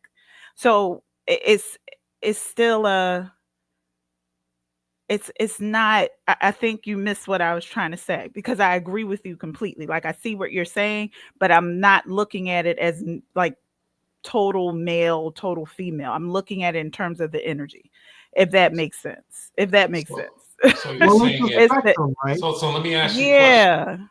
It's not So a let me ask you binary. a question. Yes, exactly. So- I think it's the structural system. The structural system was There's a patriarchal. spectrum. Like, we know that in the beginning of time, it was a matriarchal society. Like, we know that it was, let me ask you a question. female led, that kind of thing. The energy was different. How we all did of the- things were differently. Let me ask you a question then. If we swapped out the entire British government at the time that enslaved African Americans with white women, would their feelings towards us have been different? No, not at all. No, Okay, that's so why I mean, it has nothing to do with that. That's what I'm saying. Like, right, I so feel, then it trumps. So whether women are in control or not, it doesn't destruct the goal. The goal is to enslave these people. It doesn't matter who's in control. You can have a council full of women. If they feel that they are racially superior to you, they are still part of that race. Doesn't matter. that's they what are I'm still saying. programmed. I must be saying there's something two wrong. That's not questions. what I'm saying.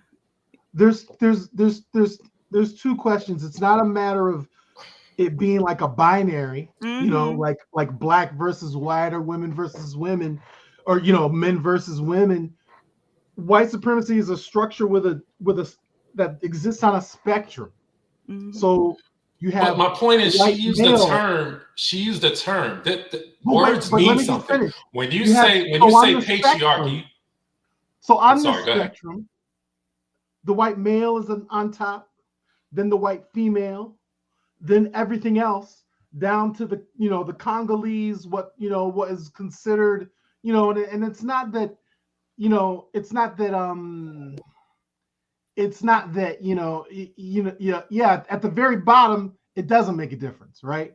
If you're at the very bottom, the differences between what they would call sub-Saharan African male and female don't matter from the top level, but that binary does trickle down, so traditionally you do have the white male at the top of that structure, and I'm not describing that in terms of that's the way it should be or has to be, but that's just the historical situation. That's just what it has been for the last couple thousand years. In their mind, they don't see their women as being subjugated to them. They see them women as facilitating a structure that they provided for them. Yeah. That's not necessarily to disparage them. You have to understand something. White supremacy is about the white race being on top. So the women recognize their role and they stay in their role as a benefit to supporting their race being on top. They're not looking at it as I'm being contrarian to my man. They don't look at gender like we do. See, we have gender problems because when white supremacy came to America, the first thing they did was divide the black woman and the black man and have us have problems. See, they want us to be at odds with each other. For them, that white woman got a benefit for the white man going over there on a ship, risking all kinds of malaria and diseases so they can enslave these black Africans. They got something out of it. They don't look at it as the same way. They don't see it as the same way. So when you say patriarchy to them, it's like, what are you talking about? We have families, we have dukes and archers and dusts and queens, and they don't look at it that way. They look at it as, I have a situation here. I need to be on top in all situations. I will use whatever it takes to do so. Even feminism is used as a weapon not the type of feminism that enlifts and empowers, right? I'm not talking about a woman earning her daily bread just like a man. I agree with that. I'm talking about making it look like men are all predators, making it look like men are all rapists, right? Like that woman said, I forgot her name, that all men are potential rapists. I forgot her name, but stuff like that. That's designed to make a division in our community amongst men and women. For them, it's a power thing because now I can use that over Black people to control them. It's all about controlling the race. They will use women, men, a gay guy. They will use an Asian. They will use anybody. It doesn't matter to them. They definitely will. They will use anyone to be the face to control whatever group they're trying to control. But I'm looking back in terms of, even if we're looking at feminism, I believe white women had an issue with their man more so than we had one with ours. And I think the situation with feminism was, oh, let me get these, I want to vote. I want to have my own business. I want to have my own bank account. I want to do these things. Let me tell these Black women that they got the same problems that I have so that they can join on my team. And now we can march together, in terms of feminism. That was the kind of, I do believe that was a trick, especially in the 70s. And, when all that marching was going on in terms of and even the women's suffrage movement. Let's not forget about that. Women's suffrage, these women were voting. They were out there marching to be able to have the right to vote. They were marching to do that. These were white women, and they used Black people to kind of help them with their cause. However, they did ask them to step in the back. Because you have some of the white women suffragists who, despite how white men were treating them here, they just felt like they deserve the right to vote over a Black man. But I feel like at the end, in a patriarchal society, yes, white men are still at the top, and this is at the top, not on our surface level. That's what I'm saying. Like, the structure is patriarchal. It's at the top, not overall. I feel like it's the white man and the white woman. Yes, they put both of them above us in terms of everyone else, but white women got serious problems with white men. Like, we're not going to sit here and act like they not having issues. Like, I mean historically, anytime you have women who had to work, I don't care about their issues either. I don't. But I'm talking about in terms of you mentioned the patriarchy, and you mentioned the fact that you said that it's white families versus everybody else. White is at the top, and it's against us. That's what you said. And so what I'm saying is that, yes, white is at the top, but even in their top, it is a patriarchal society. And that's all I was saying. I'm not saying that it's not them against us. I'm not saying, and it's not even them against us. I still think that's a mindset we need to really kind of grow out of, because it's really them against themselves. They've fallen off, they killing themselves out. Well, not killing themselves out. They will be gone before you know it.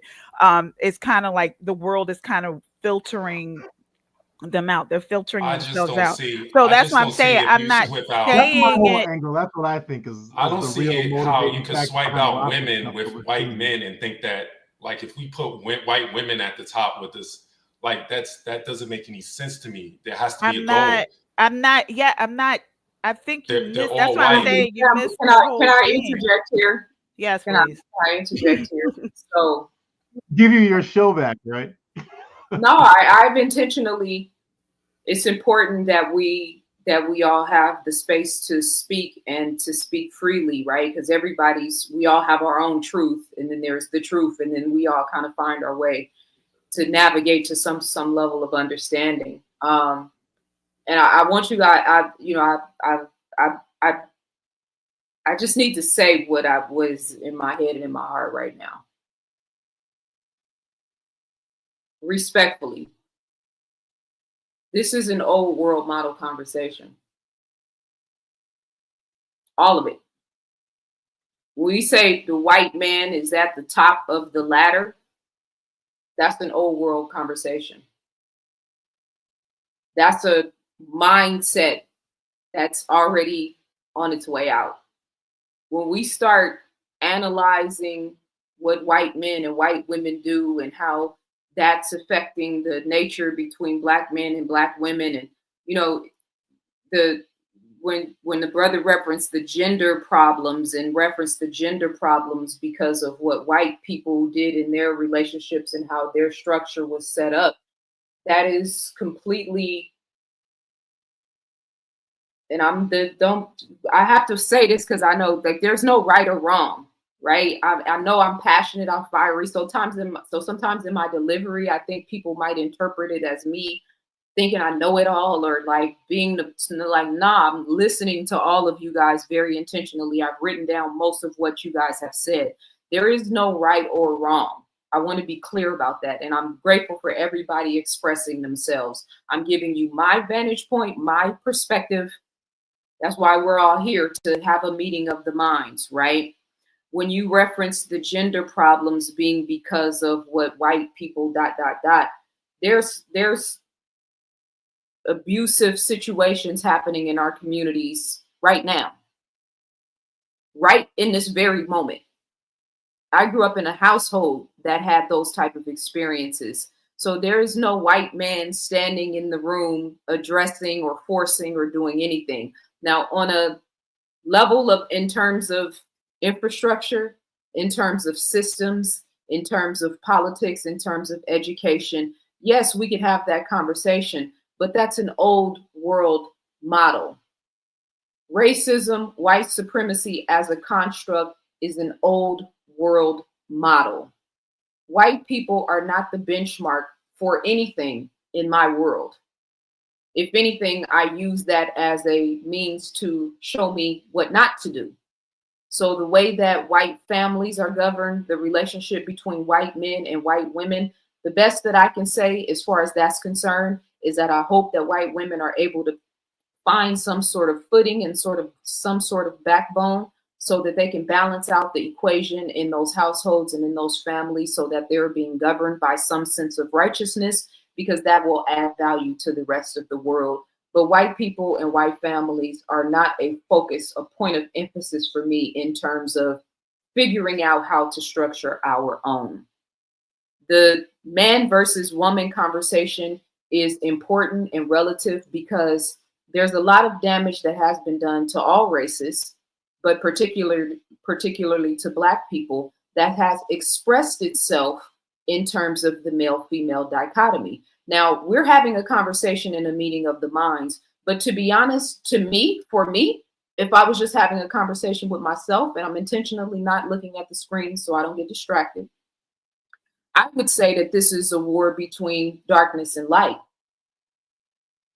I would say that the battle between patriarchy and matriarchy and both of those different expressions of humanity governing at a different time was all to get us to a point where we found balance again. I would say that the war between men and women, whether it's real, fake, imagined, realized, unrealized, or whatever, is really the balance, the battle between good and evil, between light and darkness, between the higher self and the lower self. That's why for me, focusing on white people as being the problem is a rudimentary language, because it all starts and ends with you as an individual and in the collective consciousness as well. On any given day, you can represent Christ consciousness or you can represent Judas.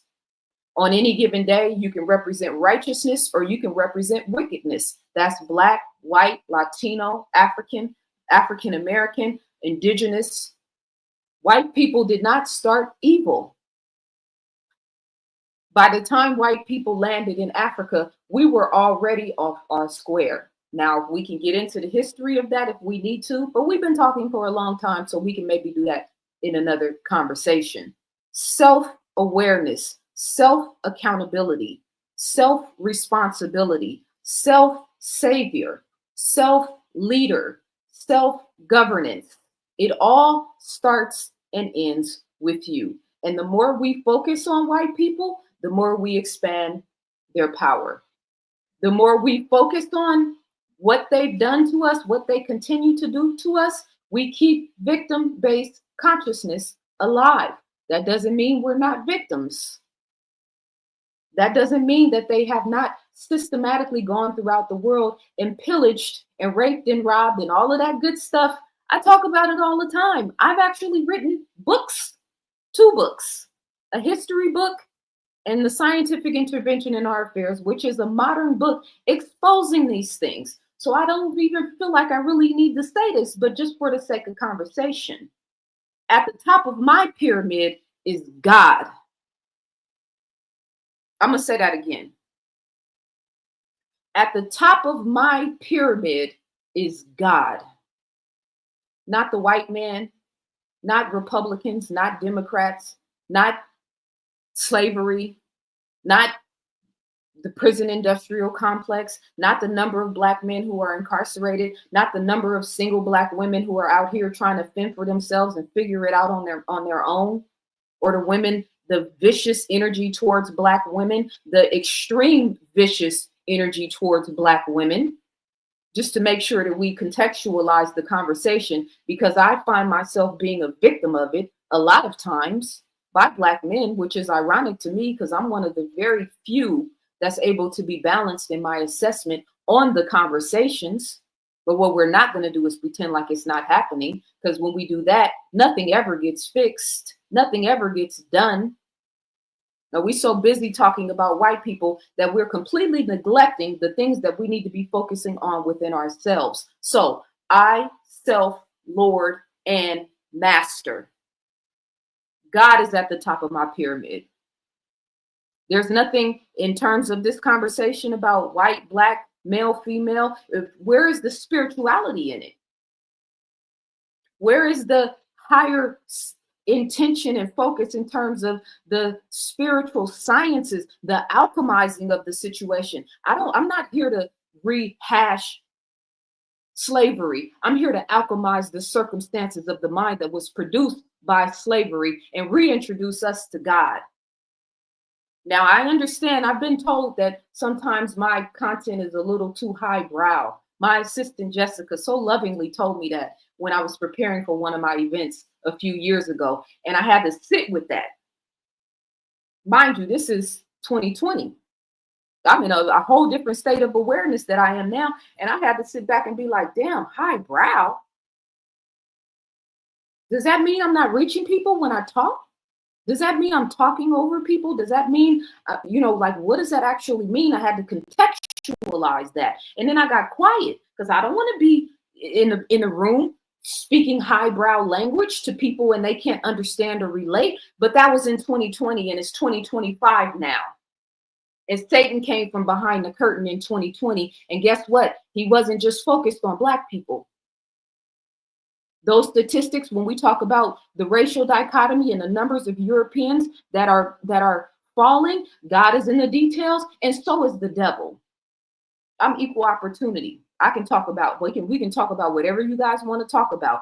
But again, the conversation in 2025 cannot be the same as the conversation in 2020, and it cannot be the same as the conversation in 95, et cetera, et cetera. We have to be evolving in our state of awareness. I studied Dr. Frances Cress Welsing's teachings extensively, value and appreciate her teachings extensively. Now, the onus is on me to evolve it and to expand it to the point where racism, white supremacy becomes deactivated in the collective consciousness. That's what I'm here to do. So again, at the top of my pyramid is God. Everything takes a back seat underneath that. We're still talking about man's law. I'm talking about universal law. We're still talking about the boots on the ground situation. I'm talking about raising our consciousness and our mindset into heaven-based consciousness so that we can realize heaven on earth.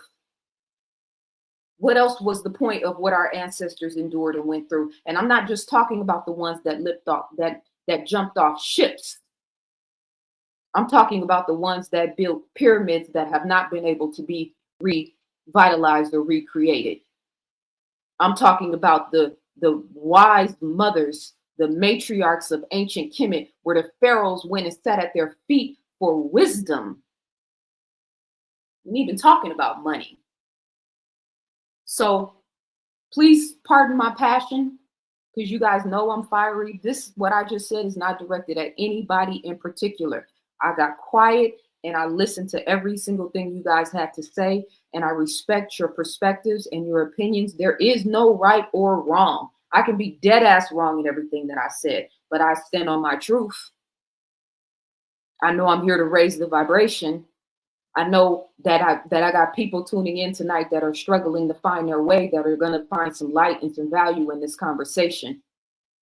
But I'm not limited in any way in terms of my perspective, where in as far as what the white man built.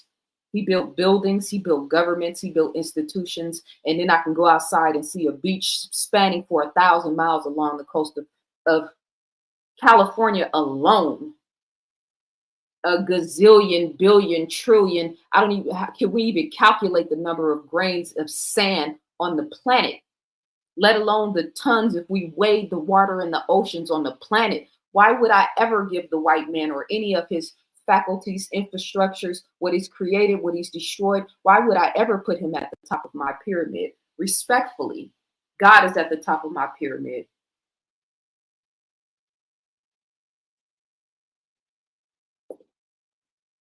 When I talk about we are the old world paradigm, race-based consciousness, we got to step our game up. The bar is too low. Listen, I'm a student of history. In Plagues of Dysfunction, my second book, I talked about feminism. I went back to the beginning of feminism. I wrote that book in 2016. My perspective is totally different now than it was then. Aren't we here to expand? Aren't we here to grow? Aren't we here to create without limitation? Aren't we here to express and experience God at the highest heights? I'm not here to fight the white man. That bar is too low. It's too low. I don't look at his family to learn anything about how my family should be governed. The bar is too low. I'm not looking at his infrastructure for capitalism, for government, for democracy. The bar is too low. Now, when we start talking about governing ourselves, governing our communities, governing our families, governing politics, governing building, governing infrastructure, governing economics, governing finances from a universal God-based consciousness, then we're ready to build the kingdom of God. Until then, and just sit back and figure and analyze and assess. God is in the details. The devil is in the details. This feels like truth. I don't want to hear none of that. This feels like righteousness. That feels like something I need to stay away from. This feels like love. That feels like hate. That goes beyond race. You know how much hatred I felt from Black people since I've been on social media? It's usually not white people. It's usually my people. So we're going where the love is. We're going where the light is. Yes, it's going to be us in America that are going to play a pivotal role, but not all of us. You have to qualify. You have to qualify yourself to be in the kingdom of God. That's based on frequency. How you think, how you feel, how you eat, and how you live, and how you breathe. Your vibrational resonance is what qualifies you to be in the army of God. Now, does having melanin assist with that process? Yes. If you're operating from your higher self, if you're seeking advancement, if you're seeking a higher level of consciousness, but if you're not, it will work against you. Now we can look at Schlitz Malt Liquor and Mad Dog 2020 and King Newport cigarettes, if we need to get into the science of that, because we can do that too. I mean, crack cocaine, I already broke that down in the scientific intervention in our affairs. How melanin can be used against you if you're not properly cultivating it. Look at Chicago in the summer. High levels of sunlight, of sunshine, that melanin is operating at its peak, and it's supposed to be able to express at its peak, but we haven't created infrastructures and systems to allow our children to be able to express their melanin at the highest level. So guess what? Somebody put a gun in their hand. It might have been somebody who looked like me or you. I'm in the gang capital of the world in LA. You drive through Crenshaw, you're not gonna see no white men out there. Now, yeah, we have to give them proper accountability. I've spent 20 years doing that. That's old news to me. They're spraying themselves with poison in the sky. They're taking their own people off the set. I'm trying to be nice with how I talk about this population control situation because I don't want you guys on the fear vibration. But trust me when I tell you, they're not just doing it to us. Now, we can prepare ourselves to be the rulers of this planet, to rule righteously, to rule everybody. First and foremost, ourselves. The only person you really can rule is yourself. We can go back to self-governance and self-awareness and tap back in with the God frequency and then take back control of our planet and rule with love and righteousness. Or we can become black versions of them, which I refuse to do. So thank you to you guys that send me love via Cash App. Thank you for the super chats. Thank you for the super stickers. I'm not going to even look at the chat room. I'm intentionally lowering my gaze because God put that on my heart and in my spirit to say. And I thank you guys for letting me express myself. Don't take anything I said personal. Everything I said might be wrong, off track. Put that shit in the shredder and keep it pushing. We got to raise the bar on our conversations. We got to raise the bar on our perspective. The world is in need of guidance. Our children are in need of guidance. Women are in need of guidance. Men are in need of guidance. Religion is in need of guidance. The spiritual centers are in need of guidance. Africa is in need of guidance. America is in need of guidance. LA is in need of guidance. What are we doing here? ZaZaAli.com is my website. You say you want people to build institutions. You say you want people to build infrastructure, support intellectuals, support science, support historic minds, support the people that are actually doing the things that we've been talking about somebody needing to do. Okay, well then I didn't mean to slam that down. That was too dramatic. Pardon me. I hope it wasn't loud. You know, I have a flair for the theatrics. Support the people that are doing it. And at the same time, become one of the people that are doing it. All right. It's been 4.5 hours. I don't even want to, you know what I mean? I just want to leave it at that. God is in the details, and I'm about love, and I'm about personal power. Don't none of this shit mean anything if you watch my content and walk away not feeling better as a result. That's the bar for me. That's the modus operandi for me. I ain't got to take you back 100 years or 1,000 years. If I can connect to you right here, right now, and you can hear the sincerity in my voice and my energy is translating and transmuting through the screen, through your phone right now, then God is in the details and God is present and God is at the top of my pyramid and the top of my awareness and understanding. I appreciate you guys for the love, for communicating, for the conversation. We will be doing this again very soon. Anybody want to say any closing words?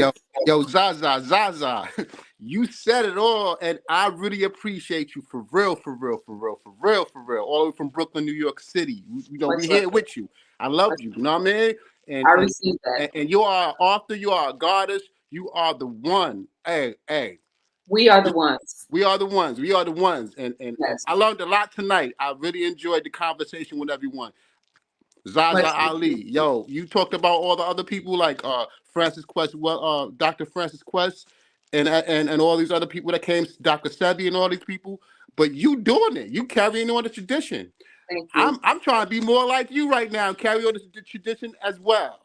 I appreciate that, brother. Much love. And this is why we got to come together and have these conversations, you know. And I just want to make sure everybody feels heard and feels seen. That matters. That really, really matters to me. So I received that. Anybody else want to say anything before we chime out? I done went on the whole TED talk. So you know what I mean. But you guys, I'm not trying to blame the white man. I'm not trying to blame the white man for everything. I'm sorry. I'll say my last words. I mean, you know, this is why we think the divine feminine is just like that soft, cuddly, flowery. And yes, it is that 100%. But it's also, you know what I mean? Like that female warrior spirit. Like sometimes we looking a little too linear, and the bigger, broader context is important to look at. And so, Yes. Because of the level of admiration and respect that I have for my brothers, for the potential that I know that you have, for the potential that some of you are already expressing, I'm just not that impressed by the world that these people have built. And because I'm a student of history, I've seen worlds that can be built where there is love and sincerity and, you know what I mean, creativity and positivity and power. And that's just, I'm zoned in on that. That's why I create. I keep creating. If I stop creating, I will die. That's why I keep creating, keep adding value, keep expanding the conversation, expanding the love. Like, we are the ones the world has been waiting for. Okay? When I speak, the power and the energy and the authority that I speak with is because I know for a fact that we are the ones that the world has been waiting for. Now, those of us who have the courage and conviction to step into that, I'm with you 100%. And everybody else who is hopefully getting to the point where we can step into that, let's do it. We can talk about all of the history, the context, race, class, all of that. But let's be clear. The way for us to alchemize the situation, God is at the top of the pyramid. Okay? I, self-Lord and master. That's what I have. That's what God put on my spirit. And that's where it's at. Anybody else want to add anything that's in the conversation now?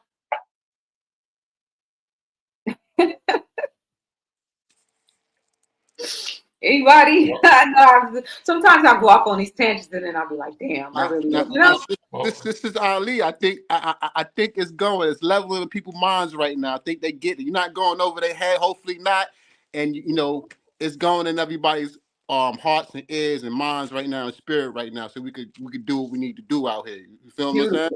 Yes, I received that. And the video will be up on YouTube, so we can come back to this and revisit whatever we need to. But thank you guys again for your time, your attention. It's late on the East Coast. I know it ain't that late, but still, it's late. So 12:31 in Brooklyn, New York right now, a.m. It's 9:30 here. So I appreciate you guys for the love. Have a good evening, and I will see you beautiful people soon. Have a good evening. Thank you for the platform. I really do appreciate this. And I do like the fact that we all get a chance to speak our piece. And I do understand that collectively our goal is to do better. So however it is we're doing better, wherever we are, the goal is to go to the next step, wherever that next step is, as long as we reach it.